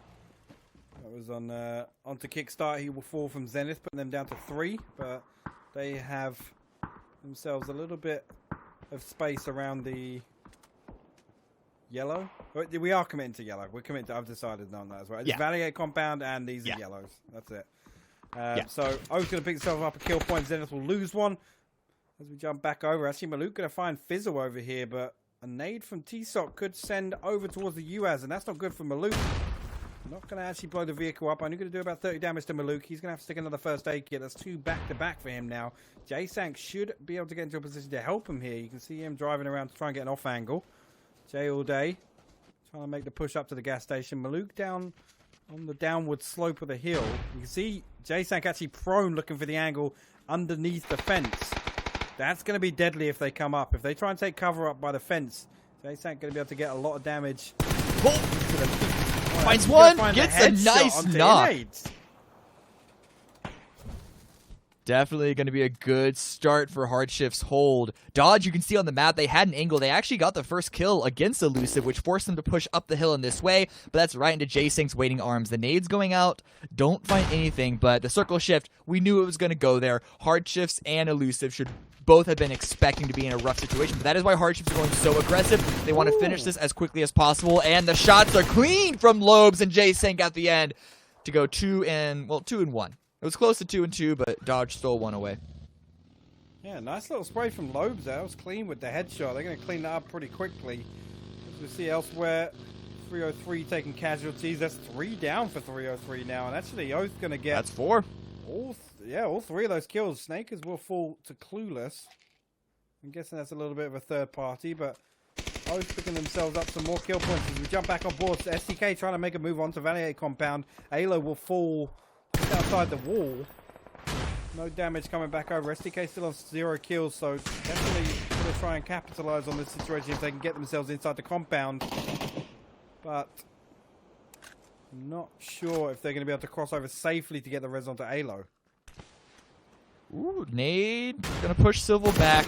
If they can get down to Alo and get the revive, the smokes might help him. That wall could be playable. But Fabled is not going to give them an opportunity. But then the Comets, they're not focusing on SCK. They're going to get kills and drops where they can, and that's going to be one against Supernova. It's now just Hella and Gregshot alive. Torn attention between two teams. Looked like Hella had an angle. It is Gregshot, and it's going to be Yaxi that gets dropped. Alo crawled back to his team, less than 1 HP, able to get revived by Pretty Curdy. Yeah, the problem is now that SDK... Oh, no! That's a problem! That's not the problem I was going to mention, but that's definitely another one. Alo's going to be on his second down now. Kurt also bleeding out. That's going to be the full reset for SDK. It doesn't look like Fabled are going to go super aggressive. That might be another nade. Oh, That's there's a gonna be molly in there. Purdy, you're crawling into the fire! Wrong way! Wrong way! Oh no. Stick the revive. Stick the revive. I think they still have it, but Fabled might be able to find another angle. There's so much utility going up to try and convert this down right now. Elsewhere, we do see Oath go down in 13th place. Not entirely sure what just happened there, but Hardshift is well fallen in 12th place. So we lose 2 teams in rotation. We know Hardshift is one of the ones that had to come down from the north side of the river. That's not too much of a surprise. We did actually see them send it across the bridge in the background, but look who's creeping up on the backside of the compound, Cammy. We're not done. Illusion crawled their way all the way from military base, and they are arriving in time to see if they can't get in on some of this action. Because they're going to want to get a couple of kills. They only got that one on the Taylor J. And they want more, but I think SDK are aware of their approach. And they're backing off, but shots onto them. Is that, well, I they're not backing off. They're still in the cars. They want these vehicles.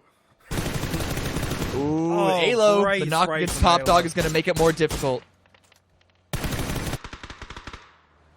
That was trying to go for the second. Icy Flex forced to go below the bridge.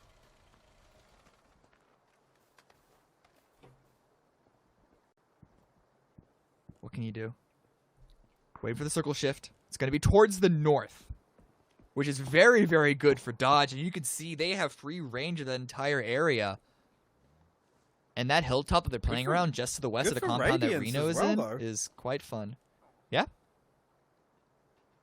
Radiance holding on to Volcano is going to be a strong position, and Lord knows they're a team that needs points, so hopefully you're going to have some kill points come their way as well.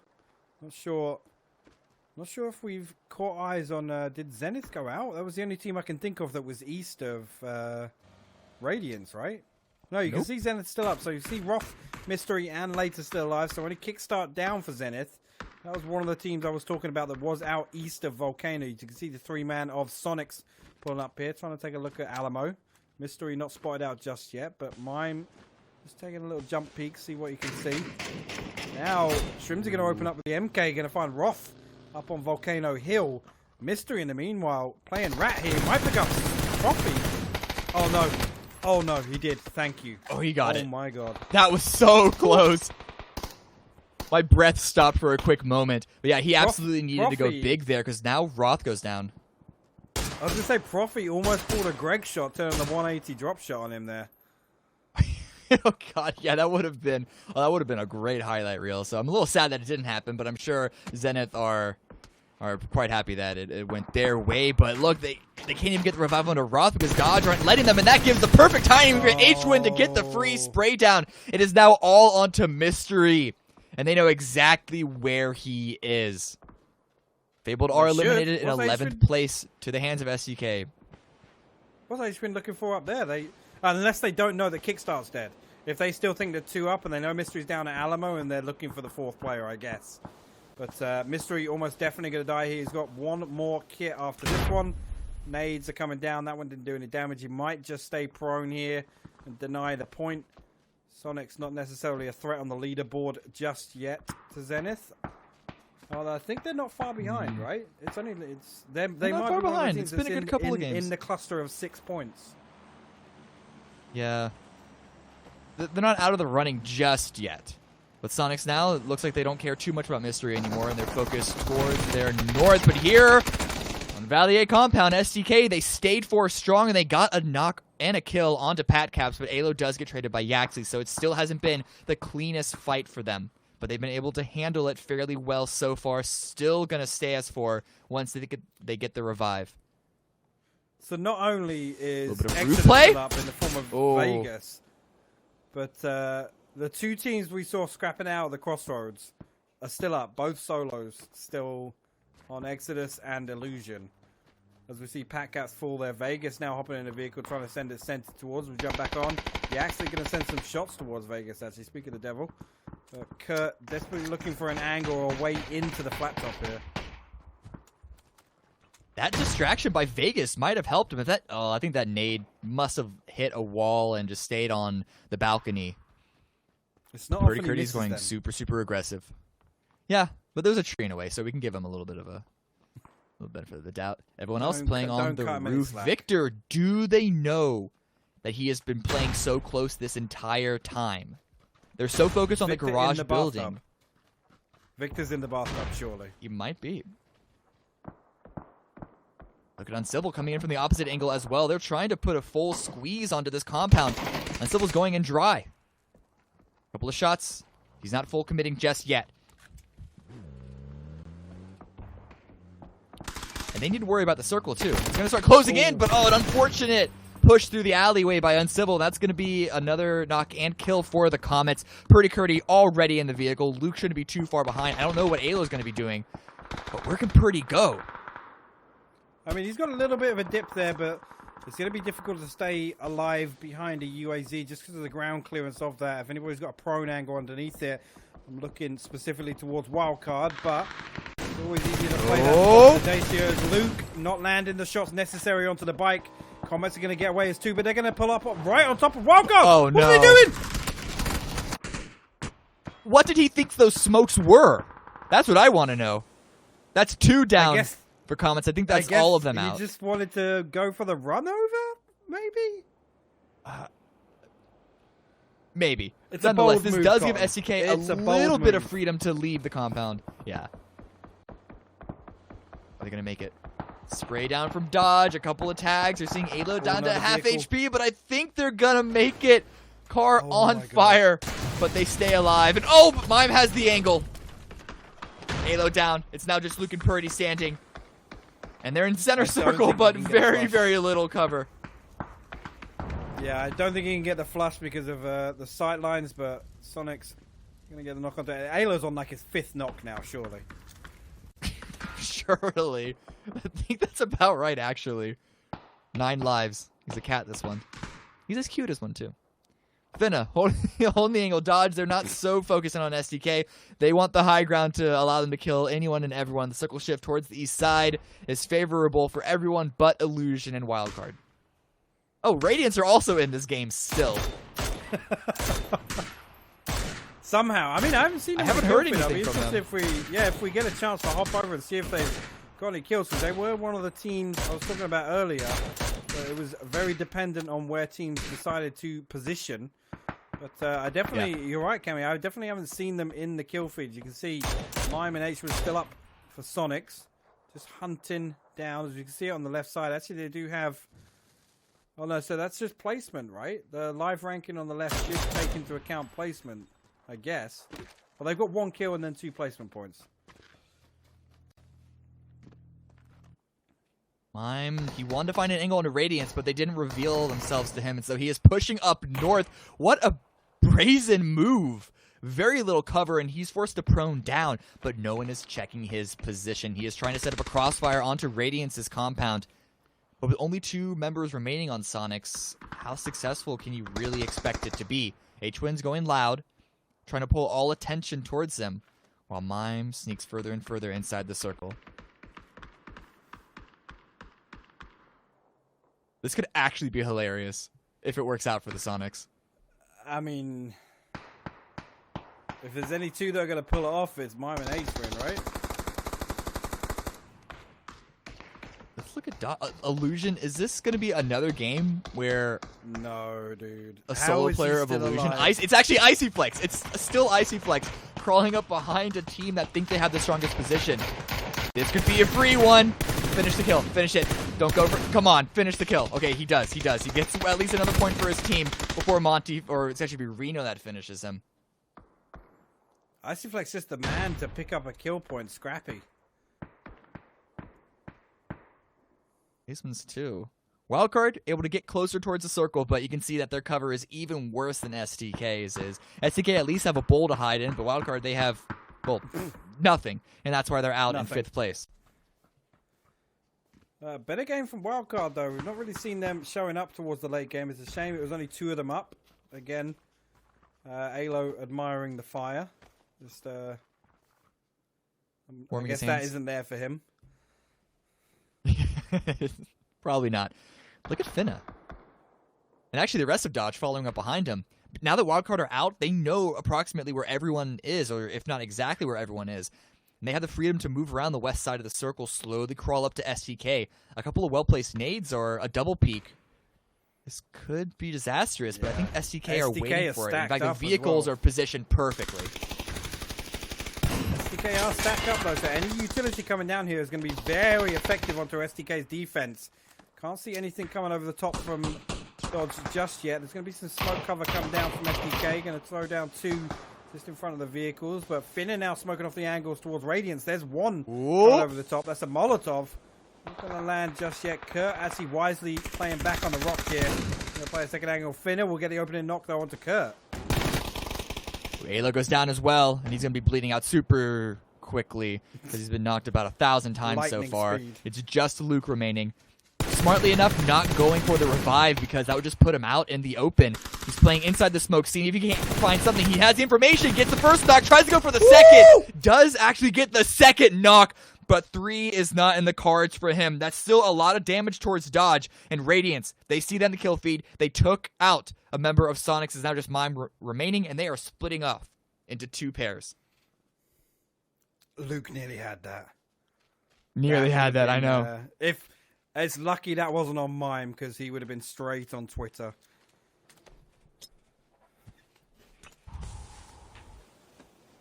Reno, he's allowing the rest of his teammates to get themselves reorganized, and he's putting his focus back onto Radiance's compound. But does he know about Los and McCoy and their stretch towards the west, across the road, with the crossfire from their teammates staying in the safety of the compound? Mime in the blue, I think he's just going to die out there.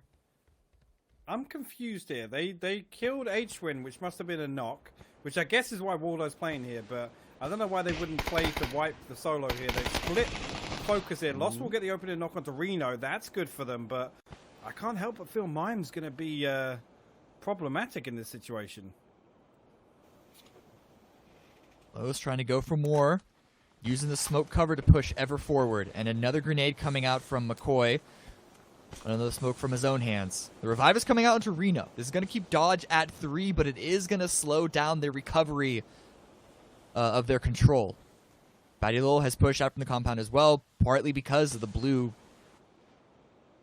Still constricting. 1 minute and 40 left before it reaches dead center. And look at all the smoke that's happened. And Mime is still alive. I thought he was going to die out into the blue. But Radiance are unaware of his location. Monty gets the first knock onto Battylol. And it's a full finish as well. So it makes it a 3 versus 3. As I say, this is a problem though, because all this time, Mime is getting closer and closer. Waldo will return back onto Reno, so Finna and Reno will fall for dodge. Sonics might just get themselves a second place for their efforts here. Now they should swing back over. They must know where Mime is. Waldo looking back over this way. Lost looking back over this way. Just a matter of time here. Ooh, gets a spray and gets 1 knock, but isn't able to finish it. But Radiance, a must-needed win for themselves. Yeah. Only 6 kills, but can't look a gift horse in the mouth, I suppose. No, and they definitely needed this one. Rightly so. Absolutely needed points for them. They're not in a good position at all. I think it was 13th before that game. It was in the bottom 5. 15th. 15th. Okay. So yeah, much needed for them. A low kill win. But again, it's we talk about that trade-off between early positioning, low kill count. They did get to Volcano, I think, just as we saw Circle 3. So as we obviously put the pieces together and knew that it was going to shift back to the south side, but yeah, I mean, not much else to say really. They were quiet through the mid game and ultimately only came alive in the end game, and they came out with the win on top of that. So clean victory, if anything. Yeah, when you compare their quietness to Dodge's loudness in the previous game, as far as looking at 2 situations at your center circle with a compound, I don't exactly fault Radiance for not having the same opportunities for the kills that Dodge did on the previous game, which is not the best thing, because if they weren't able to secure the win, it could be a still rough situation. And it's still not great for them just because of how low on the leaderboard, but the fact that they were able to turn this into a win, hopefully this can be the wind beneath their sails to really propel them to victory. I am a little upset that Dodge didn't do a little more damage to them. That probably could have given Mime an opportunity, which would have been absolutely amazing to see, but still, nonetheless, a good win for Radiance there. Yeah, it was. And I was surprised as well. Maybe if Mime could have come alive a bit more there, but again, I just always want to see the solo play. Well, that's enough from us right now. We're going to send it back to the analyst to break down the final Erangel of the day.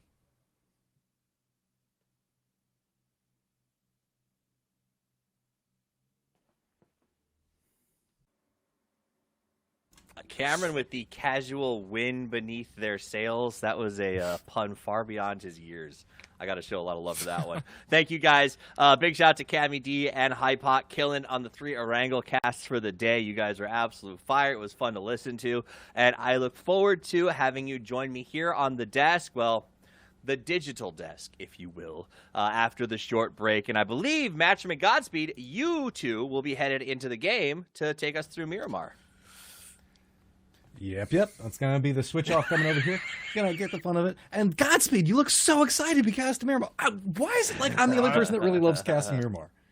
What are you talking about? Miramar is my actual favorite map. I think you look so excited about it. Let me tell you what.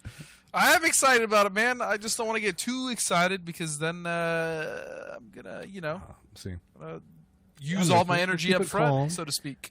We'll slow boil into it there. But we're talking about Miramar. We still had a whole bunch that was happening inside that Erangel game. I mean, let's be honest. Godspeed's excited face and Godspeed's normal face and Godspeed's sad face are all like an iota apart, right? So that smile is probably the biggest movement we've got from his lips today. A lot of fun, though. Let's talk about that match. I think Godspeed, you saw it. I for a second there, I thought Radiant was gonna lose that thing. It got a little sketchy, especially with the knock on to Battylol, but I mean, the other 3 players in McCoy and Los and oh goodness, Waldo held it together, so it was good. But top highlights. Guess there it is. All right, and there are so many vehicles coming in here. You can see the Fable trying to hold back this angle, gets the shots back over towards Comets, but this was a very popular complex. A lot of teams having to try to figure out ways to get out of there. Zenith starting to see a little bit of ult coming in as it's getting picked out. H1 making the push off to the side of it, but D-Treats trying to make a sneaky little play over here, spots out somebody in rotation, and that ends up being a little bit of a problem for Shoot to Kill. Yep, and as we saw, Radiance, top talking about that position, getting good position versus getting a lot of kills, they definitely held it well. They were able to figure out the puzzle that was Dodge outside the compound and then able to clean up the last member of Sonics, and that's kind of what I've been expecting from that roster this whole time. A lot of really nutty players, plus my little Waldini. I do love playing with that gentleman. But yeah, I mean, that's a much needed win for Radiance. You know what I mean? Like, this is a team that they were my day one prediction pick in the bottom. I know. Where was this yesterday? Day before I gave up on him. I don't know what to tell you. You gave up on him, Matt. You gave up on him. Yeah, what quitter? I'm not even gonna lie. I did. How are you just gonna quit on him, man? He's all like, "That was my pick." Everybody seems to love him. Day 1 and 2. Yeah, I think everybody seems to love playing with Waldo. He's been very impressive. It's rare to wonder where he is these days, as he's constantly finding good rosters to play on, and I'm glad that he's finally found that, because it took a while for him to sort of break in. I want to give a little shout out to STK. We saw that mugging in the alleyway of the housing area right before they made that rotation. I think they sent Alo first, if my memory serves me correctly. No, it was Purdy went first into like that dip. That it's one of those dips where if you don't know it or you haven't trained it, it doesn't even seem like it's playable, and they managed to survive in there. It is definitely playable. Yeah. Yeah. I mean, it's For a definitely while. playable. I'll also say that it's difficult to it's difficult to play out of it, but you're right. They recognized it was there. They had the vehicles that really is what made it work in a sense for as long as it did. But Dodge did a fantastic job really cleaning them out of that position. 16 points for Dodge, and also 16 points for Radiance. Dodge, so they didn't get first place, but ultimately 11 kills in the Hopper matchup. That is 2 games in a row. I think I pissed them off after the first game. Yeah, I don't know whatever you did, but they're playing like they're on fire right now. That whole time fighting out inside the forest, the aggression push that they made back over towards shoot to kill almost fell apart for them, but they did manage to pick up a lot of kills through everything going through there. Radiance, I know I had faith in you day one. Now you're starting to give me a little bit of faith coming back in. Strong performance, but Sonics can't sleep in them. Mime actually snuck in. Look at the amount of kills that they've got, and shoot to kill with that very bold push that you were talking about a second ago, Toffee's paying off big for all of these teams. But look, Godspeed, Oath got 0 placement points and still managed to get themselves to 5th, because even when they're not placing, they are fragging. I mean, that roster is full of fraggers.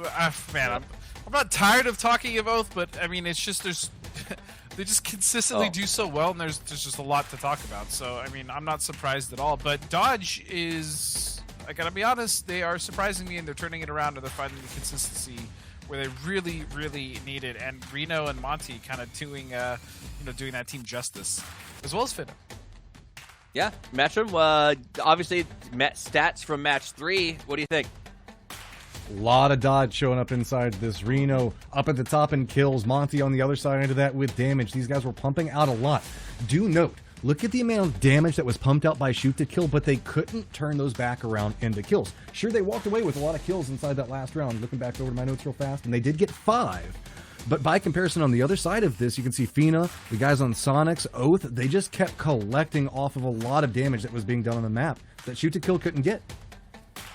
And then Luke and Alo both putting out a lot of damage. And I do want to give a shout out to Alo. I feel like on this roster, Luke is often the person most talked about as sort of the big, heavy artillery. But Alo has had highlight after highlight and just really been performing insanely well. I would say even on par with Luke 12, despite the fact that like he's often not talked about in the same sentence. So very impressive play from him. Time survived. Snakers continues to slither his way up that chart, lasting long into these games. He's a great safety valve for that team. I mean, if your name is Snakers, you got to be the guy that's snaking in with the longest time survived, right? What's surprising me back behind there is we still have Extus holding up with 2 members inside there. We saw them having very strong couple of performances in the earlier days. Been a little bit more quiet today, though, and you're starting to see people creep up on them. All right, let's take a look at the overall leaderboard as Oath continues their climb at 132 total points, along with 2 chicken dinners. That said, STK, who has been absolutely just grinding their way to the top, and it's like they're doing it at 1 point at a time, Godspeed. Yeah, it's a slow burn for them, but I mean, like I said, they are a team that absolutely can and should be able to close that gap. It's just Oath is not giving them any space at all. They're keeping that door as tightly shut as they possibly can. And yeah, to speak on Alo from Shoot to Kill, I mean, he's a little nutter butter, man. I love Alo. He's definitely one of my favorite people to hang out with out of game, but he's also an absolute monster in game. I don't know if underappreciated would be the word I would use, but he's definitely overlooked just because of how strong Luke 12 is. But I mean, Alo is, he is nasty in his own right. Very, very. When was the last time, guys? When was the last time we saw placement points, kill points, and total points all tied up? Look at Shoot to Kill and Sonics right now. They are at each other's throats on this leaderboard.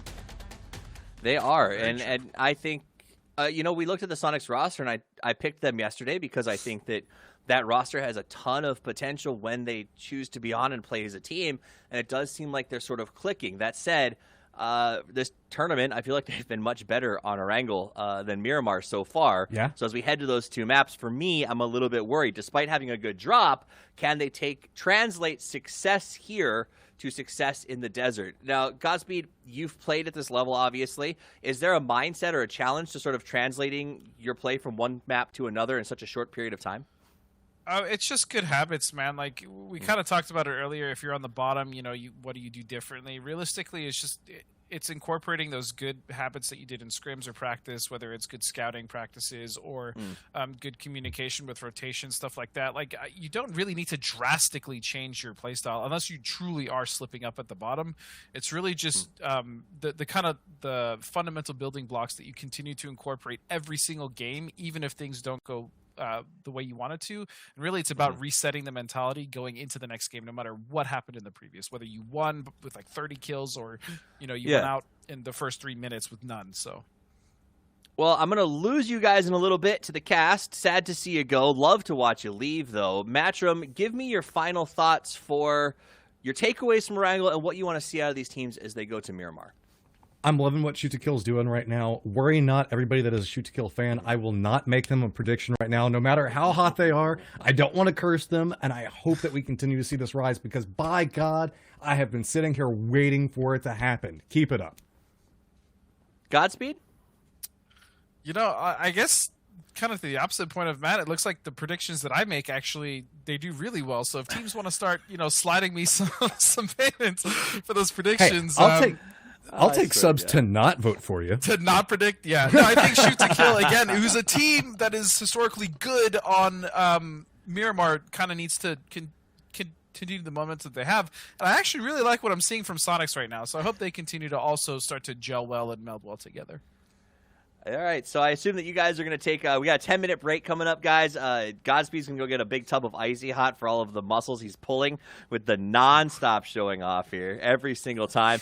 Don't go anywhere. I'll be joined by Hypoc and Cammy D here on the desk. We get ready for match 4, second to last of the day, and a return to the desert to see who can finish on top.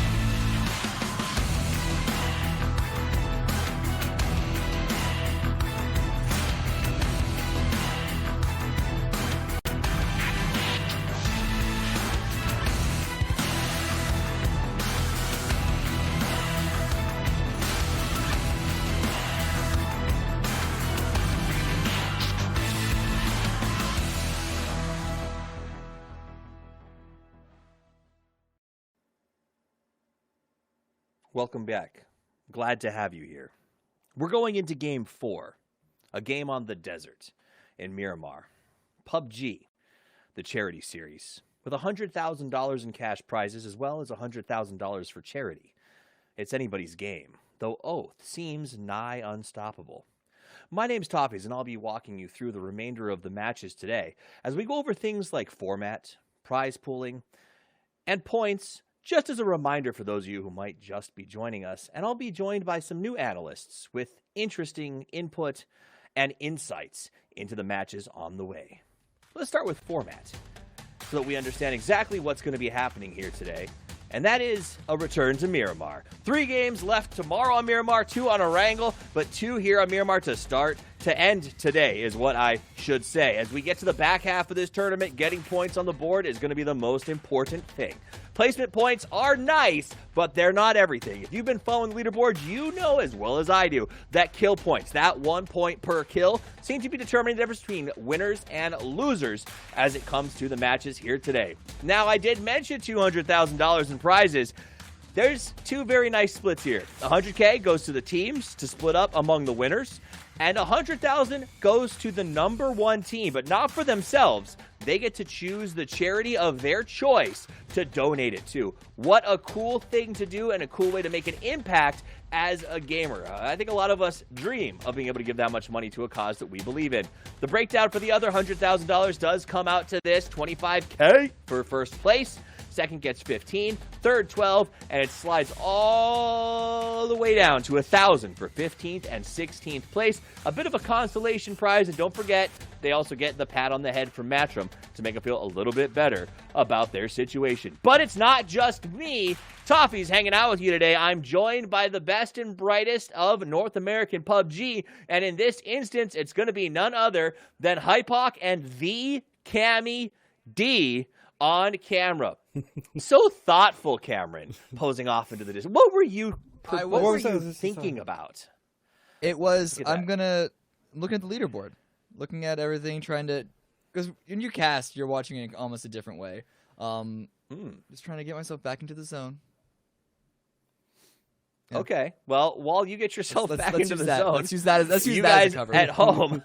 You guys at home, can you let us know what your favorite zones were, what your favorite moments from today were? Hashtag PCS Charity Showdown. Use it to share your favorite PUBG moments from day 3. You can follow us at PUBG Esports on Twitter and Instagram, and you can get all of your PUBG news at na.pubgesports.com. Don't forget, hashtag PCS Charity Showdown, and then use the remaining 54 characters or so to tell us what you think about the match. Hypoc, Cameron, casted the first half of the day. Lots of Erangel. You get to sit back, sip some margaritas, watch the games in the desert. Give me your takeaways from the first half of the day. Hypoc, let's start with you. I mean, it's good for me personally to see Sonic step up. They're kind of placing consistently now. I want to see them close out a game. Shrimsy's actually DM'd me and told me that they are winning. And I actually responded with what a game, because they haven't actually got a win yet. Their theory is they're going to win the whole thing. So I'm guessing we're going to see something explosive come Miramar. Otherwise, it's an empty promise. But I don't know. It's good to see them stepping up. They're looking 10 times better than they did on day 1. Put it that way. Cameron, give me those thoughts as we look at the leaderboard. Well, you can tell me what you're going to say. We'll look at the leaderboard. Sonics are in 3rd. They're tied for 2nd, actually. So, looking at where they were yesterday and the day before, they're actually having a very, very strong day. And that's not even considering the fact that they haven't got a full win yet. They have looked super strong, and today shows exactly why Toffees picked them so confidently on the previous days. I mean, you say they haven't had a win yet. I think they've had one hell of a strong win, as he's been playing out of his mind so far. 3rd place, big deal. Oh, that was a solid. I heard that sound. I did too. 98 points. Sorry, was that heard? Position. It was very hurt. It's all right. It's all right. You made wind beneath your wings, okay, earlier. So I don't want to hear it. That was not on purpose. 32 points. Earth with 132 points. Hypoc, you and I got to go to Sweden together recently. Not on a lover's tryst, but because we were there for work, and it was very nice. And Oath was a team that we talked about going into that tournament, right? We talked about high upside, lots of potential. Okay. Yes, and they did. I was going to stop you there. We didn't talk about them much at the event. We talked about them before it. In the bus, we had a great conversation about their potential, and it just didn't happen. Is this what we were expecting, and it's just a little too late? Like, what's changed? I mean, I don't. Again, there's some personal bias. We love personal bias on the desk, right? I think as much as you want. I don't care.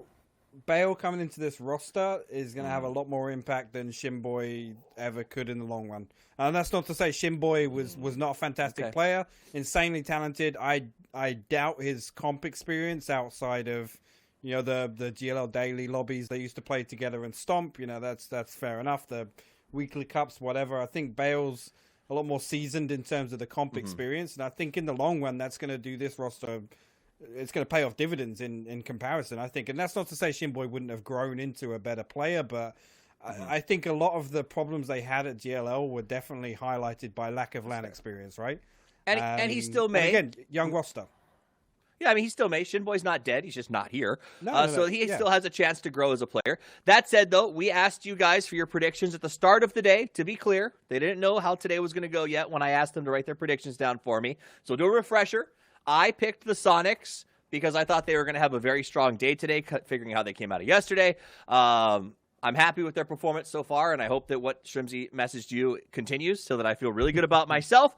Cameron Davis, tell me who you picked at the start of today. I picked Oath. They just looked so strong yesterday. When you saw how much of a lead Zenith had, and then at the beginning of yesterday, and then you saw the lead that Oath had at the end of it, like that, they got a lot of points. Plus, this is the first time I mentioned it in the previous couple of games, but this was like the first time that Wolf's strategies really have the gun power behind it to execute properly. And it's working. Interesting. You know, and it was bold of you, I think, to pick the team that was in first place going into today. That took a lot of guts from you. Very bold. Now, Hypox, what was your bold pick for the day? I mean, mine wasn't so bold because it's the same as my day one prediction. And Sonics still take it for me, which again is why I'm so happy to see them kind of on this upward trend. I think when you think about the leaderboard halfway through a series and teams being due a win, I do feel as if they are due a win. So if we got a couple of, you know, they're tied right now. STK have 2 wins. If you were to say, you know, Sonics come out and win the last 2 games today, and again go out on a whim and say that, they're going to be trending way above in terms of average placement over the rest of their games, because right now they're tied with a team that has 2 wins. And I've mistaken me if not both of STK's wins were double-digit kills. So when you take that into account, I actually think they're you know, if they were on track and maybe turned around a couple of their 0-point games into, you know, 7 to 10 kill wins, they'd actually be trending 20 points ahead of STK right now. I mean, I respect it. You picked Sonics on the first day. I picked him on the second. Your beard is a strong beard game. Mine is just mediocre. I can't seem to catch up to Hypoc when it comes down to it. That said, guys, it's almost time. The players are queuing in. The plane is getting the landing gear set up. Cameron, final thoughts before we go into the last game, or what are you hoping to see out of game 1? Final thought is that we were asked to pick who's going to be at the top of day 3, and while Sonics are doing well, Oath are still in the lead with 34 points. So Sonics, they on a good path right now. And I actually do hope to see them continue it and take the lead away from Oath. I know. I feel like the Wambulance is coming to your house to pick you. You better be careful. Hypoc, last thoughts, buddy.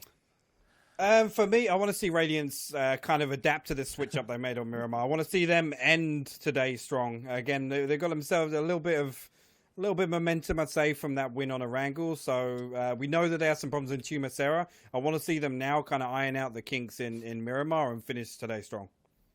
Yeah, and I think that it has been. A lot of teams seem like they are. It's getting a little bit. They're having kinks. It's been kinky for them to transition from one map to the other. Now, I think that that's going to be the key. As Godspeed said, it's not a huge mentality shift. Let's see who manages to do it as we head to the desert for our last 2 games of the day, where we will join Godspeed and Matchroom, who's never been seen in the same place as Drassel, strangely enough.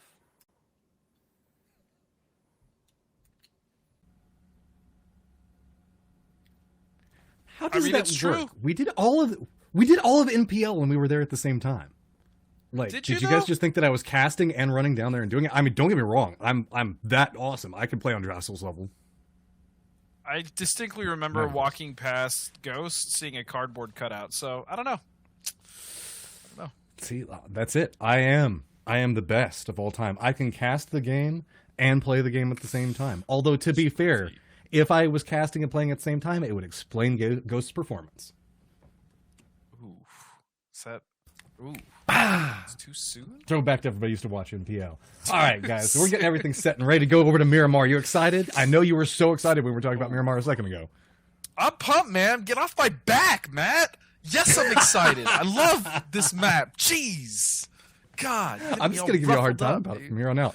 I mean, why don't you just go ahead and, like, pick somebody that's at the top of the leaderboard for your predictions again. But here we go. We've got to get Okay, I chose those predictions before day one, sir. I'll have you know. So, I mean, everybody out here just being so dynamic with their picks between Oath and Sonics. Do you want me to post the Discord DMs, dude, where I had my picks? Because I'll do it. I ain't afraid. All I'm saying. Anyways, getting into this game, it looks like we're going to have a fairly even plane here. Most of the teams are going to be able to go where they want to go.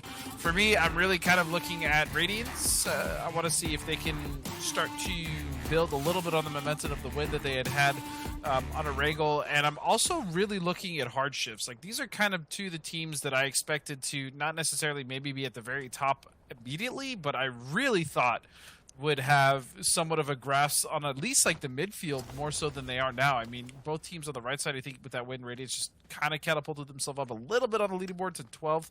I guess I shouldn't say catapult, I should say raise themselves up, but man, just looking at this roster and then also just looking at the roster of Hardships, they just really shouldn't be where they are. Confusing. That's all I can say. It just kind of racked my brain. Radiance was my pick on day number 1.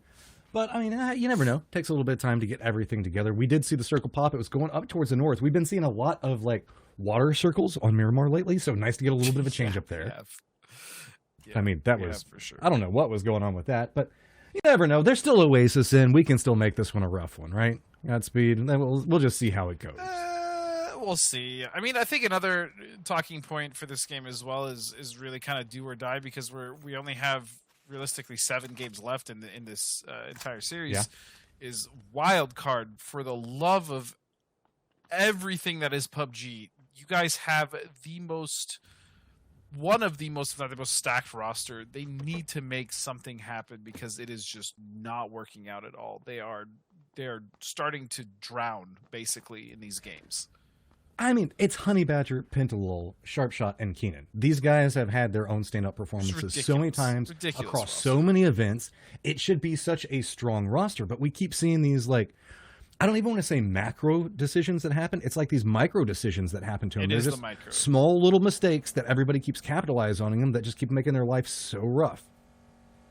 And I'm not harping on them because I hate, like, I think they're a bad team. Obviously, I don't think they're a bad team. I really love those guys. I really do. I really like those guys. And again, like, I think Penta is potentially one of the most talented players that we've had in NA.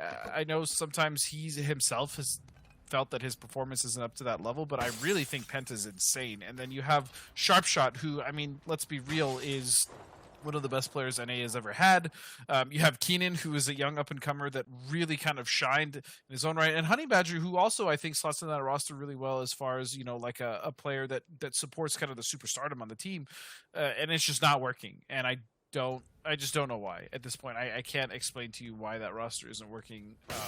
But I want it to so bad because they should be. You know, they should be, with the experience they have, really pushing forward. And kind of looking on the map now, looking at the team we're looking at, Fabled is another team we've talked about as well. This is a team that I also feel like should be doing better than they have, especially with 2 chicken dinners on their plate. We see this team, well, in different iterations, try to get to this stage very regularly. This is the first they've made it. They're in the top 16. Usually it's like the round of 32 where we see them drop out. So it feels like they're always on this upward path of growth. It's just the growth is a little bit slower than everybody else's, if that makes any sense. I wouldn't be surprised if we see them continue to escalate up and start to perform more. It's just never been a meteoric rise for them. I feel like when it really comes down to it, they're fantastic in qualifiers, even against really good teams, by the way. When I say qualifiers, I don't just mean like, qualifying against unknown teams. Like they've really shown that they can hang with the big boys. But when it comes to, that's an unfortunate grenade. Diatek and Kaden gonna go down.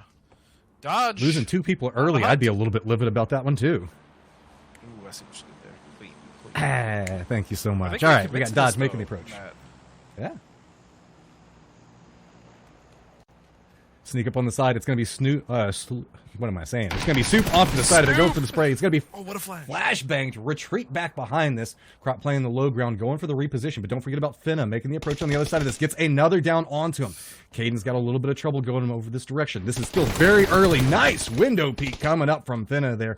Going to have to step back away from it. But remember, it is only 2 members of Dodge making the aggression back over towards Livid. And now they're on full on defense. Trying to step around that wall. Yep, don't want to be next to that window whenever you go for that res. Now, how much aggression can come through? Grenade bounces in, out the window. No, you got to hit that one. That is so primed right there. You got to get this angle for it. Finally comes up big for him. Livid goes down, and a massive explosion. And even look at his cars flipping all over the place. What an absolute beast of a 2v4. I love the angle splits there coming out from Crop and Finna. That was so well played. At the same time, I feel like Livid was kind of timid in that situation as far as not wanting to get any more information they already had. Oh, wait a second. Balefrost now in a little bit of a fight here. Gets the knock. Already has one of his members down. Another one flushed. Looks like Zenith wants to get involved in this as well. That's going to be really big. Is Oath going to be able to get this res up in time? On the other side of it, it's going to be elusive. Zenith still playing this aggressive. Here's the firefight. Do note they have another member that's playing the outside of this. That's going to be Mystery. Driving up in the vehicle. They are at least going to be able to pick up a flush over towards this. Now, glancing around, doing the information gathering as they rode up. This fight very quickly disengaged, but it is very populated in this building complex. Wow, and this is kind of uncharacteristic for Miramar, Matt. I mean, we don't usually have action that just pops off this soon in the game. We've already seen a team wipe, multiple teams getting crippled. Oath, our top team, down a member, and Snaker's knocked with only 2 standing. Zenith playing very aggressive. This is what I like to see. Zenith coming in with fire, and Gusto just dismantles Oath there. Oath hanging out the top of the leaderboard. Might have a little bit of trouble back over towards Miramar. Zenith look like they're on the hunt. Already up to 5 kills. Still got more targets up and around them, trying to be on the hunt. See if they can figure out how they want to make this approach. And it looks like Elusive wants nothing to do with what Zenith is bringing. Oh man, and this is what I love to see. Final 2 games of the day. These teams know that it's starting to, the time is ticking. The games are starting to run out. The amount of points that are left on the board are starting to dwindle and thin out. And so, like we saw it very early with Dodge taking a fight with Livid, a 2-on-4, mind you, wiping them out. Zenith playing absolutely aggressive, out of control, and just like that, another knock coming from Kickstart onto Vissel from the moving vehicle of T-Sock's Elusive's T-Sock. My goodness. Yeah, but where do you go next? He's just kind of cutting a path through the distance, praying he doesn't encounter anyone else. Last member up for his squad. Meanwhile, Exodus looks like they've managed to spot out Fable, making a little bit of a rotation over here, right on the edge of the circle, way back down towards the south. Multiple members of Exodus, different points that they can try to play around this. You can see Taylor J off in the distance. Supernova has to be very cautious as getting flanked real quick. Looks like Pat Caps wants to come up and join the party, but the other members of Fabled taking a couple of shots, stalling him out just a touch. Supernova very aware of how dangerous his position is, trying to make it back over next to his teammates. Yeah, he's incredibly isolated. Granted, he could maybe go for a play, but the way Exodus has been playing and the way they're even set up right now is really just for trades. So I wouldn't be surprised if Supernova decides to back off, and he does, as Exodus is not really a team that you want to kind of poke. But that circle shift is going to make both of those teams have to rotate. And look how condensed we already are with the teams that we've lost, rather the team that we've lost, but as well as the fact that this is one of those circles where it's very difficult to start to kind of set up in if you're not already there. And that's kind of the issue that I think Fabled and Exodus are going to run into very quickly here. Well, it looks like Supernova is opting for a little bit sneakier of an approach here. He saw Pat Caps come around. Looks like he's trying to find some type of vulnerable angle to make this push from. He knows exactly where they are. Other parts of the circle, we've got back over next to San Martin. This is pretty due up in the center, and by God, whenever you said it was clustered, there are a ton of teams around this position. Right now, we're over here with Illusion, but around the same spot, we've got Illusion, Comets, Shoot to Kill, Dodge, Radiant, Wildcard playing the high ground, and then on the other side, you can see that Sonics was trying to make an approach, but Free Me Please is going to make it a little bit more difficult for him. Yep, But back to this fight over here, Supernova is still kind of staying a little stealthy here, trying not to be seen or heard. But it does look like Exodus is going to rotate out. I definitely think this is the right play. I think they are wasting a lot of time here, knowing the circle, as all of these players should. This is not a position that you want to kind of be fighting for, especially when it's so far out of circle.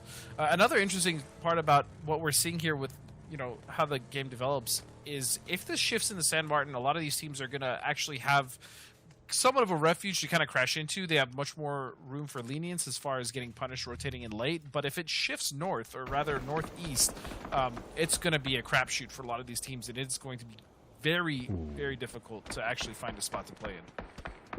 Not Sonic, sorry about that. Comments, having a little bit of trouble there. I'm just spitting out word vomit right here. I'll get it back together in just a second. 2 members down. Looks like they're going to send Yaxley over to try to see if they can get D-Treats back up. There's a little bit of cover with the wreckage of that vehicle, so might be able to get away with the res, but still going to have to try to get away from this position. Everybody's kind of playing off on a different angle. It's really just illusion that's making Comet's life so nasty. Oh, taking out the tires on the bike. Is that what he managed to pop over there? Picks up the flush onto it as well. Yaxley wanted this really bad, and now it's going to be a little bit rough, and there he goes. And then there was 1 for the Comet still up.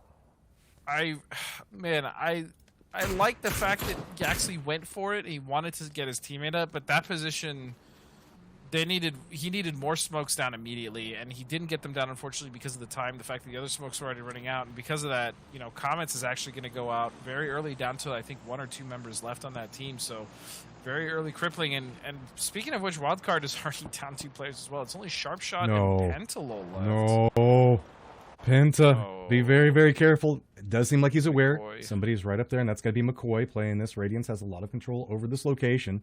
Is going to at least be able to sneak in there, as it looks like McCoy wants nothing to do what's going on, just trying to listen in for footsteps. Sharpshot's on the other side, providing a touch of support, but it's longer range support coming in from Radiance. I don't think that they really have an angle to apply much into this, and McCoy does have himself a little bit of a sneaky hiding spot, but it's just a matter of time before it looks like Wildcard wanting to push this.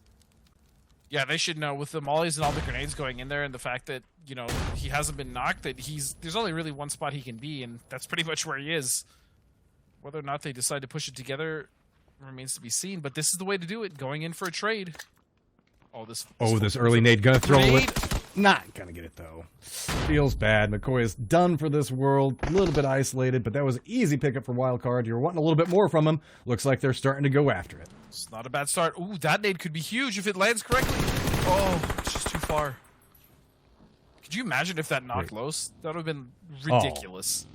It would have been huge. Well, I don't have to imagine too much. Sharpshot hits a beautiful connection onto Waldo, just drops him out of the buggy. Radiant's starting to find a lot of trouble inside of this duo coming up from Wildcard. Looks like Los trying to figure out, does he make the run back over there? I wouldn't do it, Los. You just saw your teammate get shot out of a vehicle trying to make that same cross. You're going to have to do it on foot. That was a disgusting spray. I mean, granted, Waldo wasn't going that slow, but he wasn't going that fast, but he wasn't going that slow either. It was just a disgusting spray coming out from Sharpshot.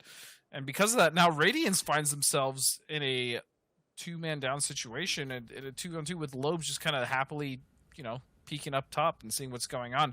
And I like the play from Hardshifts to kind of get an elevated position, because knowing that this fight is going on, they can get more points. They can try to pick off as much as they can. Let's see, Radiance trying to figure out what do they do.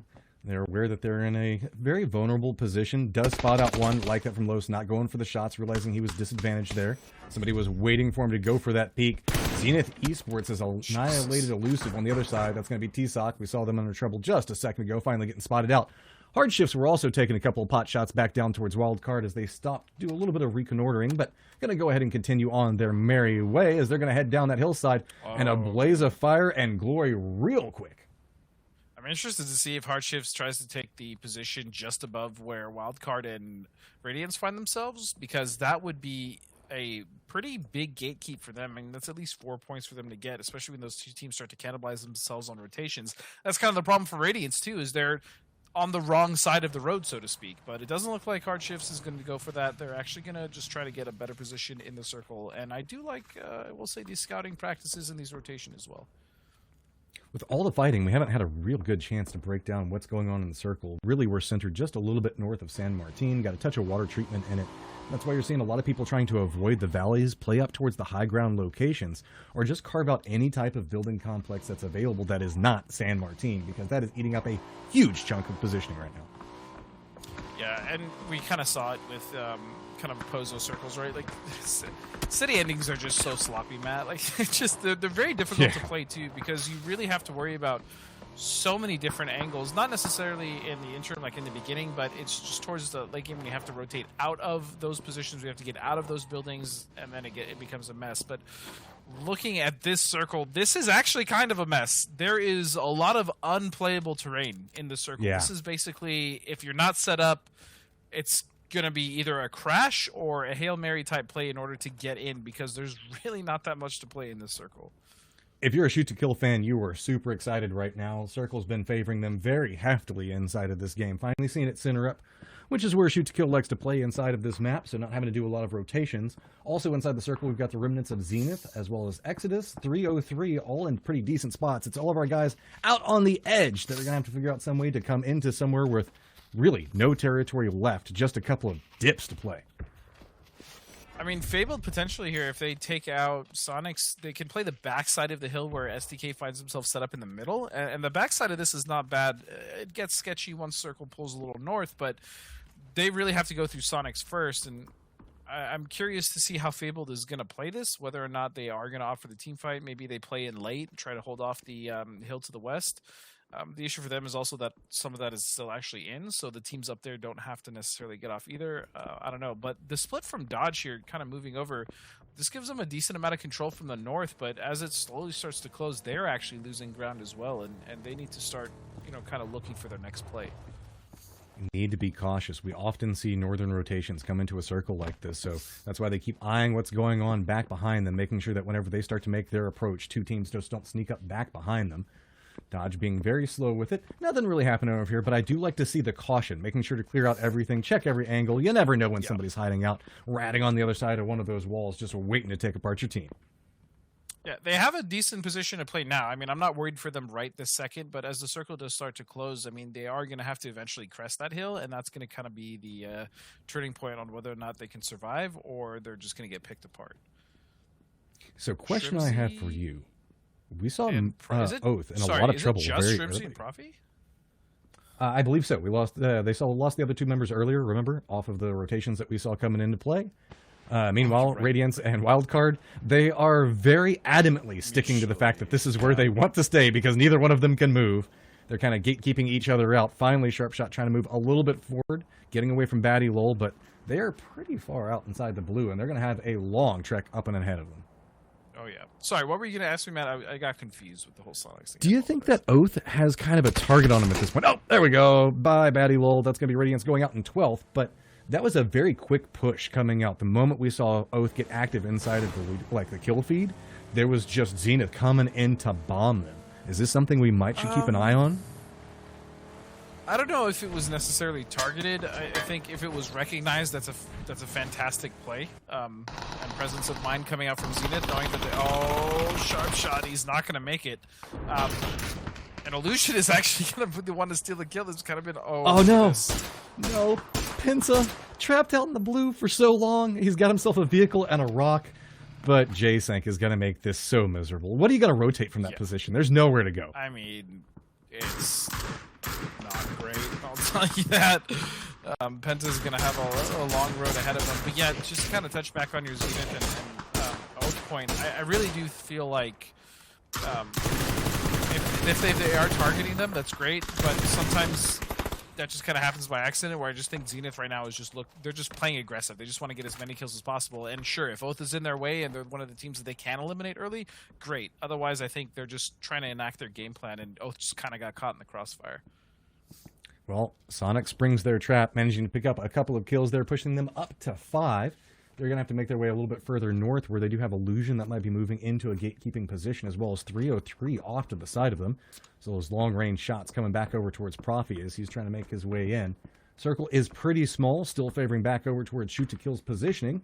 Hard Shifts still holding up towards this high ground, seeing if they can make everybody's rotations extremely miserable. Usually getting a couple of tap shots on very long range.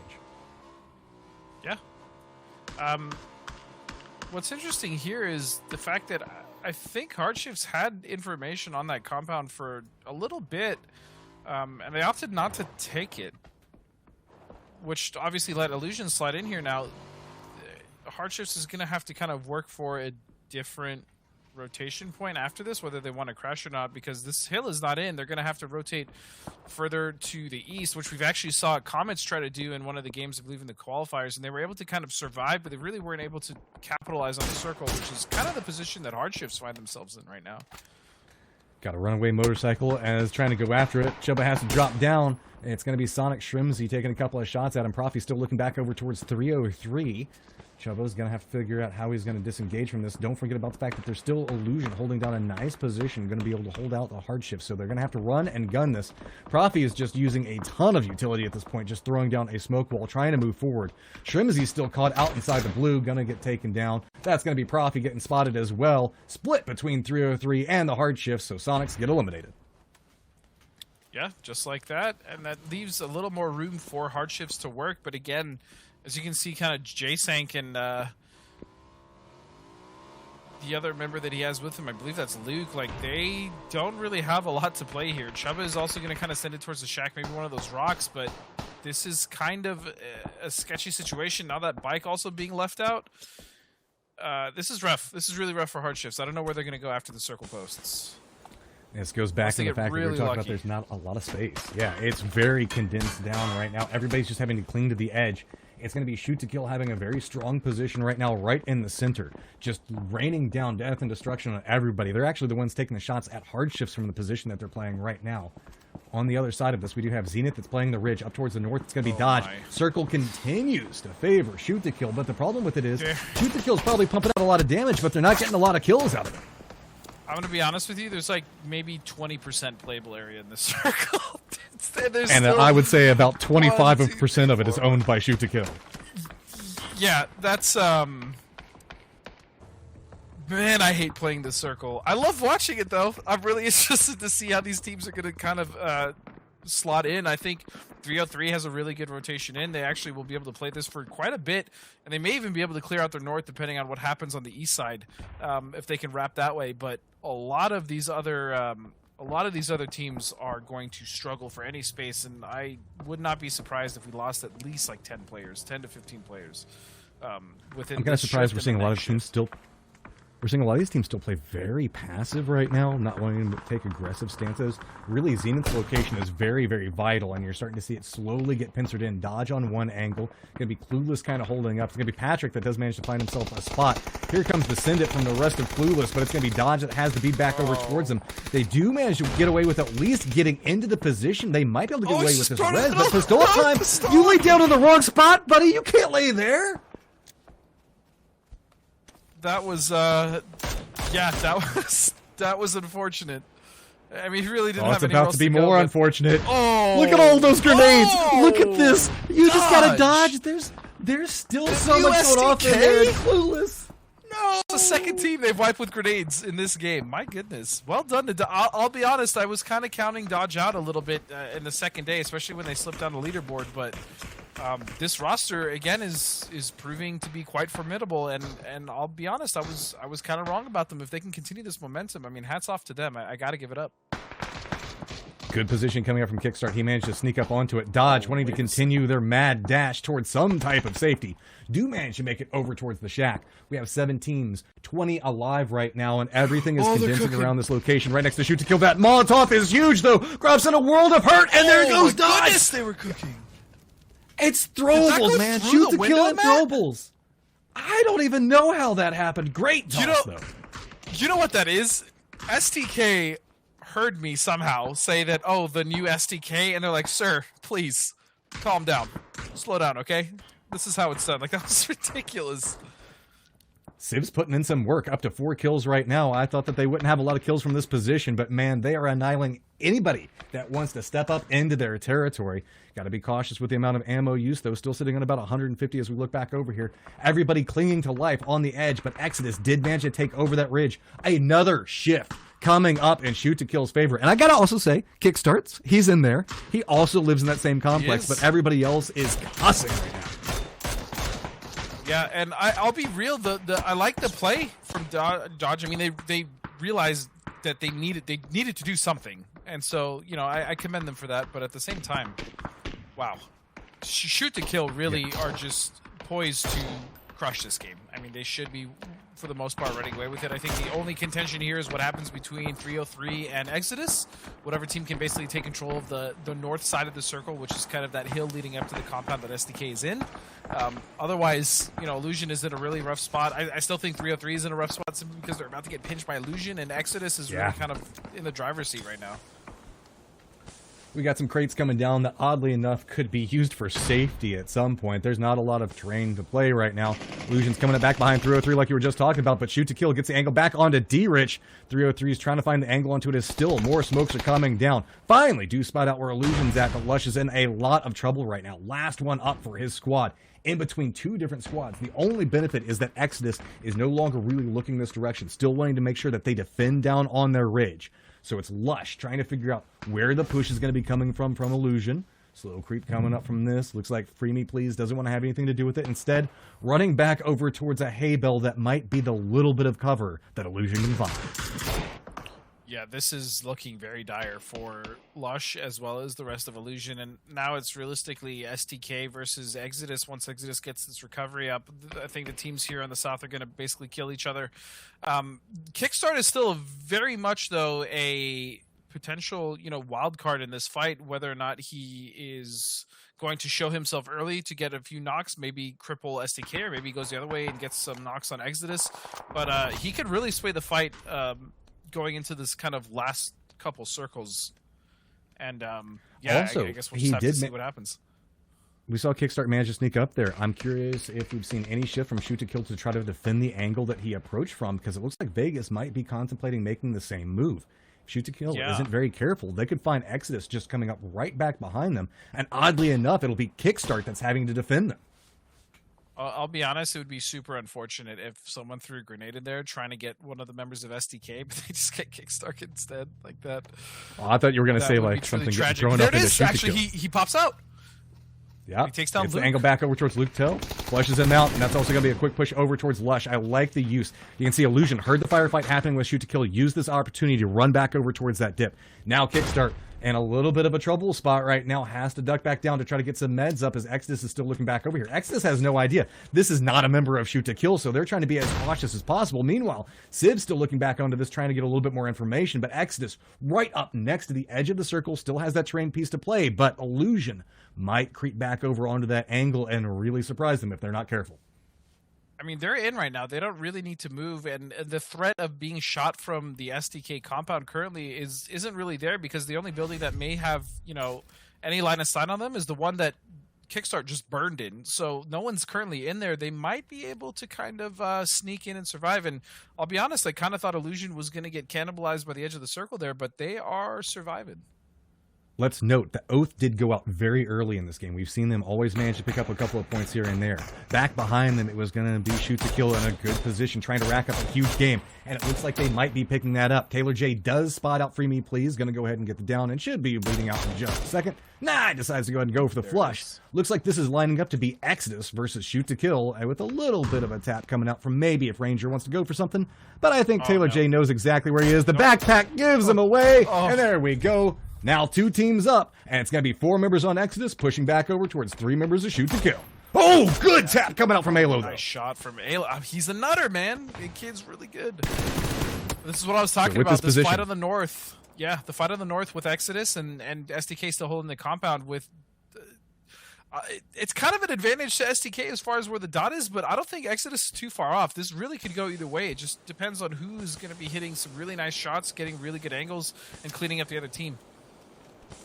Smoke's now starting to come down. Should have pretty comfortable repositions coming through here. Just has to wait. Make sure no grenades, no Molotovs take them down.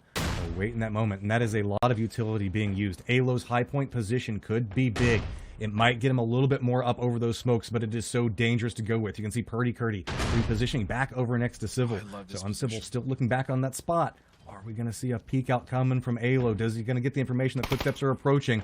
Everybody's coming around, but notice the flank coming around the other side. Shoot to kill has an idea what's going with it. Civ stepped around the side, gonna be able to pick up one of them. Not looking through, does manage to take down the doors, trying to get a little bit more out of it. Civ's gonna peek back around onto this, but now it's Pretty Curdy just trying to hold the line. Does manage to take down Pat Caps. Shoot to kill is firmly defending this right now as it's unraveling for Exodus. Only one member up, trying to run back into safety. It's Vegas. We know this boy can turn up whenever it matters, so peeks off to the side, does get him down. Looking back up, Exodus.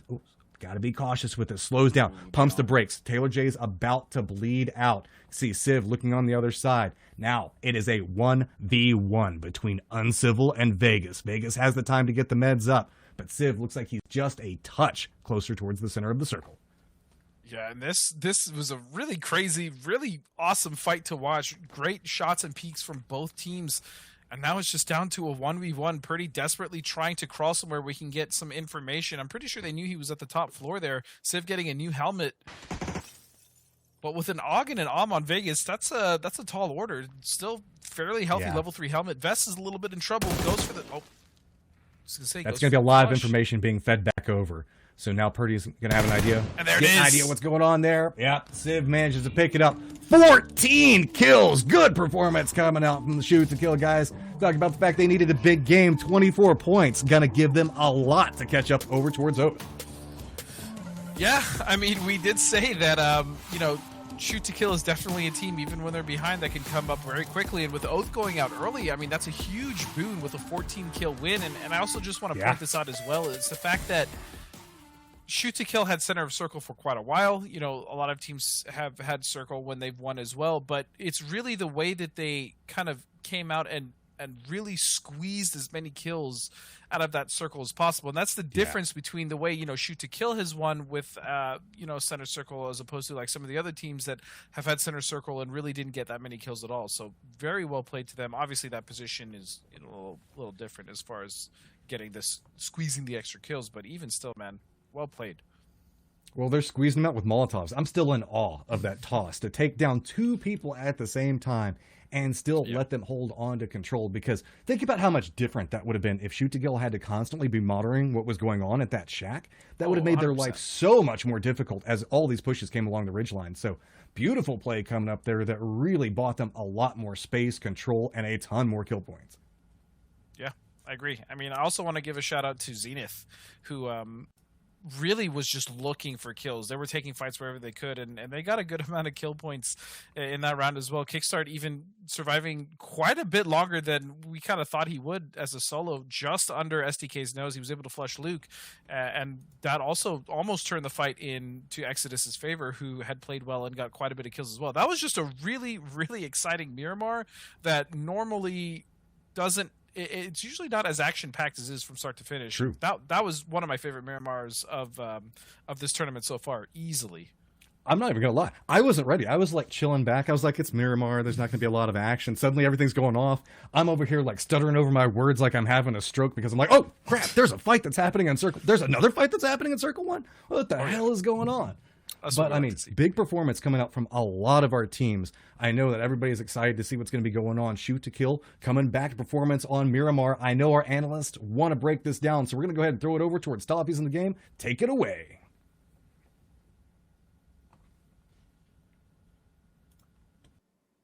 Thank you very much. Welcome back. It's Toffees in the gang. Cameron Davis and Hypog joining me on the desk after match 1 of Miramar. STK comes out with a whopping 14-kill win. Heck of a play. I will give an individual shout to Kickstart with 5, who I think, Hypog, you said he could have almost cost STK the game there. We'll start with you, Hypog. Let's talk about the end of that match. Maybe start off with Kickstart's threat to stakes dominance. Yeah, I mean, again, I'm not exactly sure on whether or not SDK ever cleared that building or ever came close to, but I think they were so focused on, cleaning up the rest of the circle. And I mean, time and time again, we see that compound get fed on these off water treatment circles where it shifts back down to the south. But again, we talk about, getting circle luck and not banking up kills. The SDK, I mean, best possible scenario in that map there for SDK. Oath going out with 0 points, SDK getting 24. Like it doesn't come much better than that. Without seeing the leaderboard, I hasten to say how close that brings them, but it definitely brings them close. That said, Cameron, that was great for STK, but they're trying to catch Zenith, who got 8 kills and 4th place. So, like, even Zenith was good on that one. Yeah, I mean, the rich just keep getting richer, except for Oath, but their lead is so strong anyway.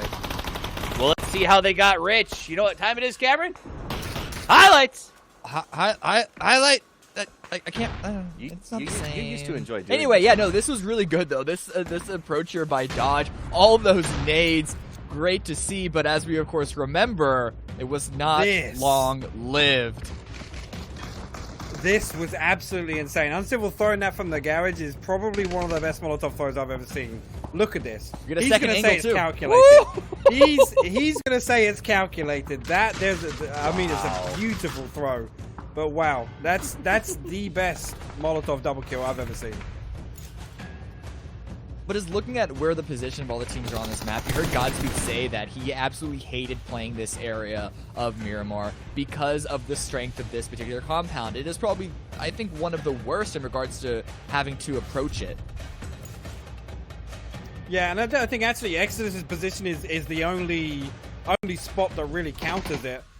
This was the end game here. I was begging Vegas to go out the front door. Unfortunately, took the awkward out of the door peak, as we know it's one of the harder peaks to swing out of a door like that. So unfortunately there, but fantastic effort from Exodus. Like I was just saying, that ridge is probably the only threat really late game to that. Once that red brick compound, the red brick warehouse, to the south comes out, those dips that Illusion and 303 were scrapping over out. There's really no other forward play to that compound other than the ridge that's on the north side. And an individual call out, I think, to Vegas, because we thought when Purdy got those doubles that it was pretty much game for them. I think you actually yelled like SDK has this. Yeah. And then Vegas was able to take down Purdy and make it a 1v1. And honestly, when you've got an AUG and an AWM in your pocket, like that feels like a pretty good place to enter a 1v1. I thought he was going to go for the Orm shot so badly. I know he wanted to. I know he really, really wanted to. That would have been like, GLL Season 3 Vegas style going out there. Yeah. I think he would have if he had a better angle on the final SDK member's position. But as you saw, he was kind of forced to that ground floor entrance, those windows that he pulled out the arm for a quick moment out those windows, but the angle was so limited, so... Hate to see it. Well, it was limited, but Shoot to Kill ultimately does get that kill, and they come out on top with 24 points. Exodus in third with 14. Illusion at 13. Hypoc, walk me through the leaderboard. I mean, 5 teams drawing complete blanks in that game. So it's not often you see that, but also as well, we got 5 teams over double-digit points as well. Yep. Dodge is one I want to give a shout out to. I think they wiped 2 teams with nades, right? I mean, the first wipe on Livid was, I think they got the opening knock or 2 with weapons, but it was a nade kill fiesta for them this game, wiping 2 teams. Clown fiestas and nade kill fiestas. Hypox analysis in a nutshell. Cameron, what about the bottom half? I mean, are there any shocks for you? I mean, yeah, Oath, honestly, is a big shock because they've been performing so well. But at the same time, like, you can't win them all. So I would be shocked if they had another one after that, but... You can't win them all. Uncivil, 737 points and 7 kills on the back of that game. Kickstart with 5 kills, putting in some serious work. And TJ, I have been a Taylor J fan for a minute now. And I feel like he often gets onto rosters that just aren't syncing up correctly for Taylor's particular laid-back style of play. And whenever I see him on these kill leads and damage leaderboards, it makes me happy inside. Because if you've ever met Taylor J. Hypoc, he is the most relaxed, like, just enjoyable person ever. He is, yeah. But again, there's a lot of times we see him kind of exit at the end there, where he was just kind of like, I'm just going to go over here and kill these 2 guys that are prone, and all right, cheers, thank you. Throw some smokes down, now I'm pushing the compound. Yeah, it seems like he approaches the game. That was my best Taylor J impression, by the way. You're not wrong. I rode an elevator with him. I was like, what's your plan for tonight? I'm just going to go up to the room and I'm going to play some video games and do a little skateboarding later. I don't know. It's exactly right. Time survived. Vegas up on top. But this is it. For me, kind of the tail of the tournament so far is Exodus has been the longest lasting team. Like, that's kind of where they are on the leaderboards. They just push their way deep into every single match, Cameron. profit. Yeah, and looking at the pedigree, it's a little shocking. Right now, there's only one team that's actually beating them in placement points. And I said earlier today that with a roster of that caliber, you expect them to be more explosive, but they're actually playing more on the safer side. But hey, they're in 4th place, so can't really criticize it too much, if at all. They are. Here's the thing about all of this, Hypoc.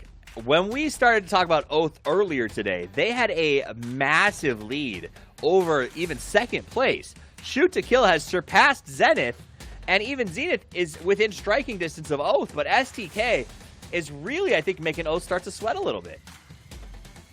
I mean, Balefrost said something earlier in High Ground. He was saying, we got 55 points in 3 games yesterday. Anything can happen. And I think, actually, that's something important to remember. Again, when they had a fantastic showing yesterday. No doubt about their average points per game. Absolutely insane. I feel they could have won 3 on the day yesterday. Unfortunately, lost out a couple of times in... Okay, am I back? And I'm back. Yeah, you're fine. I was saying that yesterday I actually feel as if they could have won out 3 games yesterday. There was only a couple of unfortunate circumstances where, late game 1 or 2 decisions led to not winning it. Yeah, fair enough. Cameron, what are your thoughts on what we just saw there? Thoughts on the leaderboard? Sure. Or Oath could have won it all. Shoot to Kill closing the gap. Zenith in 3rd. Sonic's not doing so great in that last game. Come on, whatever.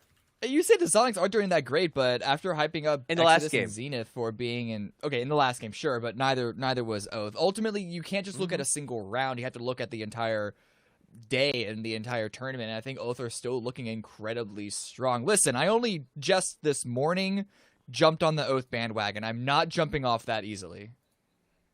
Okay, well, it's time for the last match of the day. Let's go back to the desert for our desserts as we wrap up day 3 of the PCS with Matchroom and Godspeed.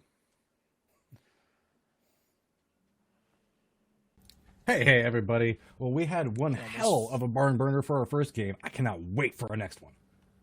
He almost forgot who we were. You hear that? He's like... I wasn't going to call him out on it. I was going to let it be. I can see in your eyes. I'm out on a little bit, you know what I mean? On top of that, remember, Cammy D, that guy built his percentages on Oath. I don't think, like he said, he's going to let go that easy on that team. But STK closing the gap, only 10 points behind Oath. As we also see Exodus still kind of hanging around in the top 5. That was a very good attempt from Vegas. I really like the push that they had. But again, the really nasty angle from Alo that was able to get them in an early knock on Exodus. And then Kurt coming out with 2 very clean knocks before he was traded out by Vegas. So really excited into the game. We really liked what Zenith did. Really loved the plays coming out from Dodge. It's the last Sandy map of the day. Matt, do you think... I'm going to ask you a question now. Do you think any of the teams on the bottom are going to really try to make any sort of impact on the last game of the day, the 6th game out? I mean, there's only 6 games left. If you're going or are they just going to go out with a whimper, dude? What's going to happen? This is where you've got to do it. Like, I know everybody likes to wait until like the last 2 games to really start playing wild and try to see if they can get something. I feel like if you're down towards the bottom, you got to start rolling it now, because if you're going to start playing super aggressive, it's not going to work every single time. So you got to start trying to build up those kill points now to try to creep up the leaderboard and hope that propels you into something tomorrow. Now, will it happen? I don't know. I almost feel like a lot of these teams down towards the bottom are playing pretty safe more than anything else. They're like playing overly passive because they're afraid of what's going to happen. I mean, playing safe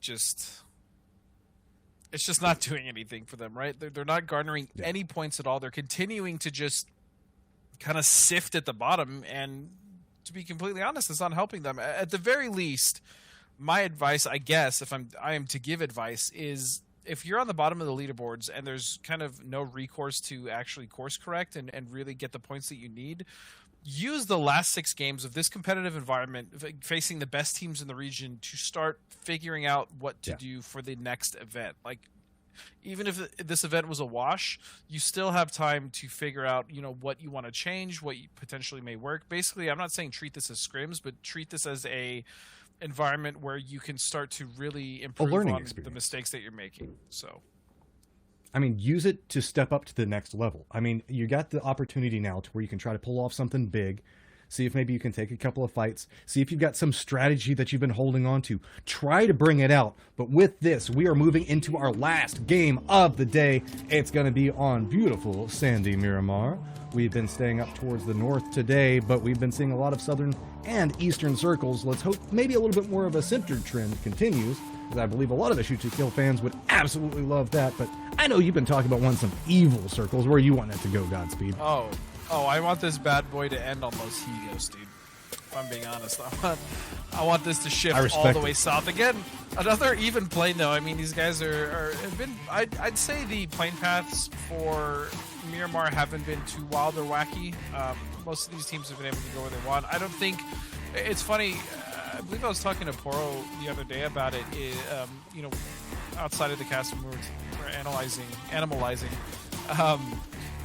It seems like the early game, as far as the drops, tend to not be as big of an impact as far as like how these teams operate, you know, so to speak, as much as it was like, you know, last year or the year before. Would you agree with that? It's a very important talking point, because sometimes people might contest or try to figure out, but usually a lot of the times whenever, let's say, multiple teams want Picado, we see that get settled inside of scrims. It's only very rare that we see teams, like whenever we start getting to an international point, being like, I still want this spot and I'm going to fight you for it.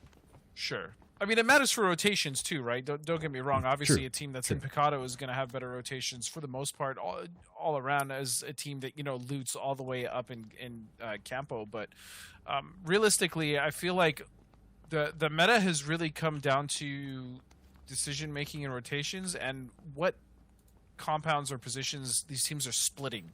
Right, is choosing the right compound. Obviously, there is a little bit of guesstimation that's involved, but the consistency teams that stay on top, like the Oaths, like the STKs, like the Exodus, these guys that are surviving a really, really long time, they're generally making the same plays as far as the practices with how they're scouting ahead, how they're moving forward, how they're approaching certain teams, and I think that's what is really going to lend to the longevity of the newer teams coming up. You know, the guys that are maybe on the bottom looking to improve their game. That's going to help them the most, so to speak. Well, here, you kind of alluded to something that I don't think that we get a chance to really talk about. So maybe we'll get a little bit quieter of a Miramar than we got in the last game at the beginning. You mentioned splits being very, very important. As a player that's had to play in these type of events, what's something that like viewers can take home so that way they can go, oh, when should I run a 2-2 split? When should I set up? And like, what's the mindsets behind that? So help them take home something, maybe improve their game a touch. I mean, I think splits are really hard because it's a decision that you have to make whether or not you want to take the risk. Obviously, when you're 2-2 splitting two very heavily contested areas, or two areas that, you know, every team wants to be at in a early circle, that's something that you have to be aware of. That's something you have to, you know, kind of put in the back of your head that you may get pushed. I think a good way to start doing 2-2 splits is to have one team in a highly contested area that would be normally a very good position, a very highly desired area, and then have the other split somewhere kind of off to the side where it's not necessarily the best, but it's really good for rotation, somewhere that you can absolutely start to move off of and really get towards the next angle of approach on the circle that you want to. And the biggest thing about splits is kind of what I just said, is you want to make sure you're ready to leave at a moment's notice. If you have a full team before crashing you, the best thing to do is to have your vehicles ready in a position where you can immediately back out to the other two members, or one member if you're doing a 3-1 or something like that, so that you can be supported on your way out of a situation where you could potentially lose members early on your team. And I feel like that's vital. A lot of times you see people overstay, like, I can take the fight. Wait, bravery is not always the best option there. Yeah, it looks like a couple of shots going on there. We got Radiance doing a little bit of looting. Sonic's rolling by them. Looks like they're finally getting a little bit of distance from Wildcard. It feels like we've been seeing a lot of Sonic's versus Wildcard action really early. First couple of circles, it seems like it's been a little bit common today. Maybe this time Sonic's might be able to get the pass and be able to get by Wildcard without taking a casualty or two. Yeah, I mean, last game we saw Wildcard and Radiance just absolutely cannibalize each other. In the end, it was Wildcard that actually came out on top, but I mean, it was at the cost of, you know, two members and basically dying to the blue. So, yeah, I don't know what it's going to take for those two teams. 6 games, time is running out for them. Elusive is another one of those teams that is struggling, you know, very much to kind of find themselves towards the bottom of the leaderboard. This is actually a team that I picked, I think it was yesterday, to start to kind of maybe make some pretty good plays, maybe surprise us with a few placements or few decent games, but they've just been struggling. And looking at the roster, it's a pretty seasoned roster as well. Those guys have a good amount of experience, so not sure what's going on with them. On the other side of things, Comets is a team that I actually picked still, and I still believe they're a team that can finish pretty strong in this tournament. But today has been a lackluster day for them. Looks like we are going to get that center circle. That's going to make it a little bit easier for a lot of these teams. Just got really fabled on the outside. Exodus 303. Our team's up towards the north. Dodge going to have to make an approach. Got to be very careful. As around Oasis, we might have a small skirmish. As one of the members of Team Clueless posted up over there. But Comets taking very long range vision, trying to use that high ground to get a little bit more out of it. Lucid playing this pretty slow and steady, as Livid doesn't seem to like Livid right now. Going to go ahead and pop them in the back of the head there and punch down Caden. A second team knock. I don't know what is going on with those guys. This is shaping up to be very much like a typical Miramar, though. What we expect with this map. It is a very slow setup phase for a lot of these teams, especially in a circle like this, where you pretty much have the entire west side open. There's not that many teams that are set up in there. Even towards the northwest and in the east is not that bad. So a lot of these teams just vying for position. They're looking on. They're looking at where they want to go, where they want to set up for rotations, and it's not going to be too much of a kill-heavy game like we had last time. I feel like we were spoiled in the last game. This one is going to be a little bit of a slow burn until we get to about Circle 5. We do see that little bit of a skirmish action going on, as it's going to be Sonics taking some shots back over at Radiance, trying to regroup. Pretty long range and taking a lot of damage back over on that angle, but just trying to connect. Nothing's really connected back over with the player inside of it right now, as Batty is just trying to make it over towards his teammates. It looks like he is going to get away with it. Not for all of the effort that Sonics put into it. They really wanted that one. They did. Unfortunately, they didn't get it. Also, those are really long-range shots to hit, so I'm not really going to take that away from them. But this is a this roster. It's just a roster of killers that I think are slowly starting to find that cohesion. And once they do, I think Sonics is going to be, Hypoc obviously knows as well, like if they can find that synergy, that's a damn scary roster. Well, I kind of feel that's the thing with Sonics right now and Radiance. They're kind of like the beehive of what's going on inside of this. Perfectly fine, they're rotating in, they're trying to get information, but if you decide to run up and crash their complex, or you really decide that you want to take a fight to them, that's when it feels like they really come alive, and they've gotten really good at territory control. We just have seen people giving them a lot of space, and I think that might just be due to knowledge on how deadly this team can be. Speaking of deadly situations, making a run away from Dodge, trying to catch some airtime, doesn't matter if you connect with a couple of walls, still going to be able to get away with it. I feel that spray from Crop. He's just desperately. That distance is so hard to shoot from. I've done that too, so I like seeing that. Especially on a motorcycle in the air, man. Yeah, it's super hard. I'm not at all throwing shade at Crop. I've done that too, so he's just trying to get any one of those bullets to maybe hit. Dodge is a team, I will say, that I, again, am really, really impressed with.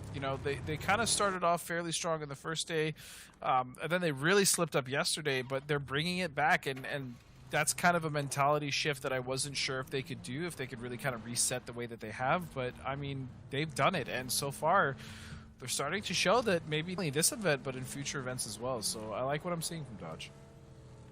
Zenith's been a little bit more quiet today than we have been seeing them in some of the earlier rounds, specifically the past couple of days. Now they're pretty close to center shift coming into play, not going to be too dangerous. Just our people down to the south, but most of them already inside of vehicles. As you can see, Exodus, Fabled, most of the hard shifts, 303 Comets, all quickly hopping into their vehicles. Got a touch of water treatment plant. It's very similar to what we saw last time, so we might be seeing a repeat in circle performance, and that's got to make everybody a little bit wary given the way that we saw it go shoot to kill's favor. Yeah, a little bit, although it is more north than it was in the last circle. I will say Dodge is very much split right now, and I don't know if they plan on keeping themselves that split, but the consolidation, I think, at some point, if they start to be, poked at or threatened, is probably not the worst idea. And NHS going down to Honey Badger. I believe that was a rotation.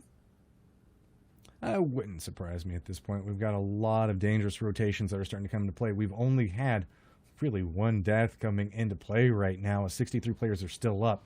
And there's just so many people taking up sections of this.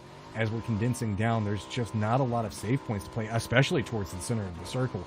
It is very hazardous. So all of these edge teams are just trying to play this very slow and extremely cautious.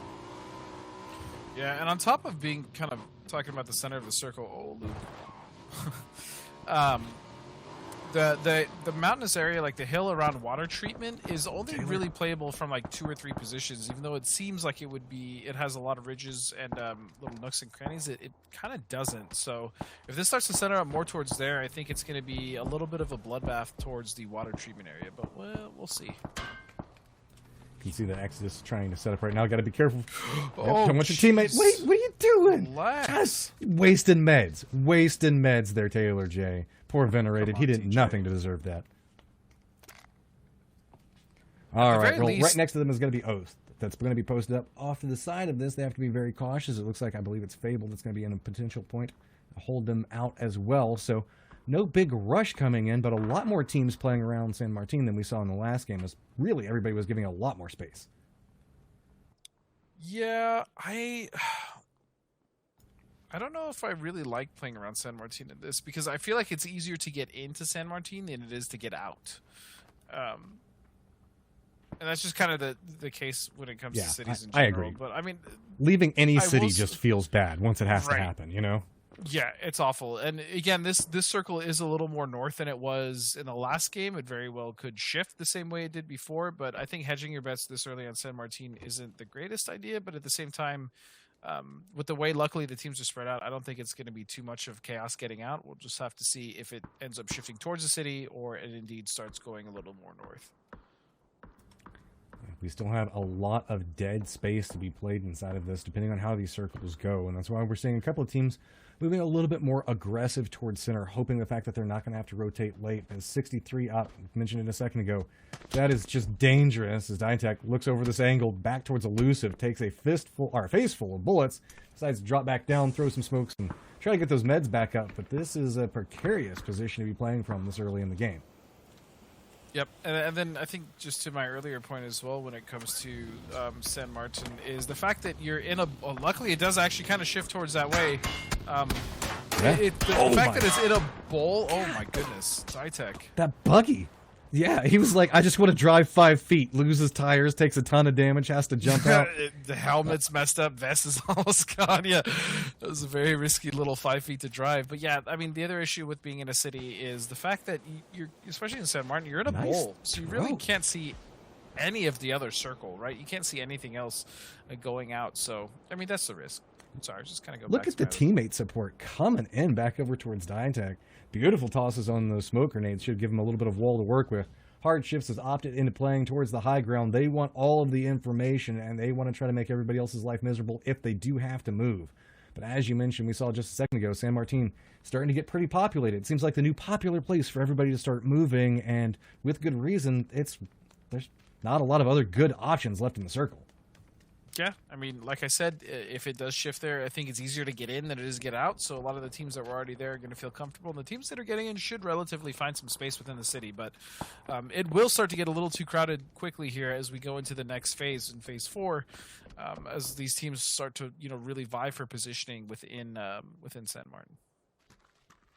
Fable playing back over next to the edge, looking back towards Radiance. Radiance had a rough start inside that last game, getting caught out and really just couldn't get away from, I believe it was Wildcard if I'm remembering properly. Now it looks like Fable has stepped up and want to make their life pretty difficult, running a pretty split operation right now as a couple of members of Radiance are far closer to Fable, but the easier shots are those off on those towards the horizon, trying to see if they can get some more damage out.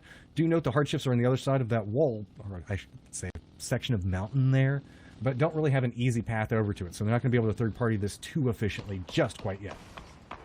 And it seems like Greg Shot has spotted the members of, I think that's Maluk coming down the side of the face of the mountain, and that's going to be rough. There's really no way back up.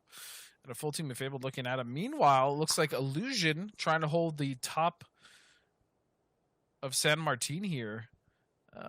Hard Shifts. Looks like they wanted to fight, and J-Sank took a nosedive off the cliff facing. That's never a good thing to initiate into a fight. Exodus looks like they don't want to have anything to do with those Molotovs, and if they were watching anything that happened in that last game, I wouldn't go anywhere near Molotovs right now. Those things are scary. It's very true. Unfortunate for J-Sank. I don't think he's going to be able to get picked up. Exo, though, Exodus is going to decide to back off. They have a decent position where they're at. They don't need to force anything, especially this early. So I like this play by them. Couple of shots coming out. Fable opted back Holy down Conche towards low Senga. positioning. Looking back over towards it. That's pretty brave, and they are going to be able to get away with it, as it looks like Fable's making their way back up the hillside. They don't want to tangle in this, and this is a lot of damage going to go back over towards both of these teams. This blue is going to be a problem, and the issue is they still have to move out of here, and this ravine is really the only way out, so they're just going to have to stack on top of each other and run right down to where a ton of teams are posted up, as the circle has popped, not favoring shoot to kill, so they're finally going to have to move just a touch. I really like watching these circles simply because nice shots coming out from Chubba. He's gonna get a flush on Greg shot there. But yeah, that plateau that the circle ends up. Wait a second, Los?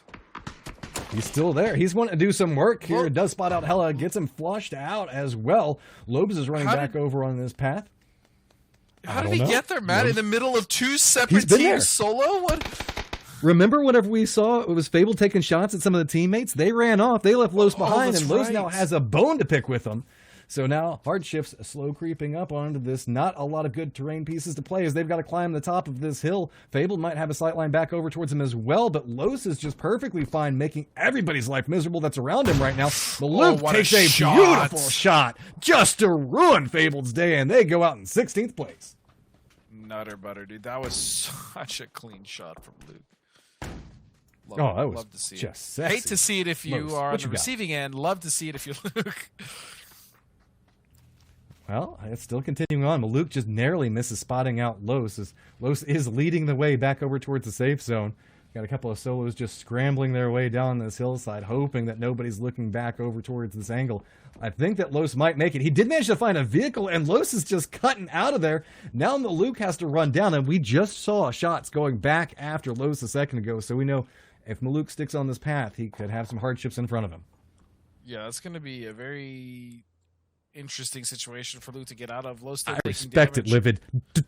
Don't let anybody else kill you, Livid. Only let the blue zone and you do it. I don't know what's going on with them, but I respect the choice. Yeah. Los is actually going to go down. So that's going to be a kill onto Zenith's side as Elusive starts to slowly rotate. They have a nice little ridge here in the corner of the circle, so to speak. This is actually not a bad spot for them to get information from. What I was trying to say is the plateau that the circle is currently centered on it leads to some really cool fights on the outskirts. Obviously, the middle is kind of safe from the very top. It's really hard to advance on that position, especially if a team is fully split out looking upon the different angles. But the fight, I will say this circle, Matt, the fights that we're going to see around the plateau are going to be pretty wild. I love it because it always makes for those low versus high rotations, how you're going to want to aggress back over. We did see the two solos that we were watching a second ago. Los and Luke both got taken down, so their teams have been eliminated. Alo's peppering in a couple of shots, trying to defend the territory, as it looks like we've got a couple of rotations coming into play. They just want to keep an eye on, see if they can inflict a little bit, maybe get some nice connections onto it, but they might be able to manage to get away from that position. But there are two more shoot-to-kill members waiting in the distance to try to see if they can get some damage off as well. Well, they just kind of went into a bowl where shoot-to-kill has full sightlines on them, so I don't know if they meant to do that or if they thought it was safer than it was, but I mean, shoot-to-kill now is going to be looking pretty to get quite a bit of damage onto Elusive. Team Clueless now, trying to spot out Oath. Oath had themselves a rough last. Miramar managing to hold in much longer. Last time new circle's getting ready to pop. Where are we going? We've been seeing Fairly Center. Gonna stay pretty close to it. So this is where all the fun that you were talking about. This is what I was talking about. Yep. This is the good. I like it. If you're playing, you hate to see it. If you're watching... Whoa, Exodus and Onyx just get into a firing line against each other. Taylor J. Venerated, Pat Caps just coming up big, and Sonic. Everyone gets it. You get a kill, and you get a kill. I think Vase was the only one that actually wasn't a part of that kill extravaganza, so to speak. But Sharpshot actually going to find Venerated, and he's going to flush him. So, wild card. In a good position here. If they can kind of take over Exodus's spot, they can really start to wreak havoc and take control of the west side. This could be a very good game for them. Exodus isn't even looking back on this angle right now. They feel like since they've cleaned out Sonics, they're comfortable over there. Vegas, I think, finally heard what was going on, as there is a very noisy approach coming out from Wildcard Gaming. You can't miss it at this point, but I don't think that there's a lot of reinforcements that can come back over towards Vegas's position. Is with the split that's running out, yeah, he's just going to get taken down. The other members of Exodus don't have a clean sight line to really defend based off of third-party shots that are coming into play on this, but look at Keenan opting to play back behind this. Shoot to kill, now getting tangled up with Zenith. This is very big, as a lot of these members of Zenith have gone down. Really just kickstart. Last person up for his squad. Dodge also looking like they're wanting to join this party, going for a reposition off to the side of it. Purdy, Curdy, Civ do have the high ground, but it looks like Dodge might beat them to it, depending on how Crop tries to play this. Nice spray coming out. Going to go ahead and take down Reno, forcing a little bit of a reposition coming out from Dodge. I don't think that they want to mess with a shoot to kill that this confident right now. They don't have a choice. Out a couple more utility points. Gonna see Molotov come out, and that's an instant retreat back down this hillside, and it's just continued utility flying off to the side. Luke 12 still has to contend with Kickstart off to the side of this. Kickstart's focused in hard on shoot to kill, and that's allowing Dodge just to reposition up this hillside. Yeah, and this is exactly what I was talking about, Matt. These teams are going to have to vie for control on the edge of these on this plateau, and realistically, it's going to be Dodge wanting to back off in the fight from shoot to kill. A lot of utility being thrown. They're now heading towards a very healthy wild card, though, which I think the south part of this circle may actually be the stronger side to aggress from, depending on where the next shift is from. But there's a lot of room to work with coming in from the south. So if Dodge can now get a leg up on wild card, that could be huge for them as well. You can see everybody playing very careful. Nobody wants to peek up the top of this ridge completely, because that's when your head pops up and you are an easy target. So everybody showing a touch of hesitation, wanting to make sure that they don't overextend, not too risky.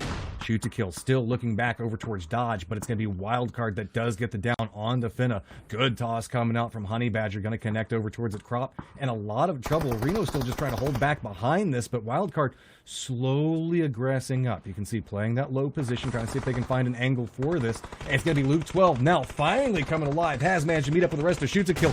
Dodge is in a very dangerous spot as Wildcard hears this. They want some of these points as well, and they are just running in after this. Crop now the last one up as Molotovs are raining down. I believe he might be on fire as he just narrowly calls in the smoke. Trying to get the meds back up. Does manage to do it, but he still has Wildcard right on top of him. They don't want to push the smokes though. 7 kills with a potential 8 sitting right there, but it is just too dangerous. Going for the spray as much as they can. Connects a little bit onto Crop, but how much more utility does he have? Finally gets spotted out, and that's going to be Dodge going down with a very patient Wildcard. Yep, and this is kind of what we've been wanting to see from Wildcard. Instead of a disjointed push or, these plays where they're not on the same page, very much taking their time, making sure they're strangling the team in front of them, especially in the smokes there. Very well played from Wildcard. This is what they need to do for the rest of this tournament if they want any chance of making the top 5. Oh, Fizzle does get spotted out, making an aggressive push back over towards 303. Boxix trying to play it up on top and does manage to eliminate Elusive there. They do lose Lush during that, a little bit of an exchange, but still a little bit of fights happening on all these different points around this hillside. I think it's back down to the south that's about to get the mess, as Team Clueless is looking back over towards Comets. He actually is taking a lot of damage. Sub-Zero's playing back very far away. Got a nice angle over towards him, but there's just too many little bushes, shrubs in the way. He actually does manage to get the meds back up. Nitrogen hits him for just a little bit of tick damage. Can't peek back around this. He knows he has somebody right in front of him, but just cannot get away from the angle. Patrick's managing to hold this for as long as possible. Finally, a little bit of utility being thrown out from Sub-Zero might give them enough space to work with. Patrick does come up big for that slow, patient play. He's got the overturned vehicle, and he is putting it to work with cover. Sub-Zero's trying to make his push up, but it's Patrick that's defending it. Finally, he does go down. Do have Victor back over next to him. Should be able to get the res, but 303 looks like they hear this. They might be too far away, but they are moving quick to try to capitalize. Nope, this is what I was talking about. The south side tends to give you a lot of room to kind of play around, and that's exactly what 303 is utilizing. Taking the advantage of that high ground hill. But wait a second, Sub-Zero, he's going to find a knock on Landun.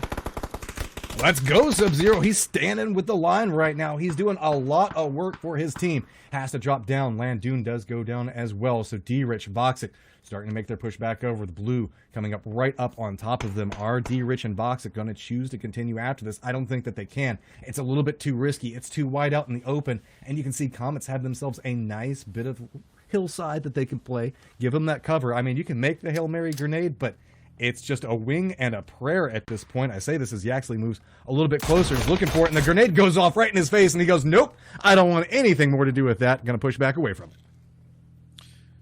Yeah, but as good as the South is, most of it being cut out, I don't think either of these teams realize that the southwest part of that compound, or really the more southern part of it, is actually fairly clean. I like the reposition from Yaxley, even though he did take... Oh, unlucky. Oh, even though they did take damage from the Sub-Zero. blue, the fact that they went from this angle, I think, was better than just going straight into the angle that 303 technically had sightlines on.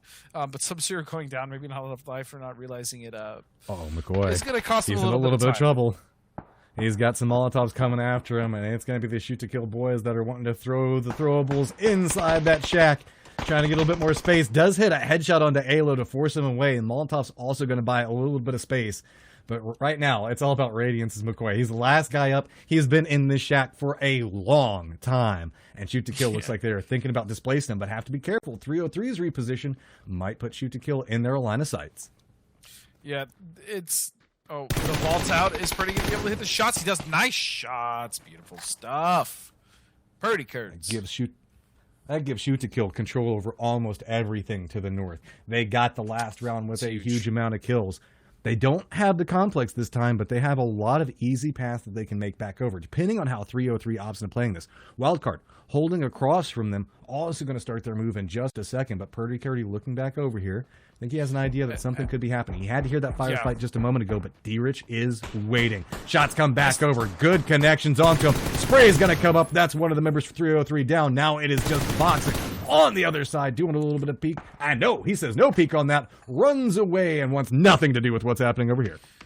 I was just about to say, too, the STK definitely want to start posturing themselves towards the east side of the circle and take control of that, because once they do, they really have control over this whole zone. Shoots a kills in first. Shoots a kill is 2 points ahead of Oath now. They have managed to climb into that first place position off of the kills that they're picking up. New circle pops, and it goes towards Shoot a Kill. That is huge.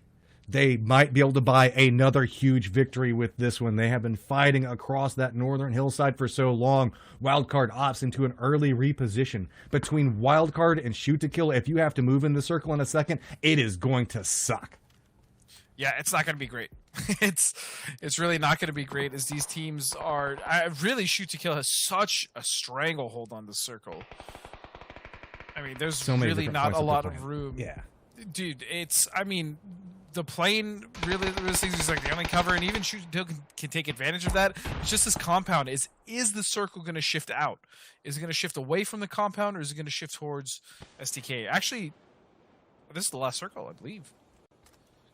Well, we haven't had a chance to talk about Illusion a whole bunch. They do have the circle as well. Comets made a push back over next to the same position where they're at. Wildcard did see the reposition coming up from Comets, so that's why you can see them holding up just a little bit. Nobody's wanting to step out into the open, and you can see Wildcard doing a little bit of a fake like that. I like that. Throw the smokes next to the wall, make them think that they're repositioning over there. Instead, push back around on the angle and see if maybe you can catch Shoot to Kill a little bit unaware, but 303's Voxic, last guy up, does manage to connect over back towards Yaxley, but that does give away his position. Talked about Shoot to Kill being hungry and on the hunt. They take a couple of shots back over towards him, as well as having Illusion right in the same spot. Voxic doesn't have a lot of good options, so sometimes you just got to make the run and make the prayer as you go, and it pays off for him as he finds himself a sneaky little pot to play for just a little while. I think the only threat to Shoot to Kill's dominance here may be like some weird north wrap on, I think that's Civ or Luke, up top on the very north side. Otherwise, I mean, that... Man, this could be a farm fest for STK. Yeah, we can see Wildcard going for the plane right now. That could give them a decent position. Could be defendable. Legion's still trying to play this as defensive as they can. 303's Voxic comes up big. Does manage to take down Comets before he goes down, but big pickup for him, at least buying a couple more position points as well as a kill. And then there were 3. 10 up and alive. Illusion still has control over the building complex. Wildcard's decided to go ahead and take control of the airplane, but Shoot to Kill has a little bit of a hill to play. And Icy Flex looks like he's got gold. He just runs straight over towards Wildcard, and he's getting away with it. Finally, he does get taken down and manages to be at least enough of a distraction to get Top Dog a little bit of damage back over onto this. Shoot to Kill is just trying to figure out what the hell is going on with that play. Yeah. Meanwhile, Free Me Please makes the push back on the other side of Shoot to Kill. Not going to get anything out of it. And now Top Dog, he has a difficult situation in front of him. He's got to run between Shoot to Kill and Wildcard, and there are no good options and anywhere to go. Yeah, this is going to be very rough. I'd still say if with enough smokes, Wildcard could potentially make something work here, but again, Shoot to Kill's position so strong with the ridges, the little hills that they have to work with. It's going to be two teams fighting for supremacy now. I believe it's a 3-on-3, but wait a second, huge knock! Purdy does go down. Quick sharp flush shot. back over. Civ trying to get a couple of taps back over to where it takes a lot of damage. Has to retreat away. It's going to be Alo running through the smokes, dipping, dodging through them. Takes a little bit of tag damage onto it. Looks like he's trying to get something out of his teammates. It's going to be a little bit of probably, meds. maybe Trying to run utility, forward. Civ does the spin, trying to 360. use the rocks. Barely gets they're to both it. stacking. Has the angle back over. Manages to tap onto one of them. Is he going to spot out the second one? He has near on no life. Wildcard Gaming has the angle, and they take that one with authority. 13 kills. I got to say, that was a huge performance coming up from them. That was a massive knock coming out of Sharp Shot to really start to set that up, because Purdy was already pretty much at the rock. Had he got there, he really could have held the rest of Wildcard out on the plane, but the knock was able to actually give them a little bit of room to start moving forward. Civ and Alo rather ran out of room, and man, really well played. I honestly thought STK had that game, but Wildcard just came in huge. And I also want to say, where has this Wildcard been the whole time? Why has it taken... Yeah, this is the wild card we kept talking about. This is the wild card that can hit the shots. Whenever it clutches, 15. whenever it's time to matter, they turn it up. And finally, we're starting to see them a little bit. I know the wild card fans out there are super excited, especially taking down Shoot to Kill on a Miramar game in a strong position. That's got to feel good. It's also, I will have to say this, the fact that STK didn't kind of run away with that win, so to speak, kind of saves Oath a little bit as well, because they had technically just passed Oath by a couple points.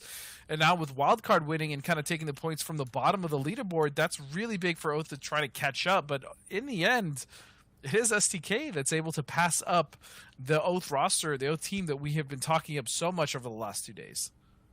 They got a big game. Sure, they didn't get the win, but they managed to turn up two huge games back to back. At moments, whenever Oath kind of fell apart, and we were talking about the fact that, oh, you got to have 2 games to catch up to Oath. It's going to be so hard. Shoot to Kill just strolls in the end of the day and says, nah, we got this. We can do it. And finally, we're starting to see Shoot to Kill perform. We're starting to see Wildcard perform. We're starting to see some of these newer teams perform. This is what I have been waiting for, and I am so excited. Yeah, I think with the final 5 games and these teams realizing that this is kind of it, we're going to see a lot of, not necessarily Hail Mary plays, but a lot of plays that start inducing some risk. And so I think it's going to be super exciting. Matt, it's been a pleasure casting with you today. I'm sure we'll see each other again fairly soon, but that's it for us. Let's go to the analysts. Thank you so much, guys.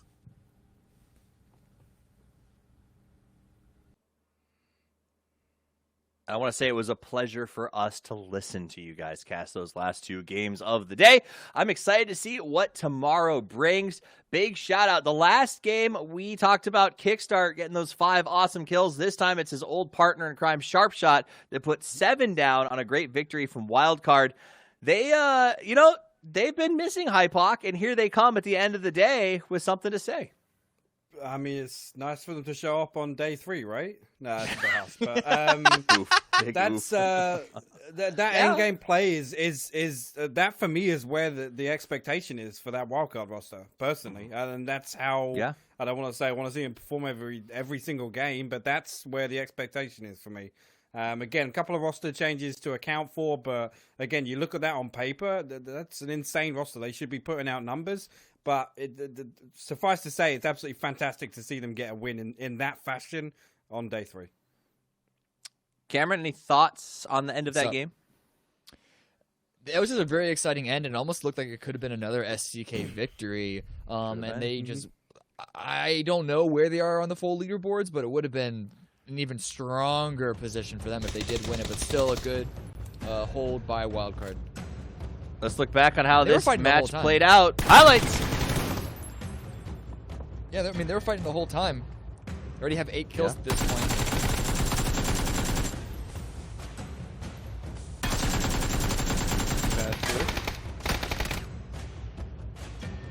But SDK, of course, they're controlling the north side. For a second, I actually thought this was going to end in a very similar position as the last game. But nonetheless, the ending moments here were, you thought for a second after Alo's drop, he could have they could have saved that, but unfortunately for them at least, Wildcard were able to hold. I mean, unfortunately, I guess for everybody except STK, Wildcard was able to hold, because as they got that close to the top of the leaderboards, I think you heard Godspeed say it at the end of that match, it's kind of good news for teams like Oath and Zenith and everyone else that STK didn't get that win, because they've been a bit of a juggernaut, Hypoc. They've been climbing this ladder nonstop, and I don't know where, like, going into tomorrow on Miramar with their performances in the last 2 games, I'd be worried if I was everyone else. I mean, yeah, and again, I said it after the last game, it's again the best case scenario for SDK, right? 2 absolute blanks on Miramar for Oath, and again, not much to do about it. Again, the way they went out in both of those games, but absolute hats off to SDK. Even though not getting the win in the final game, absolutely maximizing on that opportunity to close the gap and actually surpass them in Game 5. All right, so we're going to take a look at the match leaderboard. And as we go to that, Cameron, teams like 303, who were a bit of an X factor today, also great performances on Miramar. Yeah, and actually not even just on Miramar. They had some exciting stuff throughout the entire day, so I think that was probably the most accurate pick of any of those I guess even the full-on winner of the day picks was Matt picking 303 for X Factor, but right now is the leaderboard from the previous game. 23 points for Wildcard, very much deserved. Sonic's Oath at 0, Zenith only at 1. The Shoot to Kill is starting to run away with this. Yeah, I mean, Hypoc, looking at this, the teams that were kind of starting to push up towards the top have a little bit of a struggle, with the exception of STK. That does maybe open things up, I guess, for everyone else. But that's kind of what you want to see as an analyst out of the last match, right? You want to see things changing pace a little bit. Yeah, we don't want to go into the final day and just have somebody 40 points ahead and then have 4 teams chasing it. So again, the gap between SDK, Oath, and third and below, it's not out of reach. 5 games is a lot. It's a lot of points. So there can be a big swing in that. And I think it was Godspeed earlier saying it relied on a couple of teams doing poorly, but you've seen today the lead that Oath had now is completely gone. But that game was the STK Wildcard show. Honestly, it felt like for much of it, and you can tell that when you look at the kills and damage, Cameron, they pretty much flooded everything. They racked up so much in this game. Well, it was a very, very scrappy fight, and before this weekend, I absolutely would have put Wildcard as one of like the top 3 or 4 teams for these scrappy games. The weekend started, and they were falling out of that position, but hopefully this one, like, they woke up into it just in time, I feel. Exodus still leading the charge in terms of time survived, and you made a comment about it last time, Hypoc, and I noticed it too. Profi, 4th place for a man who's been sort of legendarily referred to. Well, he's been legendarily referred to as somebody who removes the S key from his keyboard. He has found some sort of temperance, Hypoc. Yeah, I guess H-Win's actually made him unbind W and just bind everything to prone, I guess, because I'm actually still surprised to see him in the top 5, and again, we're not talking about the Profi of old, but just with the way Sonics have been performing, that one still stands out to me. And wow, look at that now. And again, like I just said, there's 3-4 teams now over 100 points that are chasing Oath, and that's only a 21-point lead. That is not looking incredible. As scary as it was yesterday. Let's go back. We'll make a little fun here in terms of everybody's leaderboards picks that they threw out there early on. I chose Sonics. I got up to 5th. I'm cool with that. I think you also chose Sonics, right, Hypoc? We thought they could have a push-up today. Didn't quite get to where we wanted. Who did you pick, Cammy, as your top person? Oh, yeah, that's right. Oath. You made the easy pick. What? They're second. Yep. You're talking about a team that is 5th, and you're trying to shame me for a team that's in 2nd. Need I remind you that Sonics were 3rd earlier today, so... Yeah. No, they struggled on Miramar, and I hope they fix that tomorrow, Hypoc. They started so strong in Erangel, and they got 3 matches of Miramar starting tomorrow, which means these teams that sort of dropped the ball, and honestly, I think Oath kind of did as well on Miramar, they got to worry about tomorrow when they come in with 3 Miramar starts. Yeah, they absolutely do. Again, I stand by it. Sonics are due a win. I mean, at this point, they should be due 3 or 4 wins, but I agree. We can remain hopeful, right? We can remain hopeful. So that, we're coming to the end today. That was our 5 games. We're coming back tomorrow with the final 5 of this tournament. I want to get your last thoughts before we sign out for the day, guys. Sort of what were your takeaways? What do you need to see out of these teams tomorrow as we get up and ready to run? Cameron, your final sort of thoughts for the day. I want to give a shout out to Illusion, because they're in 11th right now, and they were 16th, I believe, at the start of the day. And so we haven't really seen a lot of them, but, one of the teams that's been really climbing up. All right, and before I get yours, I do want to say this real quick, Hypoc. Guys, those of you in chat hanging out, I appreciate you being here. Use hashtag PCS Charity Showdown to share your favorite PUBG moments from today. Use that clip button. We love to see it. And follow us at PUBG Esports on Twitter and Instagram, and get all your PUBG news at na.pubgesports.com. And remember, I want to remind you, because this is a big deal, if you want to play in the NA Challenger Series, your time to sign up is getting thin. It ends on May 25th at 11:59 p.m. Head over to GLL right now if you want to sign up and play to get your share of the hundreds of thousands of dollars of prizes that will be available this year. Hypoc, your last kind of thoughts for the day, my friend. Well, I did have something really witty to follow up on, Cammy, but it's gone now anyway. I'm sorry. I mean, for me, it's I'm excited to go into the final day with still, no clear winner right now, and I'm hoping that a couple of these teams switch up. I want to see Sonics go balls to the wall tomorrow. I think it's definitely a roster that's capable of doing it, but again, I love the chaos. I want to see people just scrapping it out tomorrow. I 100% agree with that. I think that that's what it comes down to on the last day with 5 games left. You got to fight. And honestly, if I want to see a place where fists are going to get thrown, starting with 3 rounds of Miramar is not a bad idea. A lot of melee, a lot of chaos there, and a chance for teams that have been on the fringes to make some big plays and move up. We'll take a quick look at the schedule for tomorrow, just so you guys know where and what you're going to find when you come here. Last day of play, we're starting at 4 p.m. PDT, and we're going to play 5 games straight out to determine the big winner overall. The team that gets their share of the $100,000, as well as their chance to donate to charity. The teams you can see on the right. Honestly, most of the people who got invited have been performing. I don't say most. A good half of them have been performing the way that we expected. Like halvesies, yeah. Not necessarily. Yeah, I would say about half. I think it's made a good statement for open qualifiers and the value of it, though, as we've seen some teams who had to work their way up here. Now, honestly, in first place, STK yet again. A team that's got to earn their way. I was going to say, we have an open qualifiers team at the top of the leaderboard right now. And I mean, let's not beat that meme to death. We'll leave it at that.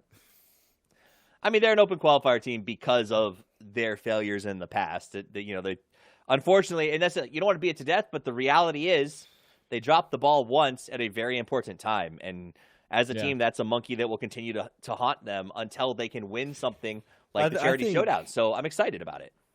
Yeah, I think we do most of the haunting, really. Yeah, I do think they're fine.